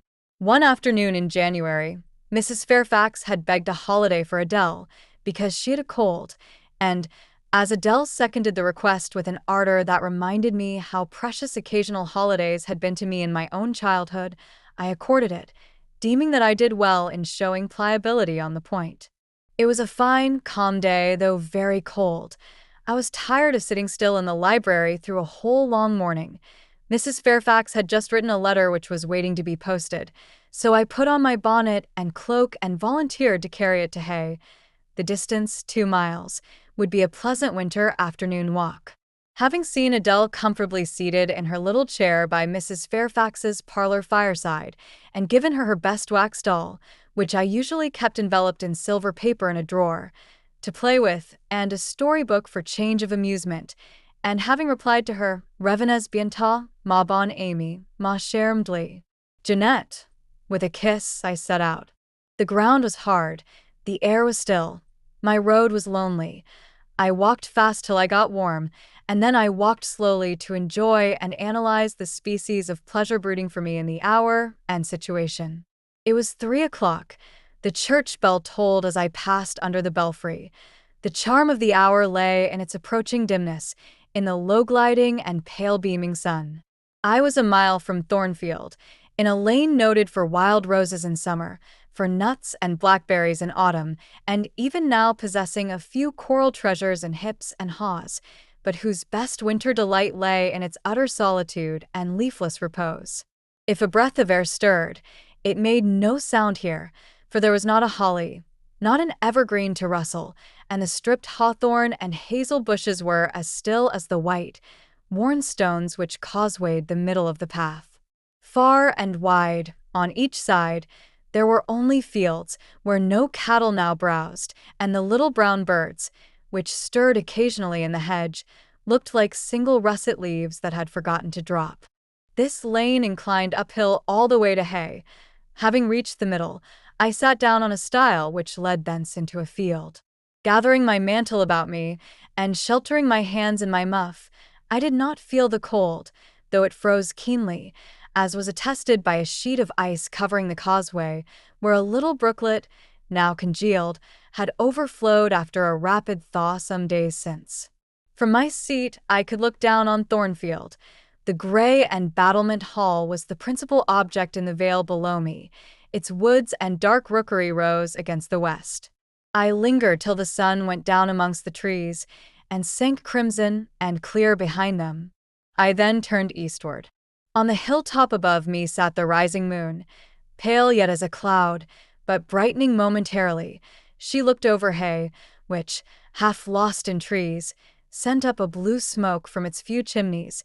It was yet a mile distant, but in the absolute hush I could hear plainly its thin murmurs of life.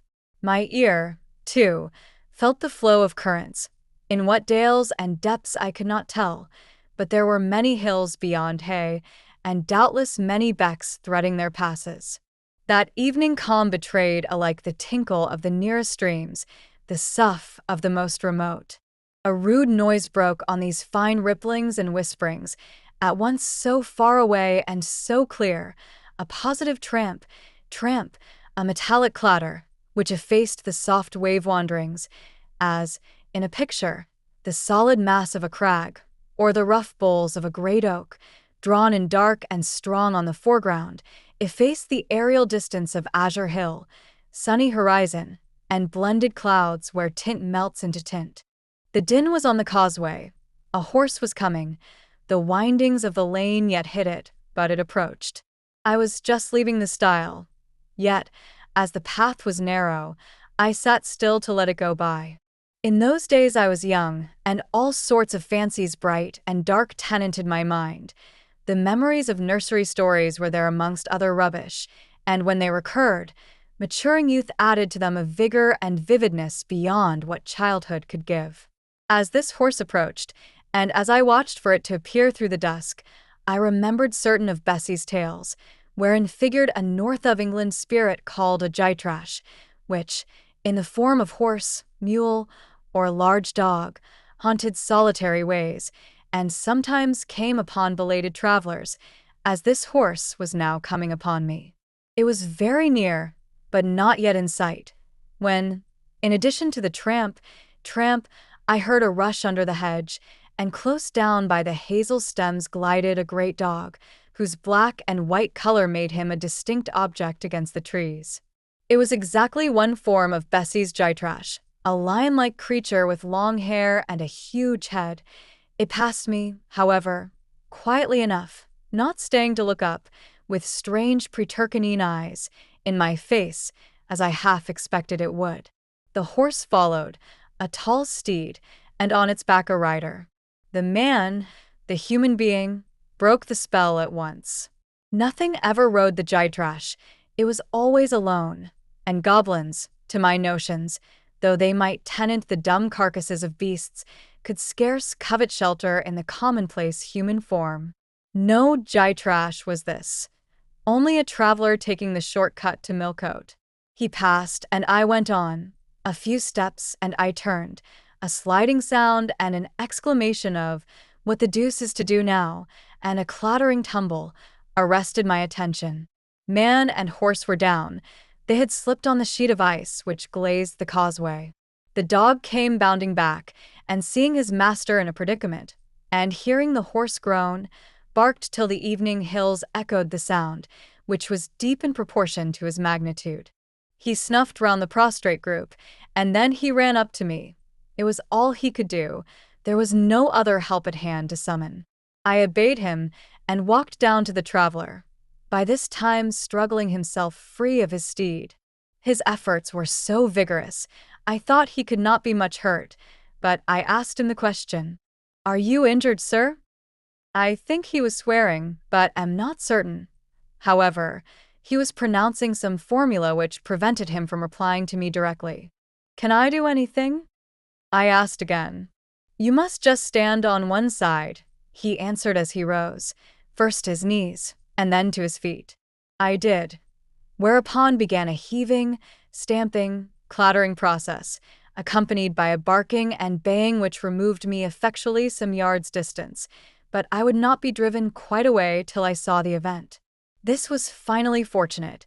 The horse was re-established, and the dog was silenced with a "down, pilot." The traveler now, stooping, felt his foot and leg, as if trying whether they were sound. Apparently something ailed them, for he halted to the stile whence I had just risen, and sat down.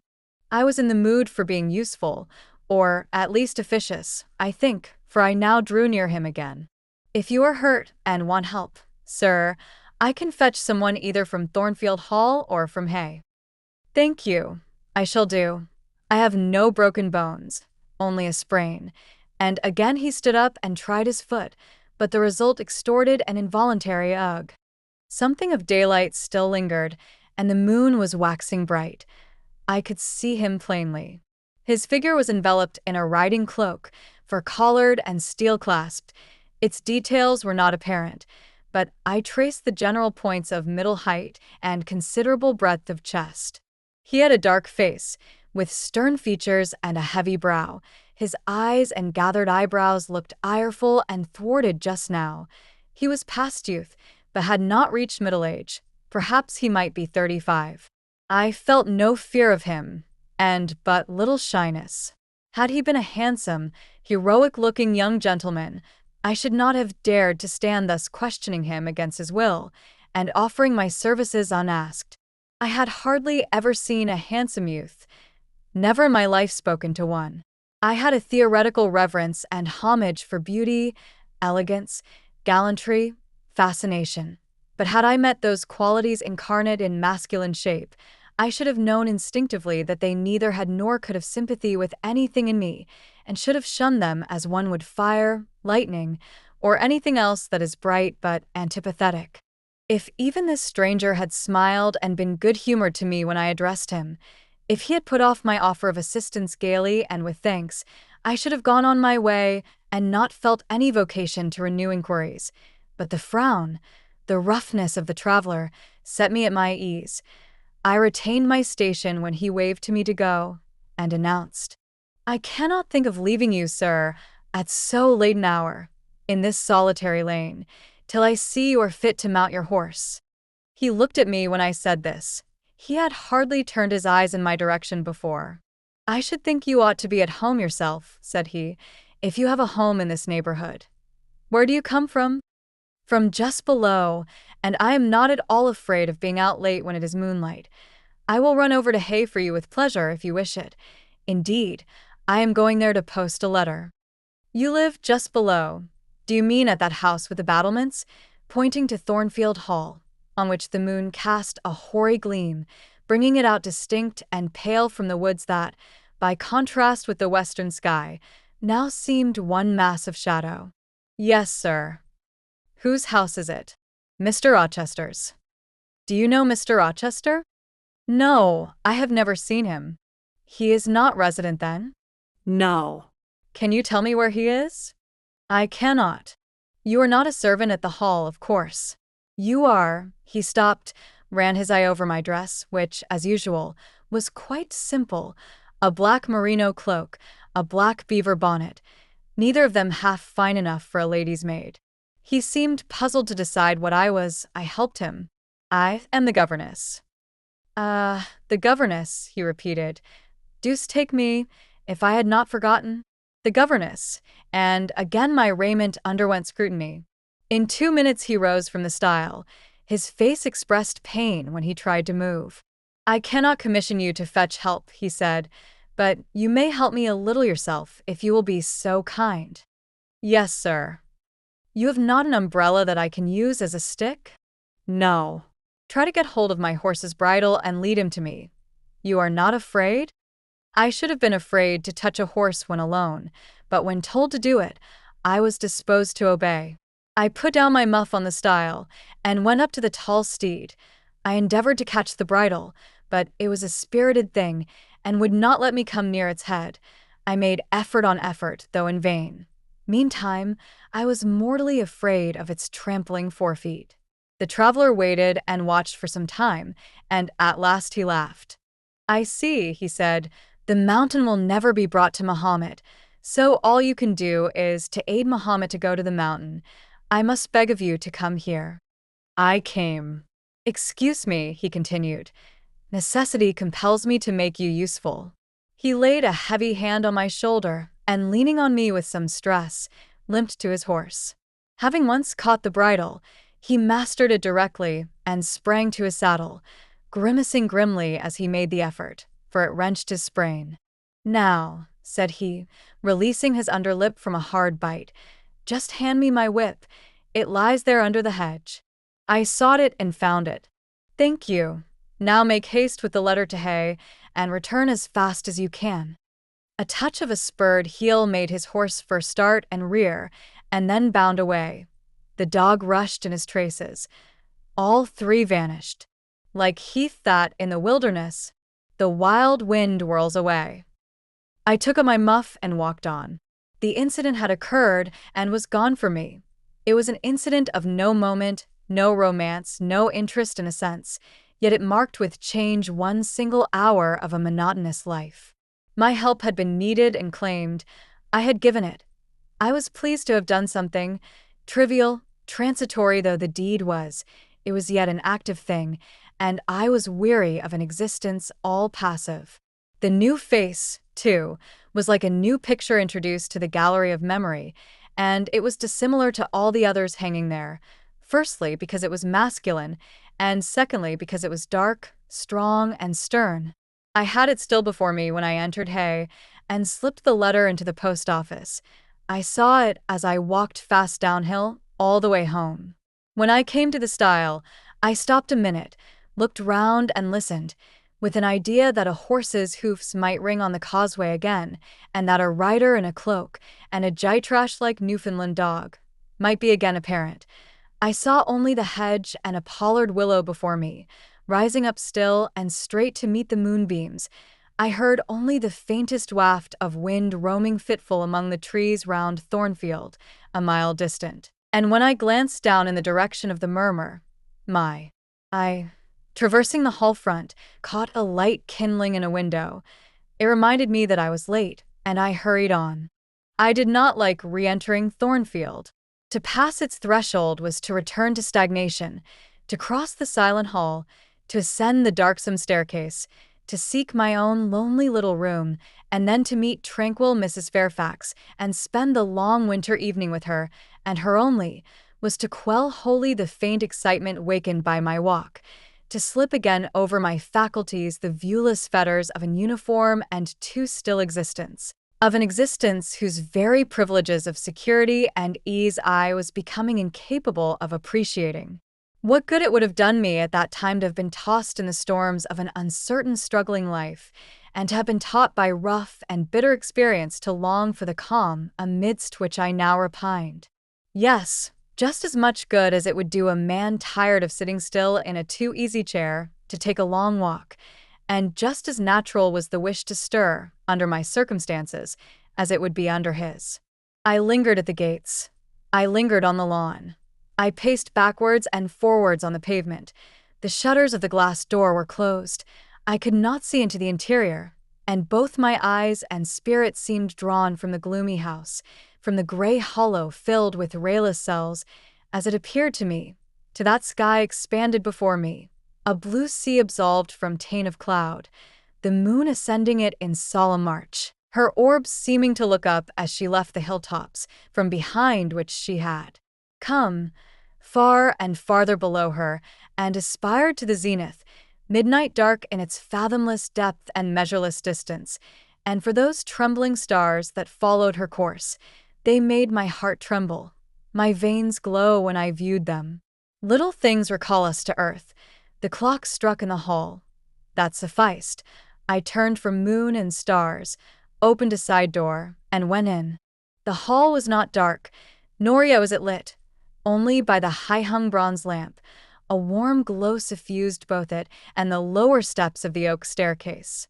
This ruddy shine issued from the great dining room, whose two-leaved door stood open and showed a genial fire in the grate, glancing on marble hearth and brass fire-irons, and revealing purple draperies and polished furniture in the most pleasant radiance. It revealed, too, a group near the mantelpiece. I had scarcely caught it, and scarcely become aware of a cheerful mingling of voices, amongst which I seemed to distinguish the tones of Adele, when the door closed. I hastened to Mrs. Fairfax's room. There was a fire there, too, but no candle and no Mrs. Fairfax.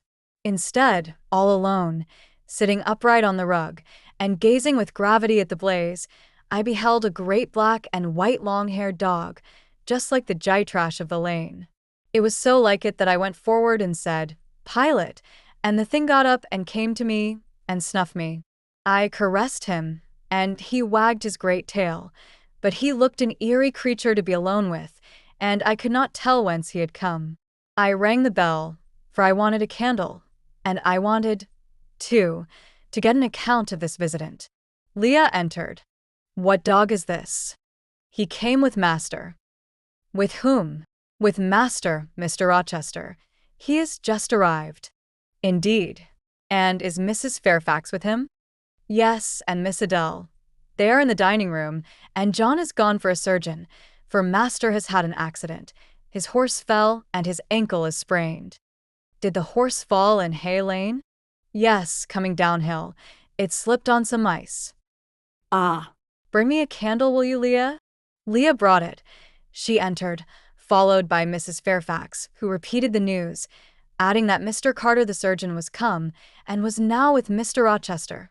Then she hurried out to give orders about tea, and I went upstairs to take off my things. Chapter 13. Mr. Rochester, it seems, by the surgeon's orders, went to bed early that night, nor did he rise soon next morning. When he did come down, it was to attend to business. His agent and some of his tenants were arrived and waiting to speak with him. Adele and I had now to vacate the library. It would be in daily requisition as a reception room for callers. A fire was lit in an apartment upstairs, and there I carried our books and arranged it for the future schoolroom. I discerned in the course of the morning that Thornfield Hall was a changed place. No longer silent as a church, it echoed every hour or two to a knock at the door, or a clang of the bell. Steps, too, often traversed the hall, and new voices spoke in different keys below. A rill from the outer world was flowing through it. It had a master. For my part, I liked it better. Adele was not easy to teach that day. She could not apply. She kept running to the door and looking over the banisters to see if she could get a glimpse of Mr. Rochester. Then she coined pretext to go downstairs, in order, as I shrewdly suspected, to visit the library, where I knew she was not wanted. Then, when I got a little angry and made her sit still, she continued to talk incessantly of her ami, Monsieur Edouard Fairfax de Rochester, as she dubbed him. I had not before heard his praenomen, and to conjecture what presents he had brought her, for it appears he had intimated the night before that when his luggage came from Millcote, there would be found amongst it a little box in whose contents she had an interest. Et cela doit signifier, said she, qu'il y aura là-dedans un cadeau pour moi, et peut-être pour vous aussi, mademoiselle. Monsieur a parlé de vous. Il m'a demandé le nom de ma gouvernante, et si elle n'était pas une petite personne, assez mince et un peu pâle. J'ai dit que oui, car c'est vrai, n'est-ce pas, mademoiselle? I and my pupil dined as usual in Mrs. Fairfax's parlor. The afternoon was wild and snowy, and we passed it in the schoolroom. At dark I allowed Adele to put away books and work, and to run downstairs, for, from the comparative silence below, and from the cessation of appeals to the doorbell, I conjectured that Mr. Rochester was now at liberty. Left alone, I walked to the window, but nothing was to be seen thence. Twilight and snowflakes together thickened the air, and hid the very shrubs on the lawn. I let down the curtain and went back to the fireside. In the clear embers I was tracing a view, not unlike a picture I remembered to have seen of the castle of Heidelberg on the Rhine, when Mrs. Fairfax came in, breaking up by her entrance the fiery mosaic I had been piercing together, and scattering too some heavy unwelcome thoughts that were beginning to throng on my solitude. Mr. Rochester would be glad if you and your pupil would take tea with him in the drawing-room this evening, said she. He has been so much engaged all day that he could not ask to see you before. When is his tea time? I inquired. Oh, at 6 o'clock. He keeps early hours in the country. You had better change your frock now. I will go with you and fasten it. Here is a candle. Is it necessary to change my frock? Yes, you had better. I always dress for the evening when Mr. Rochester is here. This additional ceremony seemed somewhat stately. However, I repaired to my room and, with Mrs. Fairfax's aid, replaced my black stuff dress by one of black silk, the best and the only additional one I had, except one of light gray, which, in my Lowood notions of the toilette, I thought too fine to be worn, except on first-rate occasions. You want a brooch, said Mrs. Fairfax. I had a single little pearl ornament which Miss Temple gave me as a parting keepsake. I put it on, and then we went downstairs. And used as I was to strangers, it was rather a trial to appear thus formally summoned in Mr. Rochester's presence. I let Mrs. Fairfax precede me into the dining-room, and kept in her shade as we crossed that apartment, and, passing the arch, whose curtain was now dropped, entered the elegant recess beyond. 2 wax candles stood lighted on the table, and 2 on the mantelpiece. Basking in the light and heat of a superb fire lay Pilot. Adele knelt near him. Half reclined on a couch appeared Mr. Rochester, his foot supported by the cushion. He was looking at Adele and the dog. The fire shone full on his face. I knew my traveler with his broad and jetty eyebrows, his square forehead, made squarer by the horizontal sweep of his black hair. I recognized his decisive nose, more remarkable for character than beauty, his full nostrils denoting, I thought, choler, his grim mouth, chin, and jaw. Yes, all three were very grim, and no mistake. His shape, now divested of cloak, I perceived harmonized in squareness with his physiognomy. I suppose it was a good figure in the athletic sense of the term, broad-chested and thin-flanked, though neither tall nor graceful. Mr. Rochester must have been aware of the entrance of Mrs. Fairfax and myself, but it appeared he was not in the mood to notice us, for he never lifted his head as we approached. "Here is Miss Eyre, sir," said Mrs. Fairfax, in her quiet way. He bowed, still not taking his eyes from the group of the dog and child.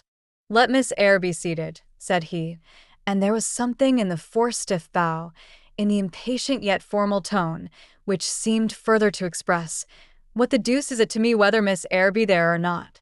At this moment I am not disposed to accost her." I sat down quite disembarrassed. A reception of finished politeness would probably have confused me. I could not have returned or repaid it by answering grace and elegance on my part, but harsh caprice laid me under no obligation. On the contrary, a decent quiescence, under the freak of manner, gave me the advantage. Besides, the eccentricity of the proceeding was piquant. I felt interested to see how he would go on. He went on as a statue would. That is, he neither spoke nor moved. Mrs. Fairfax seemed to think it necessary that someone should be amiable, and she began to talk. Kindly, as usual, and as usual, rather trite, she condoled with him on the pressure of business he had had all day, on the annoyance it must have been to him with that painful sprain. Then she commended his patience and perseverance in going through with it. "Madam, I should like some tea," was the sole rejoinder she got. She hastened to ring the bell, and when the tray came, she proceeded to arrange the cups, spoons, and with assiduous celerity. I and Adele went to the table, but the master did not leave his couch. "Will you hand Mr. Rochester's cup?" said Mrs. Fairfax to me. "Adele might perhaps spill it." I did as requested. As he took the cup from my hand, Adele, thinking the moment propitious for making a request in my favor, cried out, "N'est-ce pas, monsieur, qu'il y a un cadeau pour Mademoiselle Eyre dans votre petit coffre?" "Who talks of cadeaux?" said he gruffly. "Did you expect a present, Miss Eyre? Are you fond of presents?" And he searched my face with eyes that I saw were dark, irate, and piercing. "I hardly know, sir. I have little experience of them. They are generally thought pleasant things." "Generally thought? But what do you think?" "I should be obliged to take time, sir, before I could give you an answer worthy of your acceptance. A present has many faces to it, has it not? And one should consider all, before pronouncing an opinion as to its nature. Miss Eyre, you are not so unsophisticated as Adele. She demands a cadeau, clamorously, the moment she sees me. You beat about the bush. Because I have less confidence in my deserts than Adele has, she can prefer the claim of old acquaintance and the right to of custom, for she says you have always been in the habit of giving her playthings. But if I had to make out a case, I should be puzzled, since I am a stranger, and have done nothing to entitle me to an acknowledgment. Oh, don't fall back on over-modesty. I have examined Adele, and find you have taken great pains with her. She is not bright, she has no talents, yet in a short time she has made much improvement. Sir, you have now given me my cadeau. I am obliged to you. It is the meed teachers most covet, praise of their pupils' progress." "Humph," said Mr. Rochester, and he took his tea in silence. "Come to the fire," said the master, when the tray was taken away and Mrs. Fairfax had settled into a corner with her knitting, while Adele was leading me by the hand round the room, showing me the beautiful books and ornaments on the consoles and chiffoniers. We obeyed, as in duty bound. Adele wanted to take a seat on my knee, but she was ordered to amuse herself with Pilot. "You've been resident in my house 3 months?" "Yes, sir." "And you came from?" "From Lowood School, in Shire." Ah, "A charitable concern. How long were you there?" 8 years. 8 years. You must be tenacious of life. I thought half the time in such a place would have done up any constitution. No wonder you have rather the look of another world. I marveled where you had got that sort of face. When you came on me in Hay Lane last night, I thought unaccountably of fairy tales, and had half a mind to demand whether you had bewitched my horse. I am not sure yet. Who are your parents? I have none.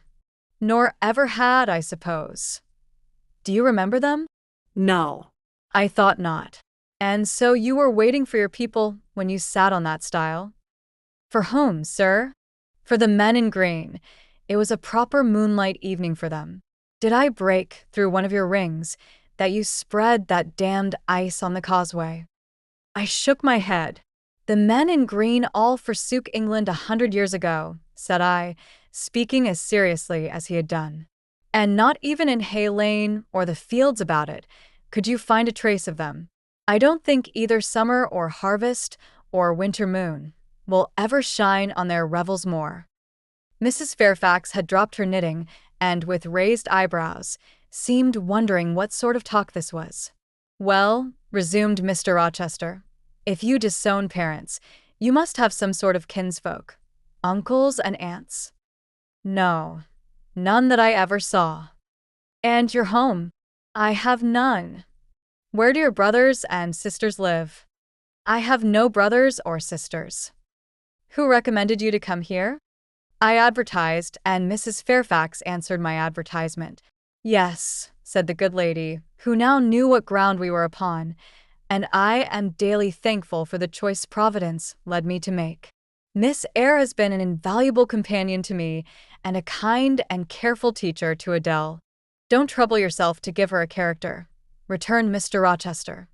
"Eulogiums will not bias me. I shall judge for myself. She began by felling my horse." "Sir," said Mrs. Fairfax, "I have to thank her for this sprain." The widow looked bewildered. "Miss Eyre, have you ever lived in a town?" "No, sir." "Have you seen much society?" "None but the pupils and teachers of Lowood, and now the inmates of Thornfield." "Have you read much?" "Only such books as came in my way, and they have not been numerous or very learned." "You have lived the life of a nun. No doubt you are well drilled in religious forms. Brocklehurst, who I understand directs Lowood, is a parson, is he not?" "Yes, sir." "And you girls probably worshipped him, as a convent full of religieuses would worship their director." "Oh, no." "You are very cool." No. What? "A novice not worship her priest. That sounds blasphemous." I disliked Mr. Brocklehurst, and I was not alone in the feeling. He is a harsh man, at once pompous and meddling. He cut off our hair, and for economy's sake bought us bad needles and thread, with which we could hardly sew. "That was very false economy," remarked Mrs. Fairfax, who now again caught the drift of the dialogue. "And was that the head and front of his offending?" demanded Mr. Rochester. "He starved us when he had the sole superintendence of the provision department, before the committee was appointed, and he bored us with long lectures once a week, and with evening readings from books of his own inditing, about sudden deaths and judgments, which made us afraid to go to bed." "What age were you when you went to Lowood?" "About 10. "And you stayed there 8 years. You are now, then, 18? I assented. "Arithmetic, you see, is useful. Without its aid, I should hardly have been able to guess your age. It is a point difficult to fix where the features and countenance are so much at variance as in your case. And now what did you learn at Lowood? Can you play?" "A little." "Of course. That is the established answer. Go into the library, I mean, if you please. Excuse my tone of command. I am used to say, 'Do this,' and it is done. I cannot alter my customary habits for one new inmate." Go, then, into the library. Take a candle with you, leave the door open, sit down to the piano, and play a tune. I departed, obeying his directions. Enough, he called out in a few minutes. You play a little, I see, like any other English schoolgirl, perhaps rather better than some, but not well. I closed the piano and returned. Mr. Rochester continued. Adele showed me some sketches this morning, which she said were yours. I don't know whether they were entirely of your doing. Probably a master aided you? No, indeed, I interjected. Ah, That pricks pride. Well, fetch me your portfolio, if you can vouch for its contents being original, but don't pass your word unless you are certain. I can recognize patchwork. Then I will say nothing, and you shall judge for yourself, sir. I brought the portfolio from the library. Approach the table, said he, and I wheeled it to his couch. Adele and Mrs. Fairfax drew near to see the pictures. No crowding, said Mr. Rochester. Take the drawings from my hand as I finish with them, but don't push your faces up to mine. He deliberately scrutinized each sketch and painting. 3 he laid aside. The others, when he had examined them, he swept from him. Take them off to the other table, Mrs. Fairfax, said he, and look at them with Adele. You, glancing at me, resume your seat and answer my questions. I perceive those pictures were done by one hand. Was that hand yours? Yes. And when did you find time to do them? They have taken much time and some thought. I did them in the last 2 vacations I spent at Lowood, when I had no other occupation. Where did you get your copies? Out of my head. That head I see now on your shoulders? Yes, sir. Has it other furniture of the same kind within? I should think it may have. I should hope better. He spread the pictures before him, and again surveyed them alternately. While he is so occupied, I will tell you, reader, what they are. And first, I must premise that they are nothing wonderful. The subjects had, indeed, risen vividly on my mind. As I saw them with the spiritual eye, before I attempted to embody them, they were striking, but my hand would not second my fancy, and in each case it had wrought out but a pale portrait of the thing I had conceived. These pictures were in watercolors. The first represented clouds low and livid, rolling over a swollen sea. All the distance was an eclipse, so, too, was the foreground, or rather, the nearest billows, for there was no land. One gleam of light lifted into relief a half-submerged mast, on which sat a cormorant, dark and large, with wings flecked with foam. Its beak held a gold bracelet set with gems that I had touched with as brilliant tints as my palette could yield, and as glittering distinctness as my pencil could impart. Sinking below the bird and mast, a drowned corpse glanced through the green water. A fair arm was the only limb clearly visible, whence the bracelet had been washed or torn. The second picture contained for foreground only the dim peak of a hill, with grass and some leaves slanting as if by a breeze. Beyond and above spread an expanse of sky, dark blue as at twilight. Rising into the sky was a woman's shape to the bust, portrayed in tints as dusk and soft as I could combine. The dim forehead was crowned with a star. The lineaments below were seen as through the suffusion of vapor. The eyes shone dark and wild. The hair streamed shadowy, like a beamless cloud torn by storm or by electric travail. On the neck lay a pale reflection like moonlight. The same faint luster touched the train of thin clouds from which rose and bowed this vision of the evening star. The third showed the pinnacle of an iceberg piercing a polar winter sky. A muster of northern lights reared their dim lances, close-serried, along the horizon. Throwing these into distance rose, in the foreground, a head, a colossal head, inclined towards the iceberg and resting against it. 2 thin hands, joined under the forehead, and supporting it, drew up before the lower features a sable veil, a brow quite bloodless, white as bone, and an eye hollow and fixed, blank of meaning but for the glassiness of despair, alone were visible.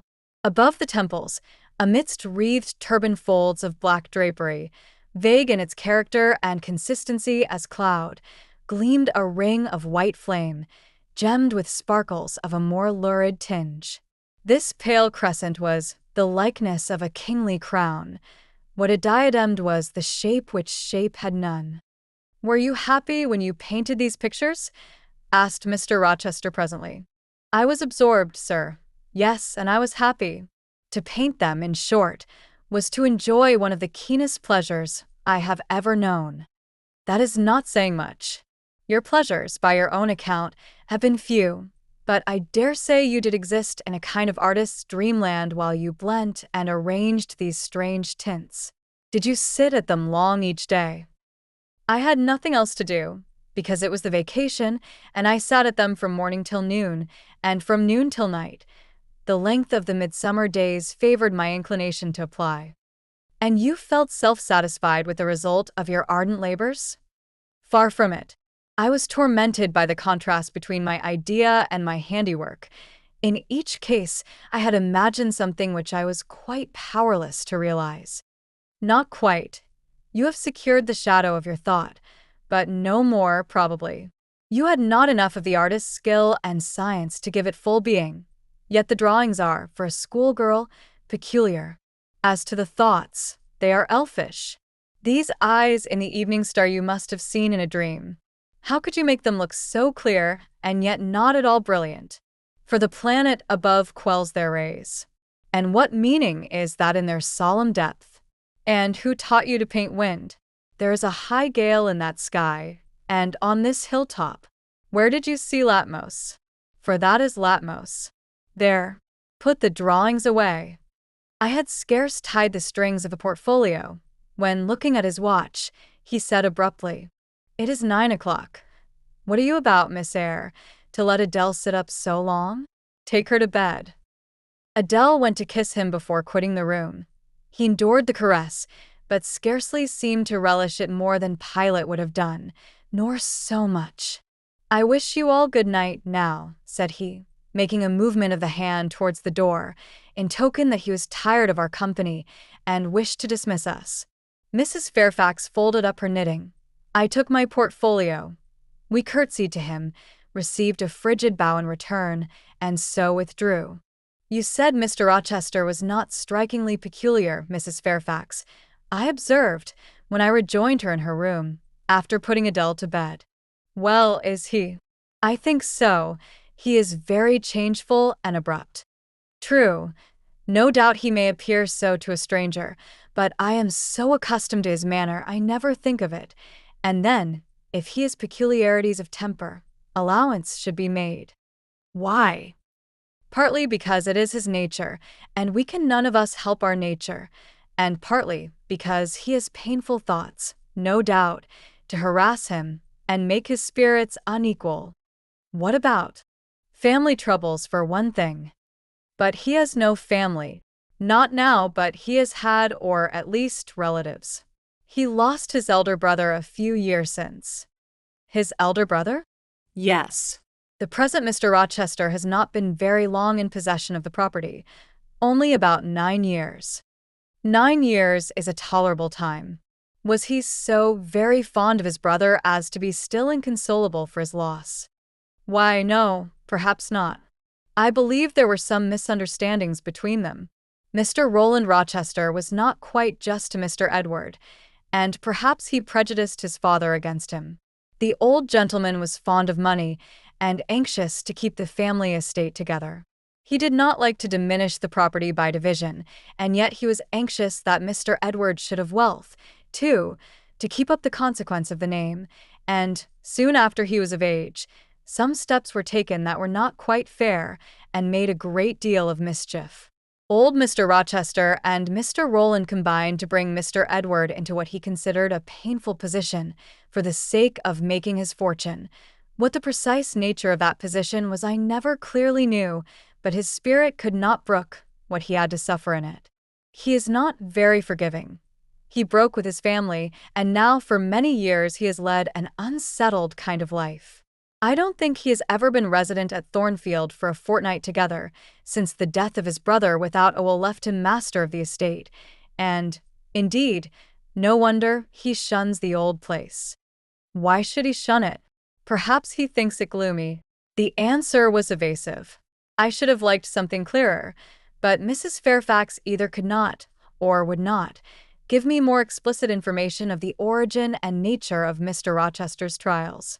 She averred they were a mystery to herself, and that what she knew was chiefly from conjecture. It was evident, indeed, that she wished me to drop the subject, which I did accordingly. Chapter 14. For several subsequent days, I saw little of Mr. Rochester. In the mornings he seemed much engaged with business, and, in the afternoon, gentlemen from Millcote or the neighborhood called, and sometimes stayed to dine with him. When his sprain was well enough to admit of horse exercise, he rode out a good deal, probably to return these visits, as he generally did not come back till late at night. During this interval, even Adele was seldom sent for to his presence, and all my acquaintance with him was confined to an occasional rencontre in the hall, on the stairs, or in the gallery, when he would sometimes pass me haughtily and coldly, just acknowledging my presence by a distant nod or a cool glance, and sometimes bow and smile with gentlemanlike affability. His changes of mood did not offend me, because I saw that I had nothing to do with their alternation. The ebb and flow depended on causes quite disconnected with me. One day he had had company to dinner, and had sent for my portfolio, in order, doubtless, to exhibit its contents. The gentleman went away early, to attend a public meeting at Millcote, as Mrs. Fairfax informed me, but the night being wet and inclement, Mr. Rochester did not accompany them. Soon after they were gone he rang the bell. A message came that I and Adele were to go downstairs. I brushed Adele's hair and made her neat, and having ascertained that I was myself in my usual Quaker trim, where there was nothing to retouch, all being too close and plain, braided locks included, to admit of disarrangement, we descended, Adele wondering whether the petit coffer was at length come, for, owing to some mistake, its arrival had hitherto been delayed. She was gratified. There it stood, a little carton, on the table when we entered the dining-room. She appeared to know it by instinct. Ma boîte. Ma boîte, exclaimed she, running towards it. Yes, there is your boîte at last. Take it into a corner, you genuine daughter of Paris, and amuse yourself with disemboweling it, said the deep and rather sarcastic voice of Mr. Rochester, proceeding from the depths of an immense easy-chair at the fireside. And mind, he continued, don't bother me with any details of the anatomical process, or any notice of the condition of the entrails. Let your operation be conducted in silence. Tiens toi tranquille, and font, comprends tu? Adele seemed scarcely to need the warning. She had already retired to a sofa with her treasure, and was busy untying the cord which secured the lid. Having removed this impediment, and lifted certain silvery envelopes of tissue paper, she merely exclaimed, "Oh, seal! Que c'est beau!" and then remained absorbed in ecstatic contemplation. "Is Miss Eyre there?" now demanded the master, half rising from his seat to look round to the door, near which I still stood. Ah, well, come forward, be seated here. He drew a chair near his own. I am not fond of the prattle of children, he continued, for, old bachelor as I am, I have no pleasant associations connected with their lisp. It would be intolerable to me to pass a whole evening tête-à-tête with a brat. Don't draw that chair farther off, Miss Eyre. Sit down exactly where I placed it, if you please, that is. Confound these civilities. I continually forget them. Nor do I particularly affect simple-minded old ladies. By the by, I must have mine in mind. It won't do to neglect her. She is a Fairfax, or wed to one, and blood is said to be thicker than water. He rang, and dispatched an invitation to Mrs. Fairfax, who soon arrived, knitting basket in hand. Good evening, madam. I sent to you for a charitable purpose. I have forbidden Adele to talk to me about her presence, and she is bursting with repletion. Have the goodness to serve her as auditress and interlocutress. It will be one of the most benevolent acts you ever performed. Adele, indeed, no sooner saw Mrs. Fairfax than she summoned her to her sofa, and there quickly filled her lap with the porcelain, the ivory, the waxen contents of her boit, pouring out, meantime, explanations and raptures in such broken English as she was mistress of. "Now I have performed the part of a good host," pursued Mr. Rochester. "Put my guests into the way of amusing each other. I ought to be at liberty to attend to my own pleasure. Miss Eyre, draw your chair still a little farther forward. You are yet too far back. I cannot see you without disturbing my position in this comfortable chair, which I have no mind to do." I did as I was bid, though I would much rather have remained somewhat in the shade. But Mr. Rochester had such a direct way of giving orders, it seemed a matter of course to obey him promptly. We were, as I have said, in the dining room. The lustre, which had been lit for dinner, filled the room with a festal breadth of light. The large fire was all red and clear. The purple curtains hung rich and ample before the lofty window and loftier arch. Everything was still, save the subdued chat of Adele. She dared not speak loud, and, filling up each pause, the beating of winter rain against the panes. Mr. Rochester, as he sat in his damask-covered chair, looked different to what I had seen him look before, not quite so stern, much less gloomy. There was a smile on his lips, and his eyes sparkled, whether with wine or not, I am not sure, but I think it very probable. He was, in short, in his after-dinner mood, more expanded and genial, and also more self-indulgent than the frigid and rigid temper of the morning. Still he looked preciously grim, cushioning his massive head against the swelling back of his chair, and receiving the light of the fire on his granite-hewn features and in his great, dark eyes, for he had great, dark eyes and very fine eyes, too, not without a certain change in their depth sometimes, which, if it was not softness, reminded you, at least, of that feeling. He had been looking 2 minutes at the fire, and I had been looking the same length of time at him, when, turning suddenly, he caught my gaze fastened on his physiognomy. "You examine me, Miss Eyre," said he. "Do you think me handsome?"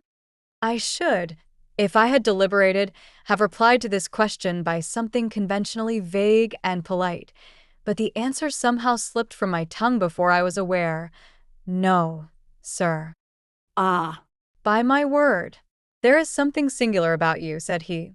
"You have the air of a little nonnette, quaint, quiet, grave, and simple, as you sit with your hands before you, and your eyes generally bent on the carpet, except, by the by, when they are directed piercingly to my face, as just now, for instance, and when one asks you a question, or makes a remark to which you are obliged to reply, you rap out a round rejoinder, which, if not blunt, is at least brusque." "What do you mean by it?" "Sir, I was too plain. I beg your pardon. I ought to have replied that it was not easy to give an impromptu answer to a question about appearances, that tastes mostly differ, and that beauty is of little consequence, or something of that sort. You ought to have replied no such thing. Beauty of little consequence, indeed. And so, under pretense of softening the previous outrage, of stroking and soothing me into placidity, you stick a sly penknife under my ear. Go on. What fault do you find with me, pray? I suppose I have all my limbs and all my features like any other man. Mr. Rochester, allow me to disown my first answer. I intended no pointed repartee. It was only a blunder. Just so. I think so, and you shall be answerable for it. Criticize me. Does my forehead not please you?" He lifted up the sable waves of hair which lay horizontally over his brow, and showed a solid enough mass of intellectual organs, but an abrupt deficiency where the suave sign of benevolence should have risen. "Now, ma'am, am I a fool?" "Far from it, sir. You would, perhaps, think me rude if I inquired in return whether you are a philanthropist?" There again, another stick of the penknife, when she pretended to pat my head, and that is because I said I did not like the society of children and old women. Low be it spoken. No, young lady, I am not a general philanthropist, but I bear a conscience, and he pointed to the prominences which are said to indicate that faculty, and which, fortunately for him, were sufficiently conspicuous, giving, indeed, a marked breadth to the upper part of his head, and besides, I once had a kind of rude tenderness of heart. When I was as old as you, I was a feeling fellow enough, partial to the unfledged, unfostered, and unlucky, but fortune has knocked me about since. She has even kneaded me with her knuckles, and now I flatter myself I am hard and tough as an india-rubber ball, pervious, though, through a chink or two still, and with one sentient point in the middle of the lump. Yes. Does that leave hope for me? Hope of what, sir?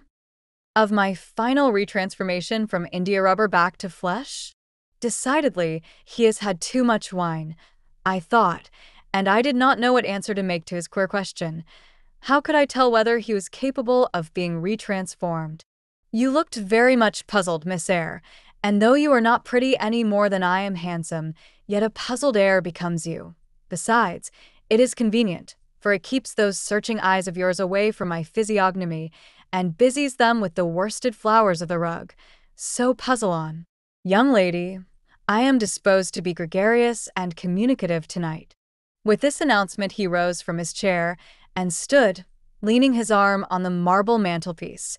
In that attitude his shape was seen plainly as well as his face, his unusual breadth of chest, disproportionate almost to his length of limb. I am sure most people would have thought him an ugly man, yet there was so much unconscious pride in his port, so much ease in his demeanor, such a look of complete indifference to his own external appearance, so haughty a reliance on the power of other qualities, intrinsic or adventitious, to atone for the lack of mere personal attractiveness, that, in looking at him, one inevitably shared the indifference, and, even in a blind, imperfect sense, put faith in the confidence. I am disposed to be gregarious and communicative tonight, he repeated, and that is why I sent for you. The fire and the chandelier were not sufficient company for me, nor would Pilate have been, for none of these can talk. Adele is a degree better, but still far below the mark. Mrs. Fairfax ditto. You, I am persuaded, can suit me if you will. You puzzled me the first evening I invited you down here. I have almost forgotten you since. Other ideas have driven yours from my head, but tonight I am resolved to be at ease, to dismiss what importunes and recall what pleases. It would please me now to draw you out, to learn more of you, therefore speak. Instead of speaking, I smiled, and not a very complacent or submissive smile either.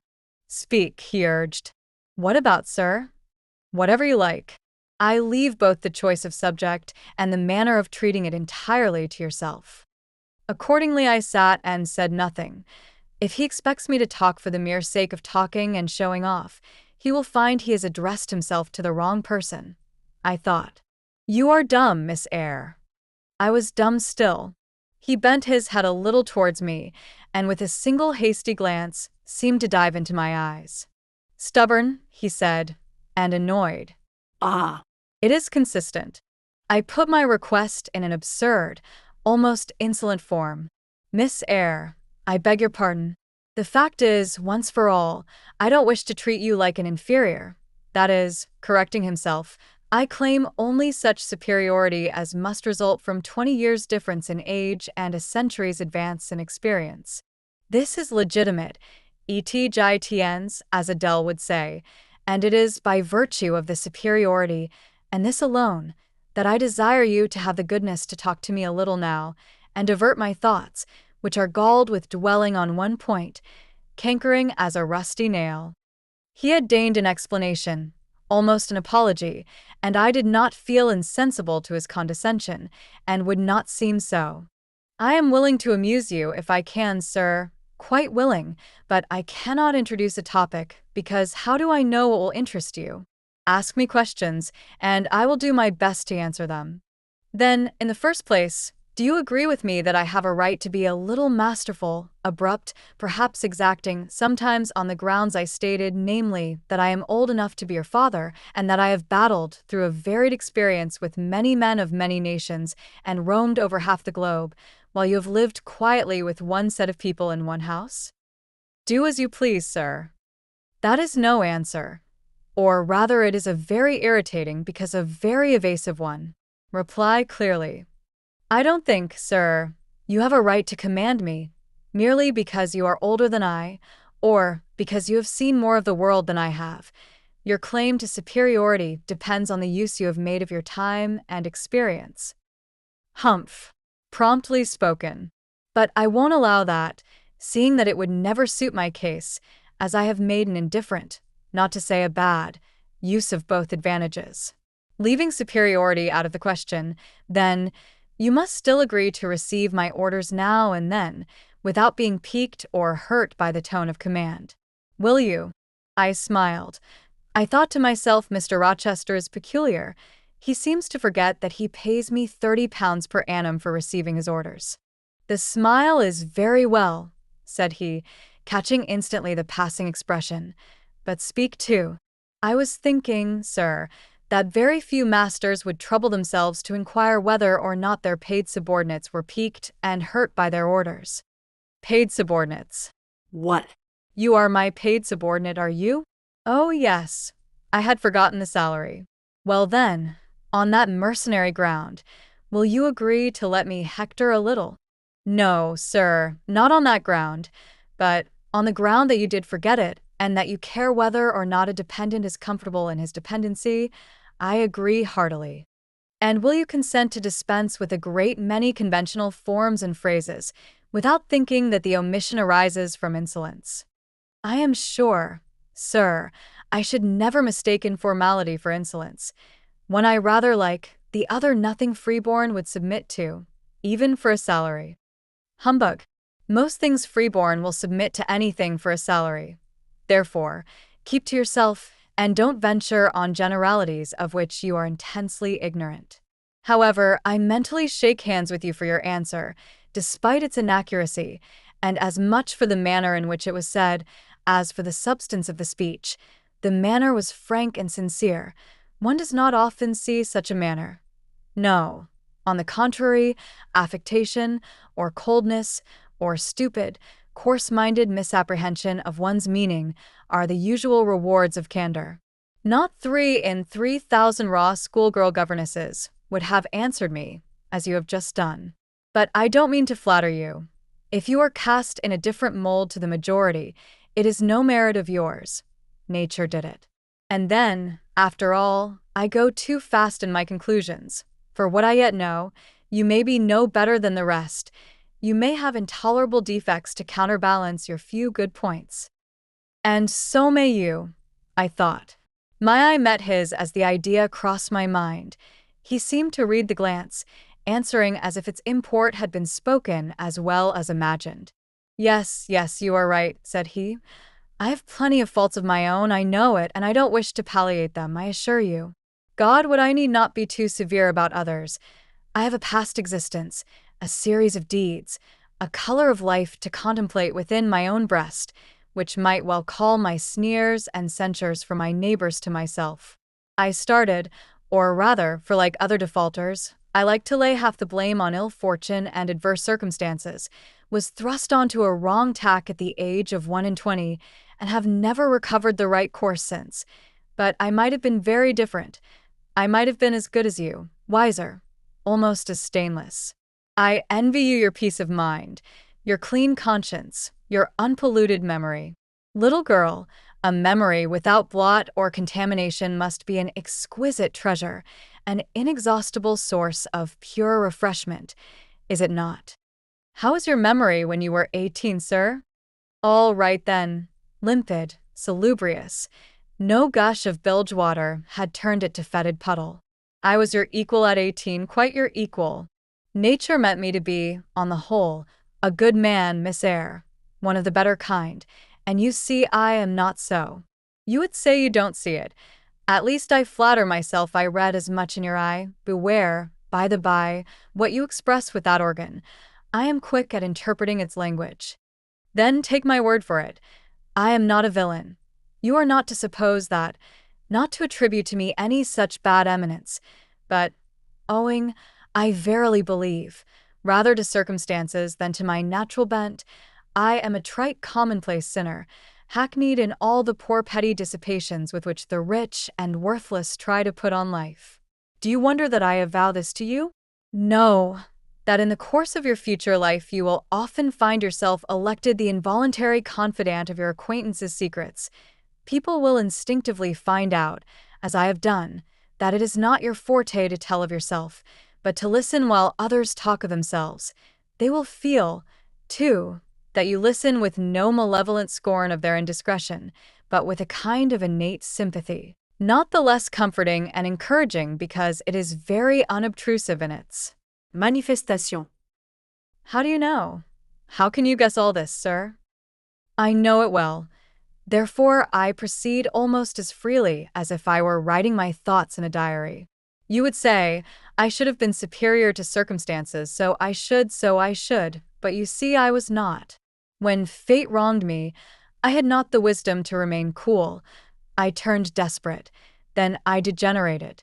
Now, when any vicious simpleton excites my disgust by his paltry ribaldry, I cannot flatter myself that I am better than he. I am forced to confess that he and I are on a level. I wish I had stood firm. God knows I do. Dread remorse when you are tempted to err, Miss Eyre. Remorse is the poison of life. Repentance is said to be its cure, sir. It is not its cure. Reformation may be its cure, and I could reform. I have strength yet for that. But where is the use of thinking of it, hampered, burdened, cursed as I am? Besides, since happiness is irrevocably denied me, I have a right to get pleasure out of life, and I will get it, cost what it may. Then you will degenerate still more, sir. Possibly. Yet why should I, if I can get sweet, fresh pleasure? And I may get it as sweet and fresh as the wild honey the bee gathers on the moor. It will sting, it will taste bitter, sir. How do you know? You never tried it. How very serious, how very solemn you look, and you are as ignorant of the matter as this cameo head, taking one from the mantelpiece. You have no right to preach to me, you neophyte, that have not passed the porch of life, and are absolutely unacquainted with its mysteries. I only remind you of your own words, sir. You said error brought remorse, and you pronounced remorse the poison of existence. And who talks of error now? I scarcely think the notion that flittered across my brain was an error. I believe it was an inspiration rather than a temptation. It was very genial, very soothing, I know that. Here it comes again. It is no devil, I assure you. Or, if it be, it has put on the robes of an angel of light. I think I must admit so fair a guest when it asks entrance to my heart. Distrust it, sir. It is not a true angel. Once more, how do you know? By what instinct do you pretend to distinguish between a fallen seraph of the abyss and a messenger from the eternal throne, between a guide and a seducer? I judged by your countenance, sir, which was troubled when you said the suggestion had returned upon you. I feel sure it will work you more misery if you listen to it. Not at all. It bears the most gracious message in the world. For the rest, you are not my conscience keeper, so don't make yourself uneasy. Here, come in, bonny wanderer. He said this as if he spoke to a vision, viewless to any eye but his own. Then, folding his arms, which he had half extended, on his chest, he seemed to enclose in their embrace the invisible being. Now, he continued, again addressing me, I have received the pilgrim, a disguised deity, as I verily believe. Already it has done me good. My heart was a sort of charnel. It will now be a shrine. To speak truth, sir, I don't understand you at all. I cannot keep up the conversation, because it has got out of my depth. Only one thing I know. You said you were not as good as you should like to be, and that you regretted your own imperfection. One thing I can comprehend. You intimated that to have a sullied memory was a perpetual bane. It seems to me that if you tried hard, you would in time find it possible to become what you yourself would approve, and that if from this day you began with resolution to correct your thoughts and actions, you would in a few years have laid up a new and stainless store of recollections, to which you might revert with pleasure. Justly thought, rightly said, Miss Eyre, and, at this moment, I am paving hell with energy. Sir, I am laying down good intentions, which I believe durable as flint. Certainly, My associates and pursuits shall be other than they have been. And better, so much better as pure, or is than foul dross. You seem to doubt me.